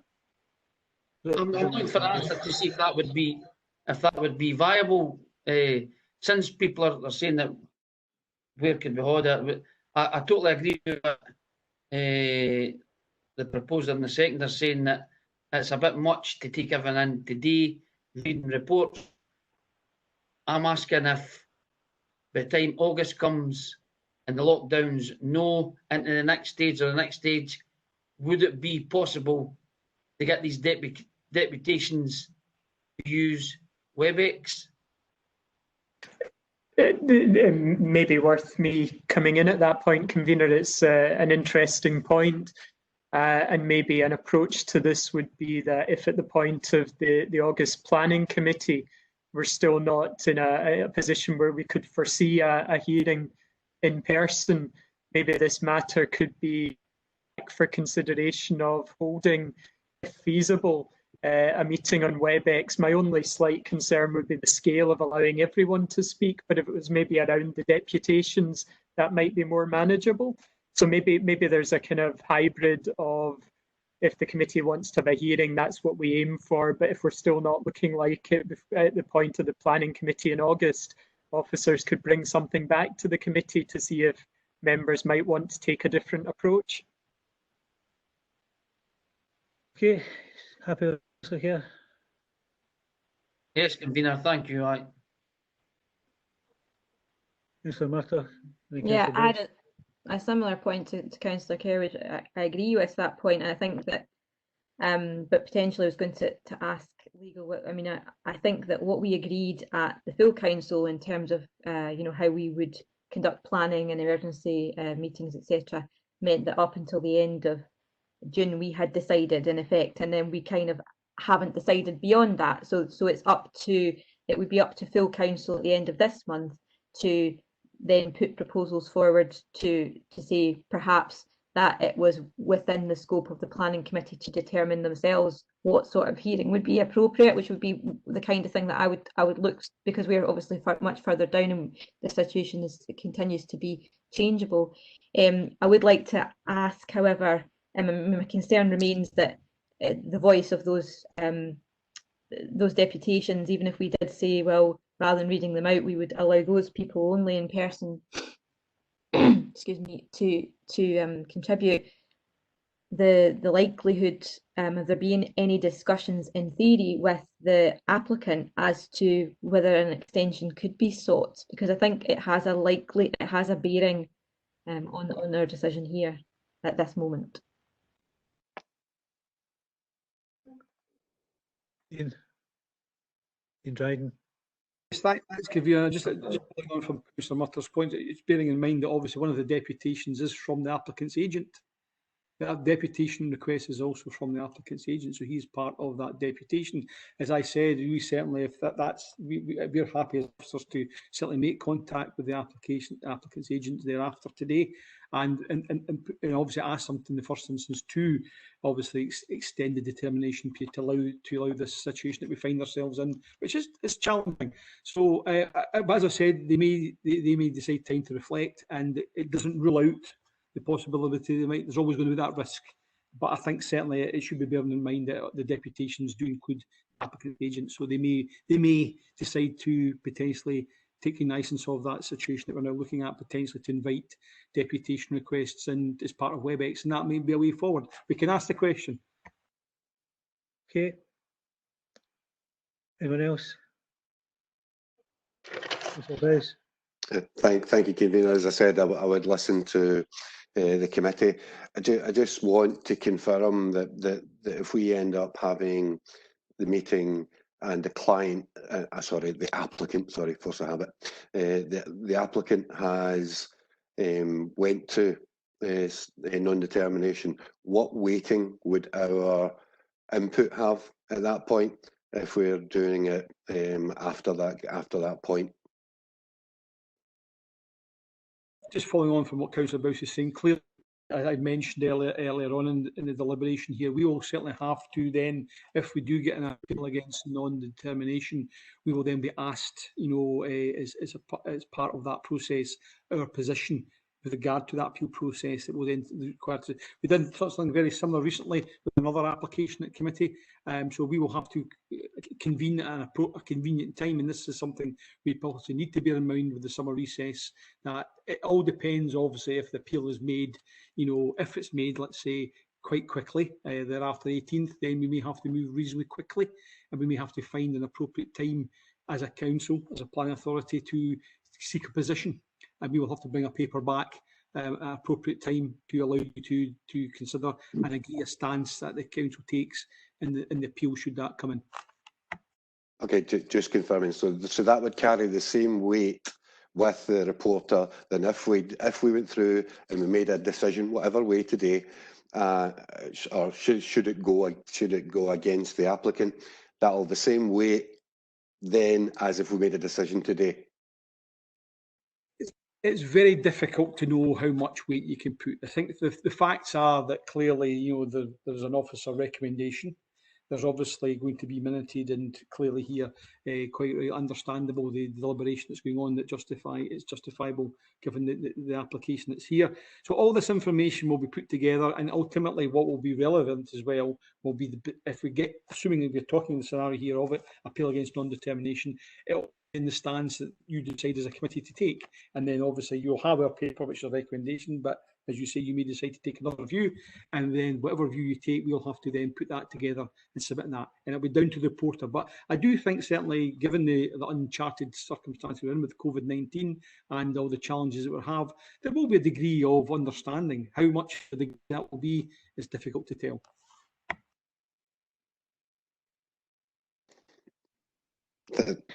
Could I just finish? Could I just finish it? Yeah.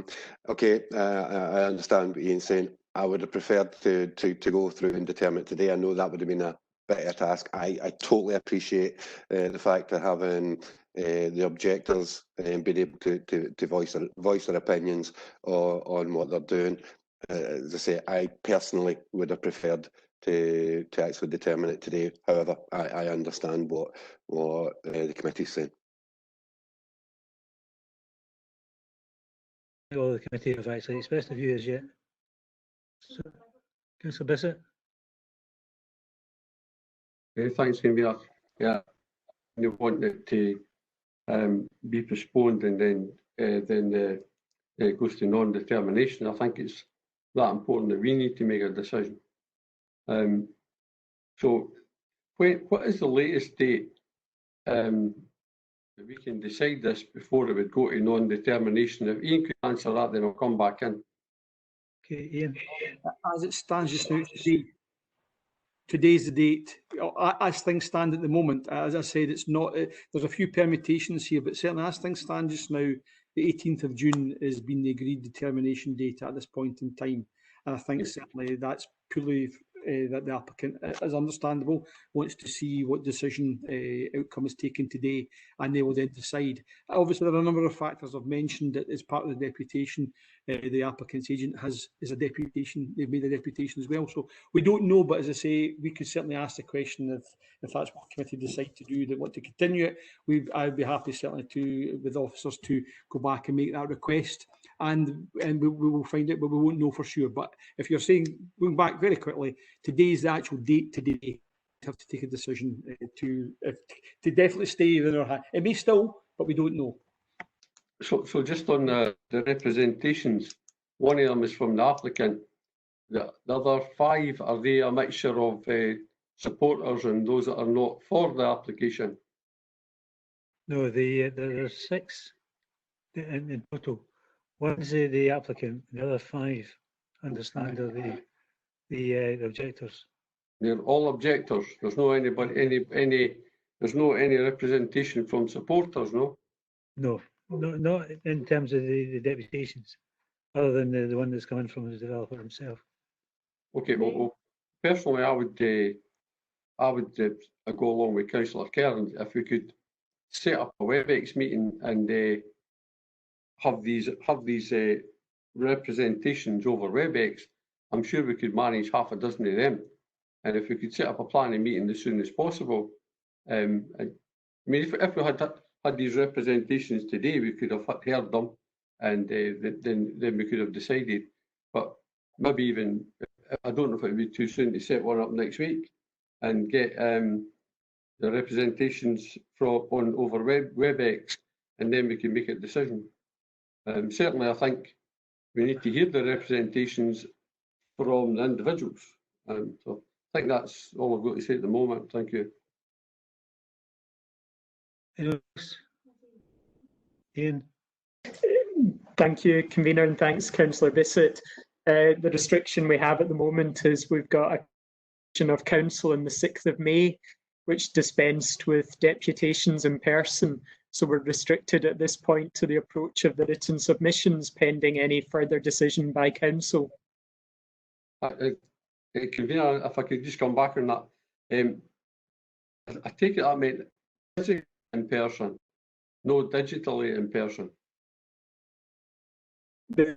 Thanks, Councillor Bissett. The decision was clear that it would be written submissions that would be accepted in place of deputations that would take place. So yes, you would want to consider today, if you were going to look at the deputations, what's been sent in writing. Otherwise, at the moment, we're restricted by that council decision. Thank you. Well, I think we're caught between a rock and a hard place then. And personally, as far as I'm concerned, I'd like to decide it today. Let's read them and let's go ahead with it rather than postpone it, because I just wouldn't want it to go to non-determination. And we're going to have great difficulty trying to set up to get people to come actually speak. So the longer we're not going to get out of this lockdown anytime soon. We're not going to have hearings anytime soon. So the chances are you're running the risk that the applicant would use this as an opportunity to say non-determination. So I'm happy to make deliberations today and stick with that. If you're moving that, Councillor Bissett, then I'm happy to second it. I am moving that, Convener. Right, well, I'm happy to second it. Because the only way we're going to get the views of this committee coming across is if we determine it today. Our ability to influence the final decision. If we don't determine it today, then from tomorrow it can be submitted to the Scottish Government for the reporter's viewpoint on this. And at that point in time, I think irrespective of whether you're an objector, a supporter, whether you're a member in favour or a member against, then it's really becoming almost anti-democratic for that particular process. I would suggest strongly the only way this committee is going to get its voice across is to determine it today.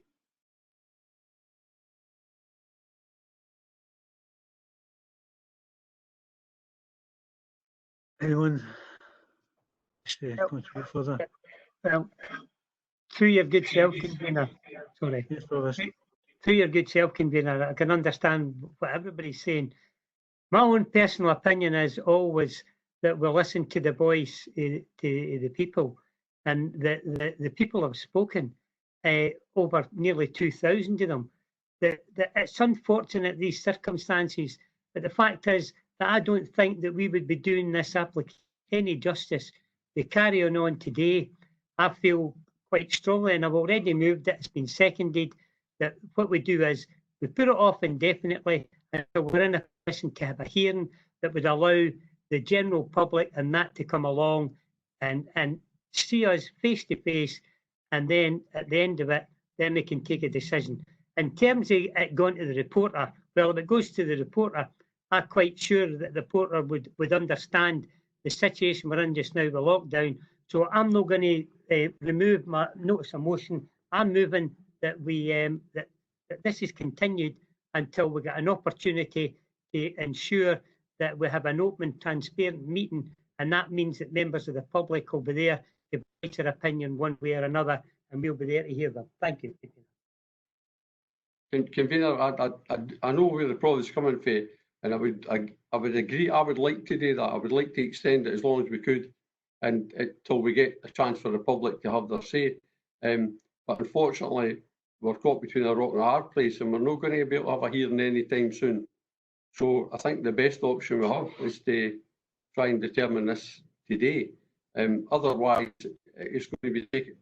We run the risk it's going to be taken out of our hands, and then these people have no had to say. Okay, anyone else?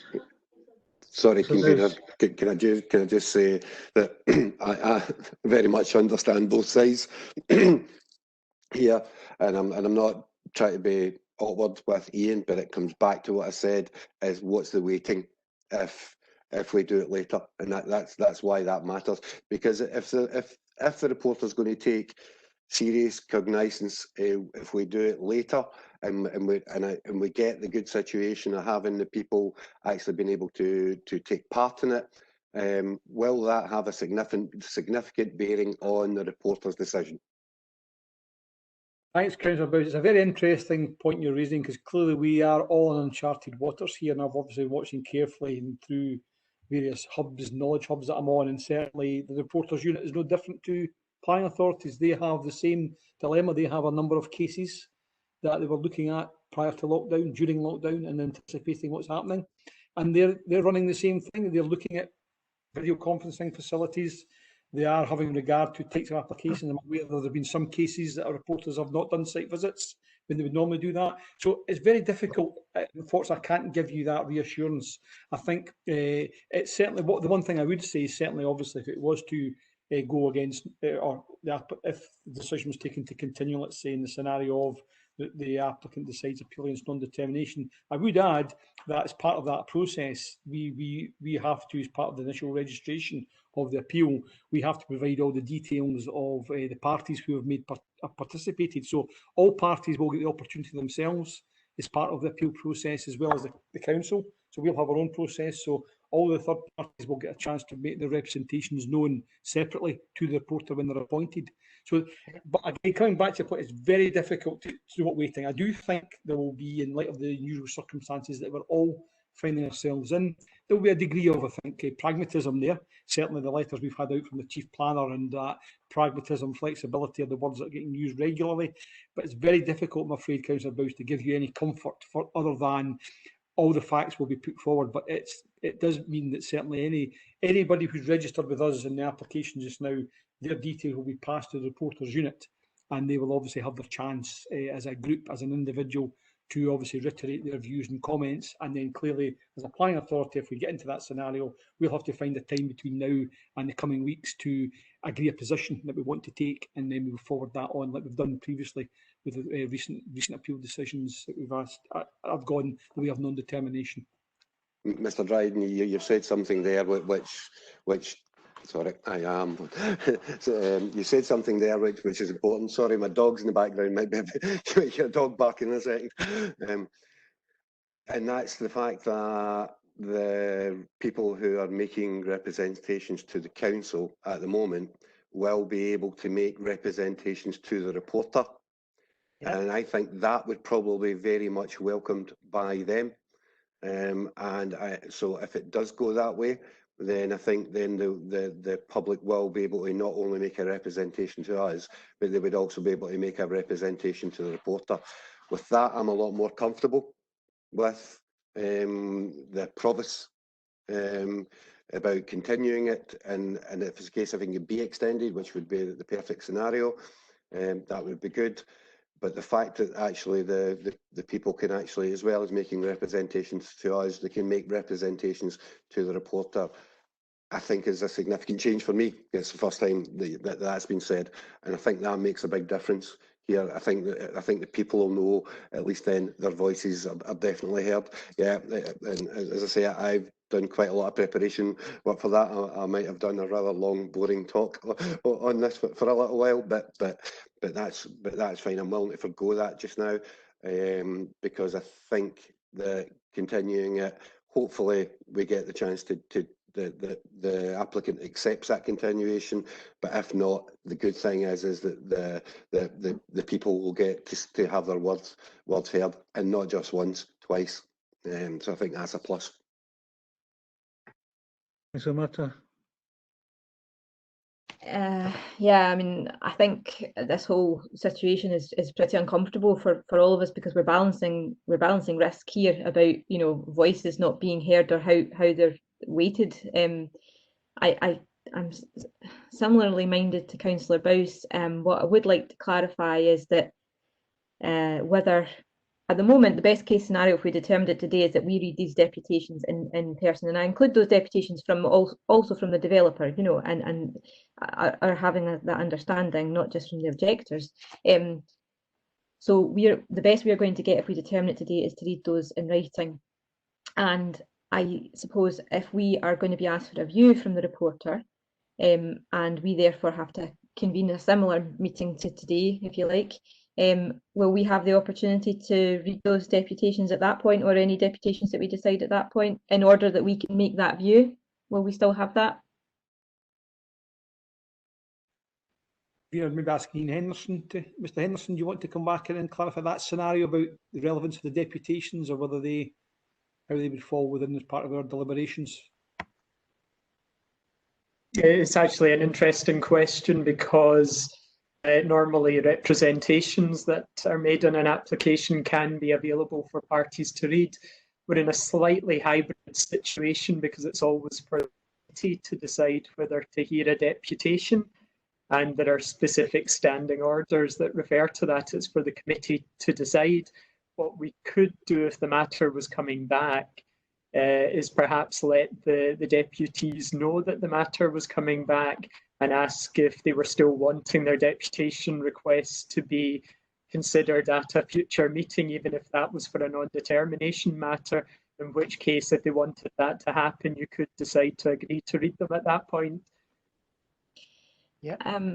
With your leave, convener, I mean, I think that what I'm trying to veer towards is, I mean, I did understand the decision of full council in May, and you know, as we are in a difficult position because of that, because we did specify in that decision that it was written deputations, and therefore we don't have the flexibility at this moment to receive WebEx deputations, which would still be better than receiving them in writing. I do think that those who have submitted deputations would wish us to hear their views, not just the reporter, and that's difficult. But we, as I understand it, as Mr. Henderson outlined earlier, have at full council the ability to change you know, that we could allow WebEx, the planning committee to allow WebEx, and at that point we could decide to then have a meeting where whether it was because it gone to non-determination and you know, we then had to have a meeting like this with the deputations, or whether it was agreed with a continuation, that we would have that opportunity. And in some ways I think it's worth balancing that risk in order to allow our constituents, and obviously the applicant and anybody else, to give this that in person, because at the moment, you know, all they'll get is the chance of us reading it in writing, which they would have again anyway for our review. So I'm probably thinking that on the balance of that, and whether we could do it sooner rather than after the recess, if we decided that at full council and it was a possibility, you know, all well and good, but certainly I think I'm starting to think that we should allow the opportunity for an extension if we can, and ask the applicant for that.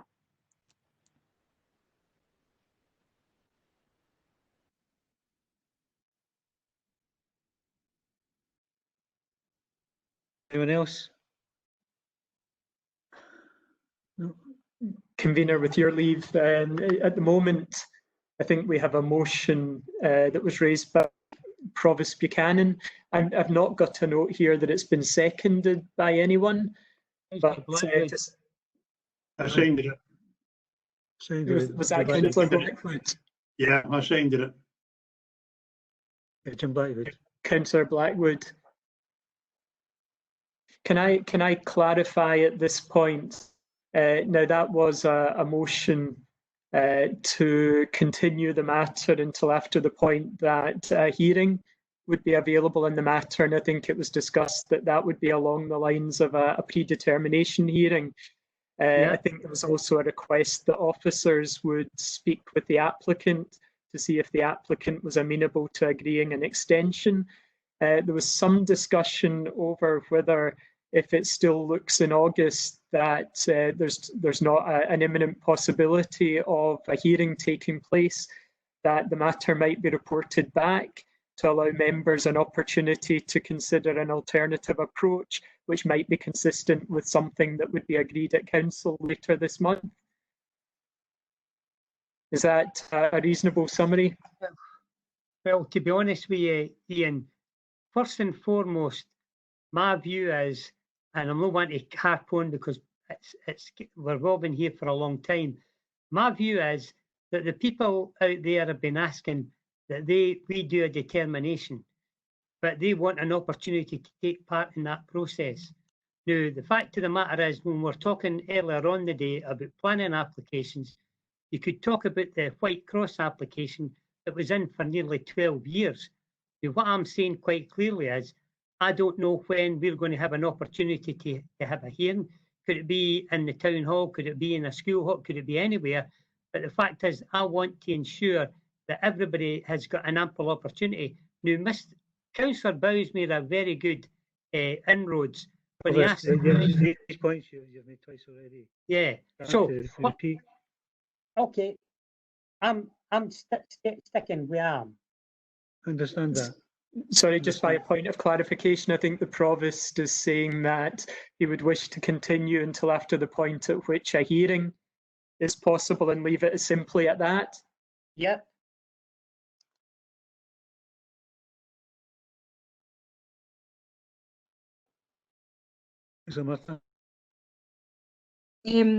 I would like to ask the Provost whether, and you've mentioned sort of specific hearing types, would you be able to find a way of incorporating the possibility of virtual hearing in order that that's if that happens to be a possibility? I mean, I'm just thinking that it is possible that we make a decision at the end of this month that enables something to be heard even sooner than August, or even that the virtual hearing could be in August.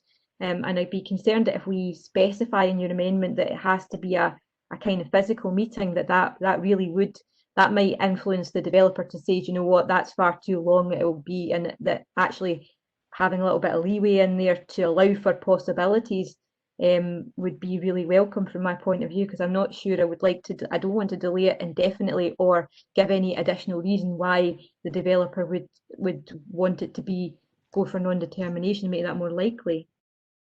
Well, I know where you're coming from. The situation is, and Councillor Bowes had asked the question and had got an answer to say that if the developer went to and appealed it, then the opportunity comes back and everybody then still would have an opportunity, including those who wanted to object or support.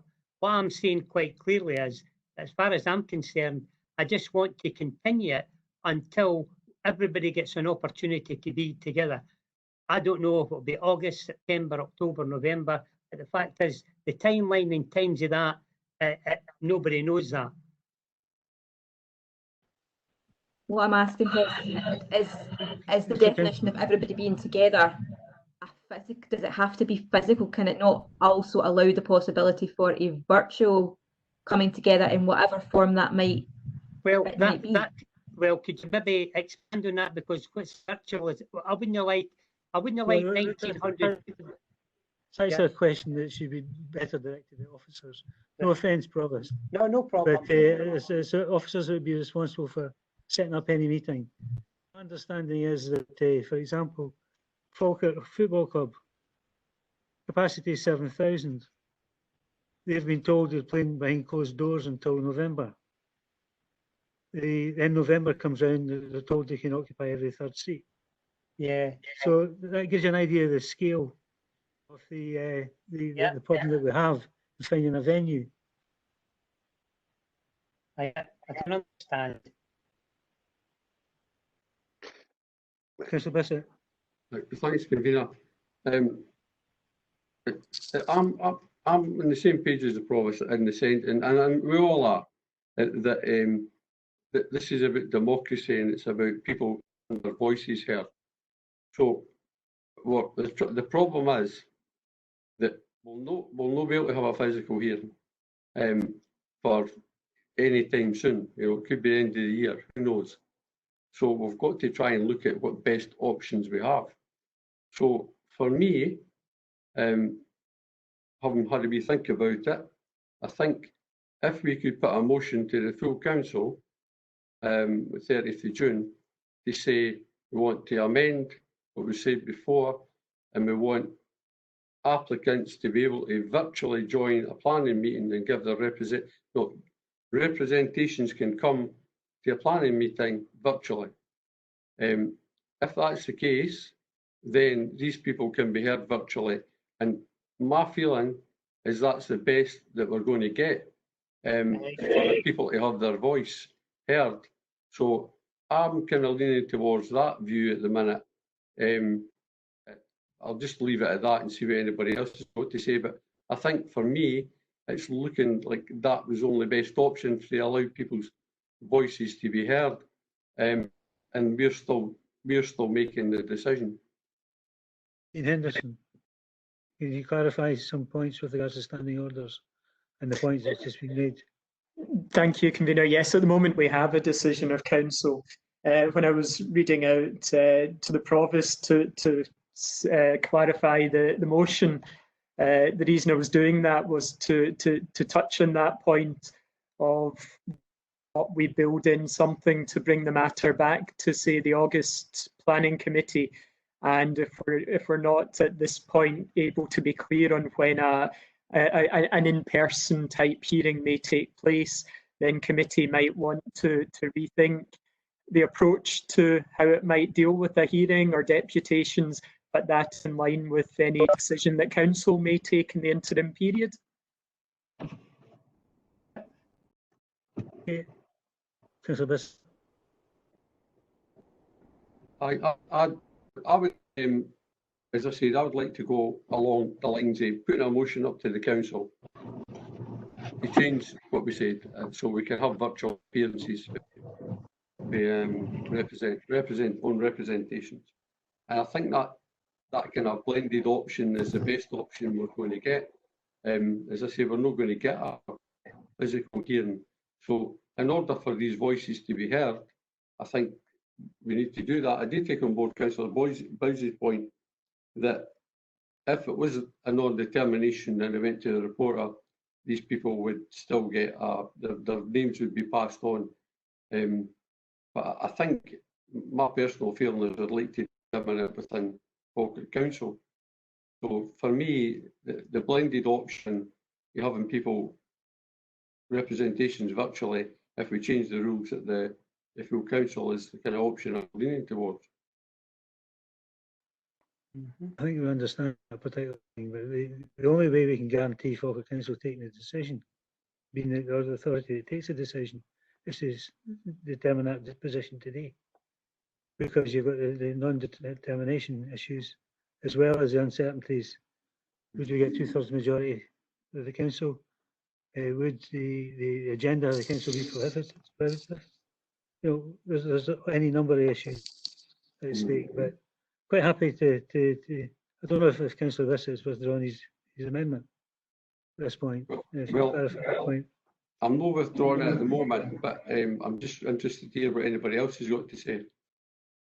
Okay, anyone else? I think everyone said their say and everyone's expressed their viewpoint. I think Gary was going to come in. Gary? Yeah, can I say that I agree with Councillor Murtagh and Councillor Bissett on the point of people could come in and do a virtual presentation. We could set up a room with a laptop so there were not any security problems, and you could isolate people individually on that. I don't see any major problems with doing that. You could pick a local spot or whatever to do that. And I think it would. I think importantly, what Ian Dryden had said, and this goes back to Robert, is that what Ian said is that if they go for non-determination, the applicant and the objectors will also get a chance to have their say with the objector. And I think that's what changed my mind. I wasn't overly keen that we were just a voice. The fact that the applicant and objectors will actually get to speak to the reporter, I think, is important as well. Well, they will get a chance to participate. What that form of participation will be, it will vary. I know the report will be looking at Zoom, for example, but again, at the very least, they'll have a written communication. Now, as we say, we're all in uncharted waters here just now, so how they will participate, that's very difficult to know. The DPA, Department, the Reporters Unit are having the same issues as we are, as many planning authorities are. It's very difficult to know how this will evolve, and obviously we're guided by guidance and moving to phase 3 and other stages. So it's very, very fluid at the moment. They will certainly have the chance, certainly, they won't lose that chance, but what form that will take, very difficult to predict. Mm-hmm. Ian, can you also answer a question that I've got as well? Comments have been made about hearing the voices, etc., etc. Can you confirm that the written submissions carry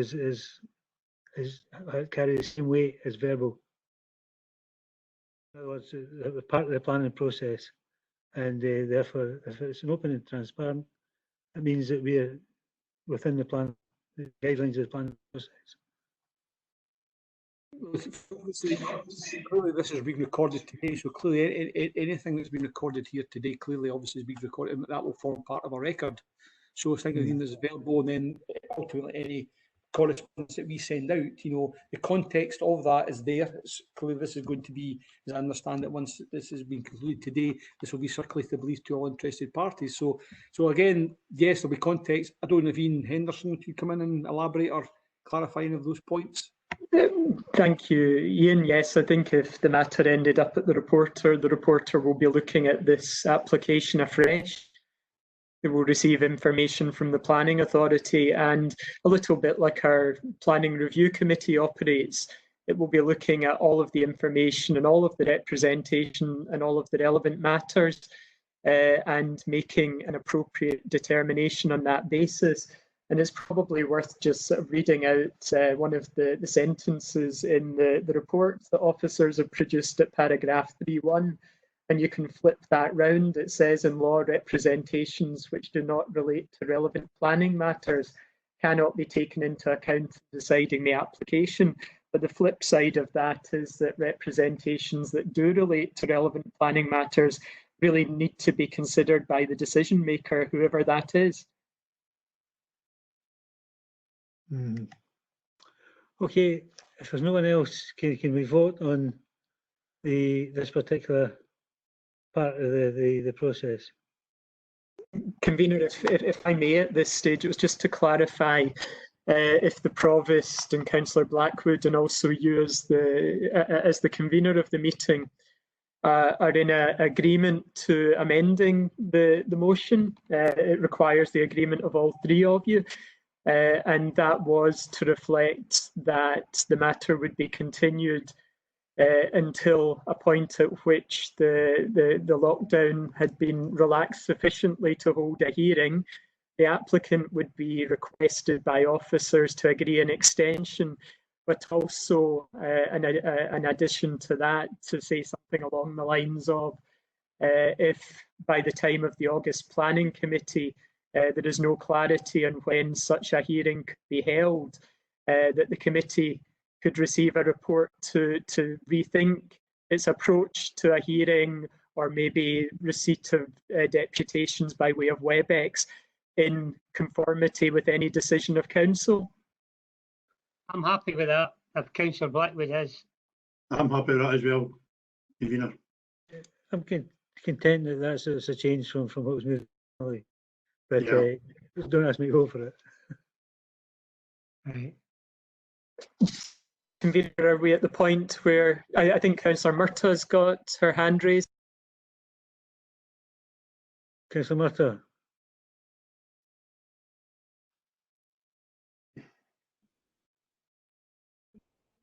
Right. You're on Yeah, mute. You're on mute. Right. Sorry. As Councillor Bissett and Councillor Bowes also said there, I think what I'll be asking the Provost to amend is not so much what Mr Henderson read out. There was that when we talk about hearing, in order to sort of not bump it down the road as far as even having to make another decision in August, if we could just include after, when you've said hearing there, Ian, either physically or virtually in accordance with any decision made at council, that would enable the ability for us to actually have explore those options, and for officers to then look over the summer and set something up, because I think the point I'm trying to make is it's important that the applicant also understands our willingness to get this done as quickly as possible, and if we want to determine it, then that's important. And if we're going to do virtual in the end anyway, why not just put it in now to allow that possibility now, and let us bring a motion to council that is clear and incorporates that, and it's just a few words in the change of your text, which would allow that. And that question was posed some time ago. So if that's not the case, and the mover and the seconder have confirmed that they are content with the motion that they move forward. If that's the case, I'd like to put a motion of a further amendment then. Okay, well, you're entitled to do that. Can we go to the vote on the first one, which would be Councillor Provost Buchanan's motion against Councillor Bissett's amendment? Yes, thank you, Convener. There's a little bit of echo there. Mr Henderson. We have a motion by Councillor Buchanan, seconded by Councillor Blackwood, and I will try to run through that again just for the sake of clarity, but the matter would be continued. Ian, hang on a minute. Apologies. Ian, are you hearing me okay? I am, Jack. I'm sorry in this meeting, but I just wanted to say that Councillor Kerr, through no fault of his own, a technology issue wasn't in the call. We wouldn't have been able to participate in the vote if we'd carried ahead then. I see Councillor Kerr has now returned, so thank you for indulging me, and that should allow everyone to participate in this decision. Thank you, Jack, and I think Councillor Black has recused herself from the meeting already.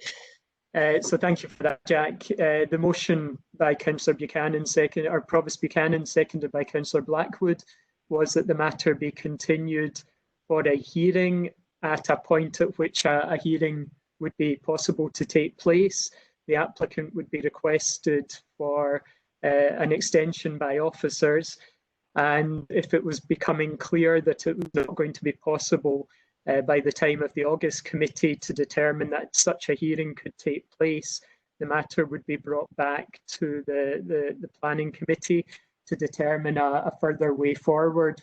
That be a virtual hearing or maybe virtual deputations, and that in accordance with any decision of full council. And then we have an amendment, so this is potentially procedural at this point, and that's by Councillor Bissett and seconded by convener Councillor Alexander. And as I understand it, it would be to receive the deputations that may be read by members today and to continue to determine the application at this meeting. So with that being the motion and amendment, I will run through and take a roll call. Councillor Alexander. Amendment. Provost Buchanan. Motion. Councillor Bissett. Amendment. Councillor Black's recused herself. Councillor Blackwood. Motion. Councillor Bowes. Amendment. Councillor Coombs. Oh, sorry, Councillor Coombs is not with us today. I should have scored that out. Councillor Hughes. Motion. Can I clarify that, Councillor Hughes? Was that motion? That was the motion, yes, motion. Thank you, Councillor Hughes. Councillor Kerr.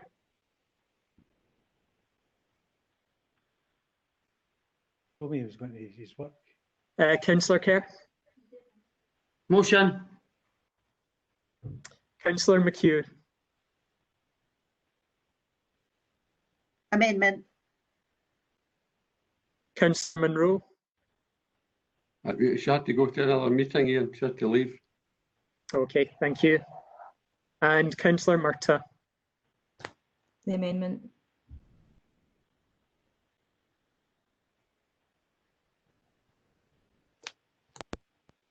So we have 4 votes for the motion and 5 votes for the amendment.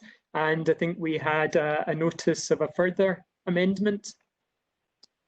Yeah. I mean, in essence, my further amendment is that we continue the matter, but with in order that we can have deputations, a hearing which would include the possibility of WebEx or other virtual forms as determined by council and committee, but without the need for delay, effectively.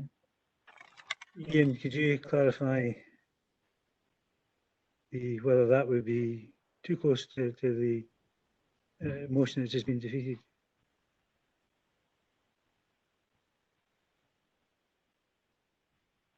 You're now on mute, Ian. I think there's sufficient distinction between the two to consider that, convener.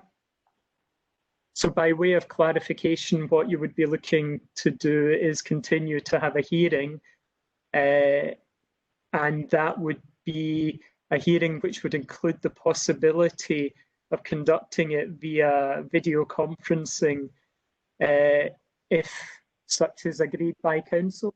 Yeah, and to instruct officers to partake of exploratory work in order for that to be undertaken at the earliest opportunity, should a decision by council enable that to happen.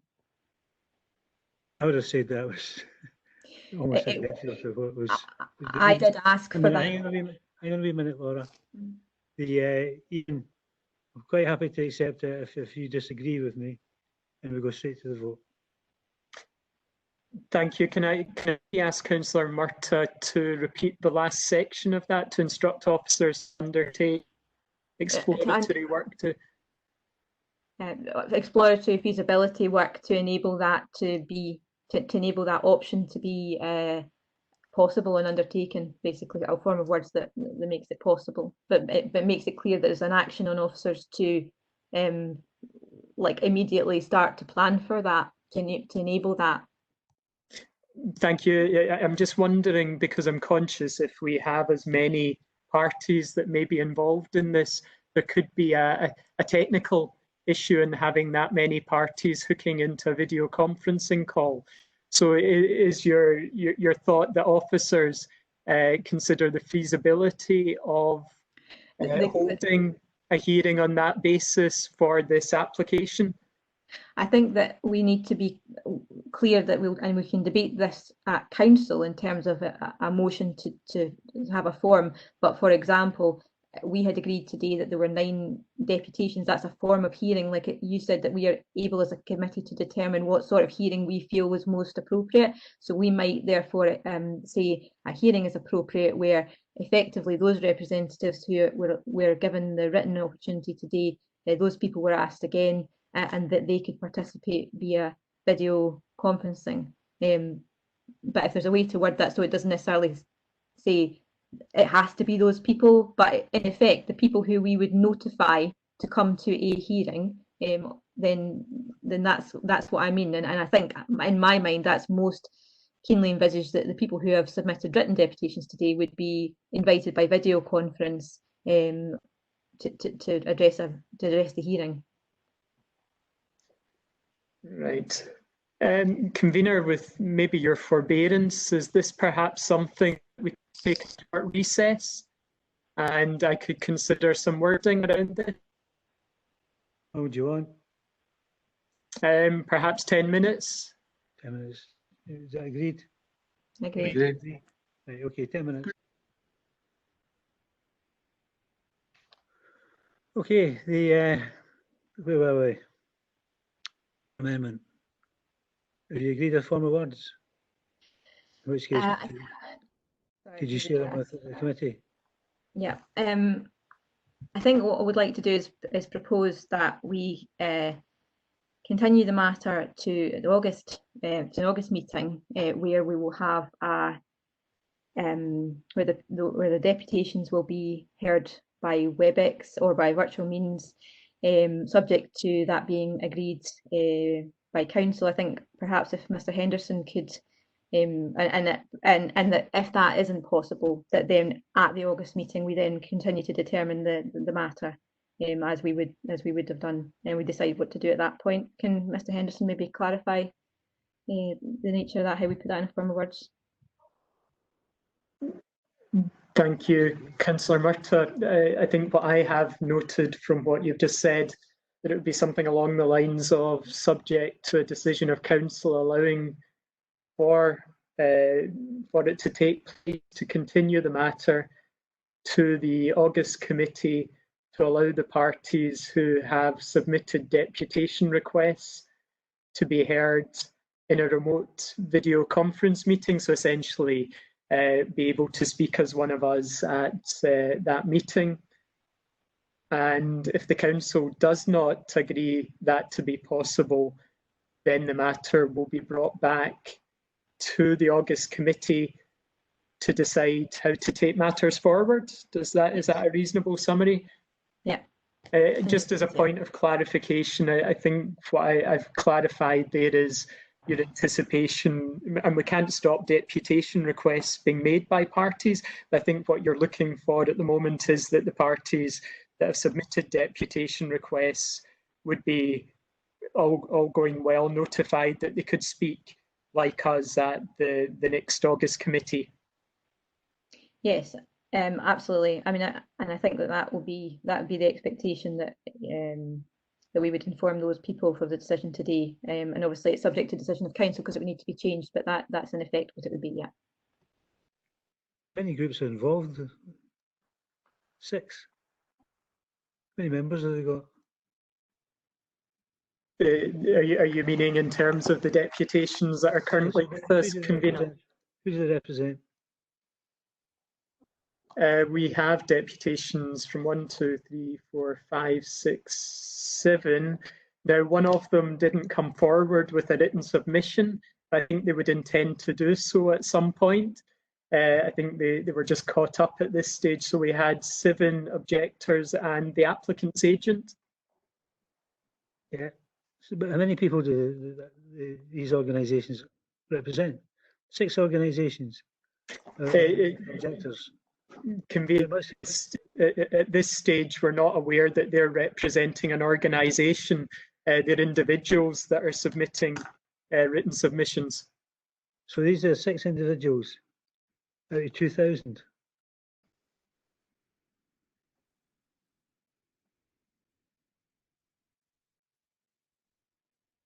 I get what you're saying, convener. I do understand that at least 2 of them do represent a significant number of people. I couldn't give you the actual number, but I don't know about all 6 of them, but I know that 2 are representing a number of people rather than just as an individual. The Provost Buchanan made the point about giving the people their voice. This is the first time I've heard of a restricted process whereby we're only going to give the organisations who submit written inquiries, written submissions. We're going to ignore the individuals who have made written submissions. I don't think we're ignoring the general submissions. It's just to hear the deputations, I think. If I may, convener, all the submissions, obviously we would given that the proposal is to continue as we would have done now with a full meeting where it would be explained the content of all of those through the papers and the officers would outline that, it's purely to give the situation where if we don't agree any further amendment, we're going to then read all these deputations.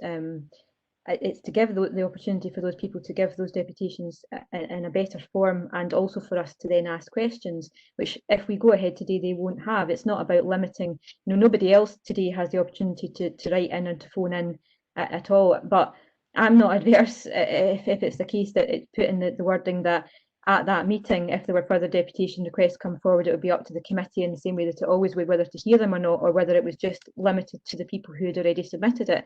I don't have a problem with that.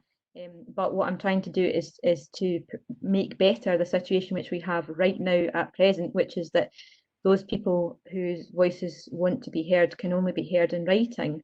And that we all feel that, well, there's been a view expressed by some members of the committee that they don't feel that given the gravity of this application is ideal, and it's just purely to facilitate that, to make the decision making in August a better opportunity to hear those voices, and that's why I've proposed it. It's Ian Henderson, sorry, convener, but Councillor Murtagh, were you looking then to introduce a sentence along the lines of if further deputation requests are made, the committee would decide whether to hear them? This is where it's getting silly. Every time there's a statement made, we had another bit on, take a bit off. I'm trying to incorporate your concerns, convener, that if you've got a concern that it looks like we're limiting it, that we find a way to do that. I want the constituents and the applicant to understand our willingness to proceed with this matter as quickly as possible in a manner that where everybody's voice is given an appropriate avenue, and that's all I'm seeking to do. So I'm happy to include within the motion that at that meeting in August, which will receive some form of virtual deputations from objectors, supporters, whatever, that if further applicants come forward that want to give deputations, it would be up to the committee, as it would be in any other committee of the planning committee, to accept them or not. I mean, I kind of assumed that would be part of it anyway. Okay, fair enough. Want to go to the vote? I don't know if anyone has seconded Councillor Murtagh's amendment. I'll second it. No, I'll second it. Obviously we can.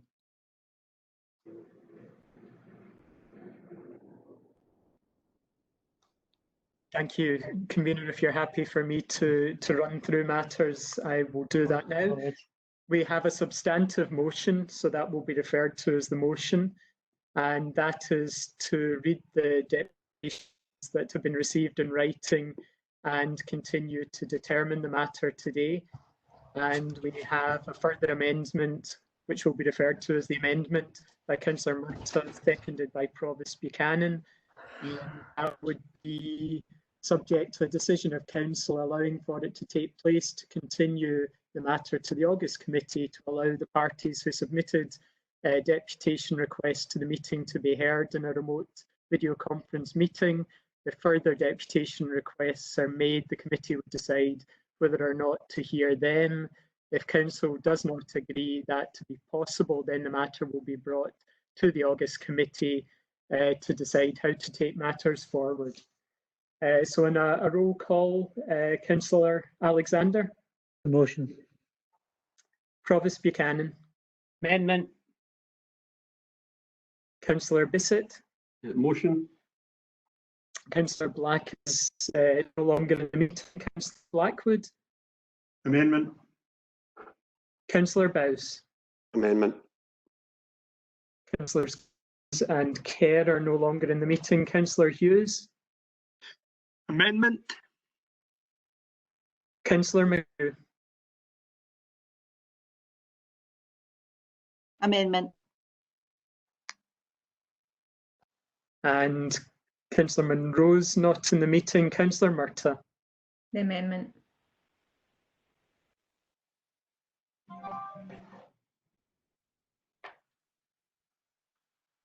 And have 2 votes for the motion and 6 votes for the amendment.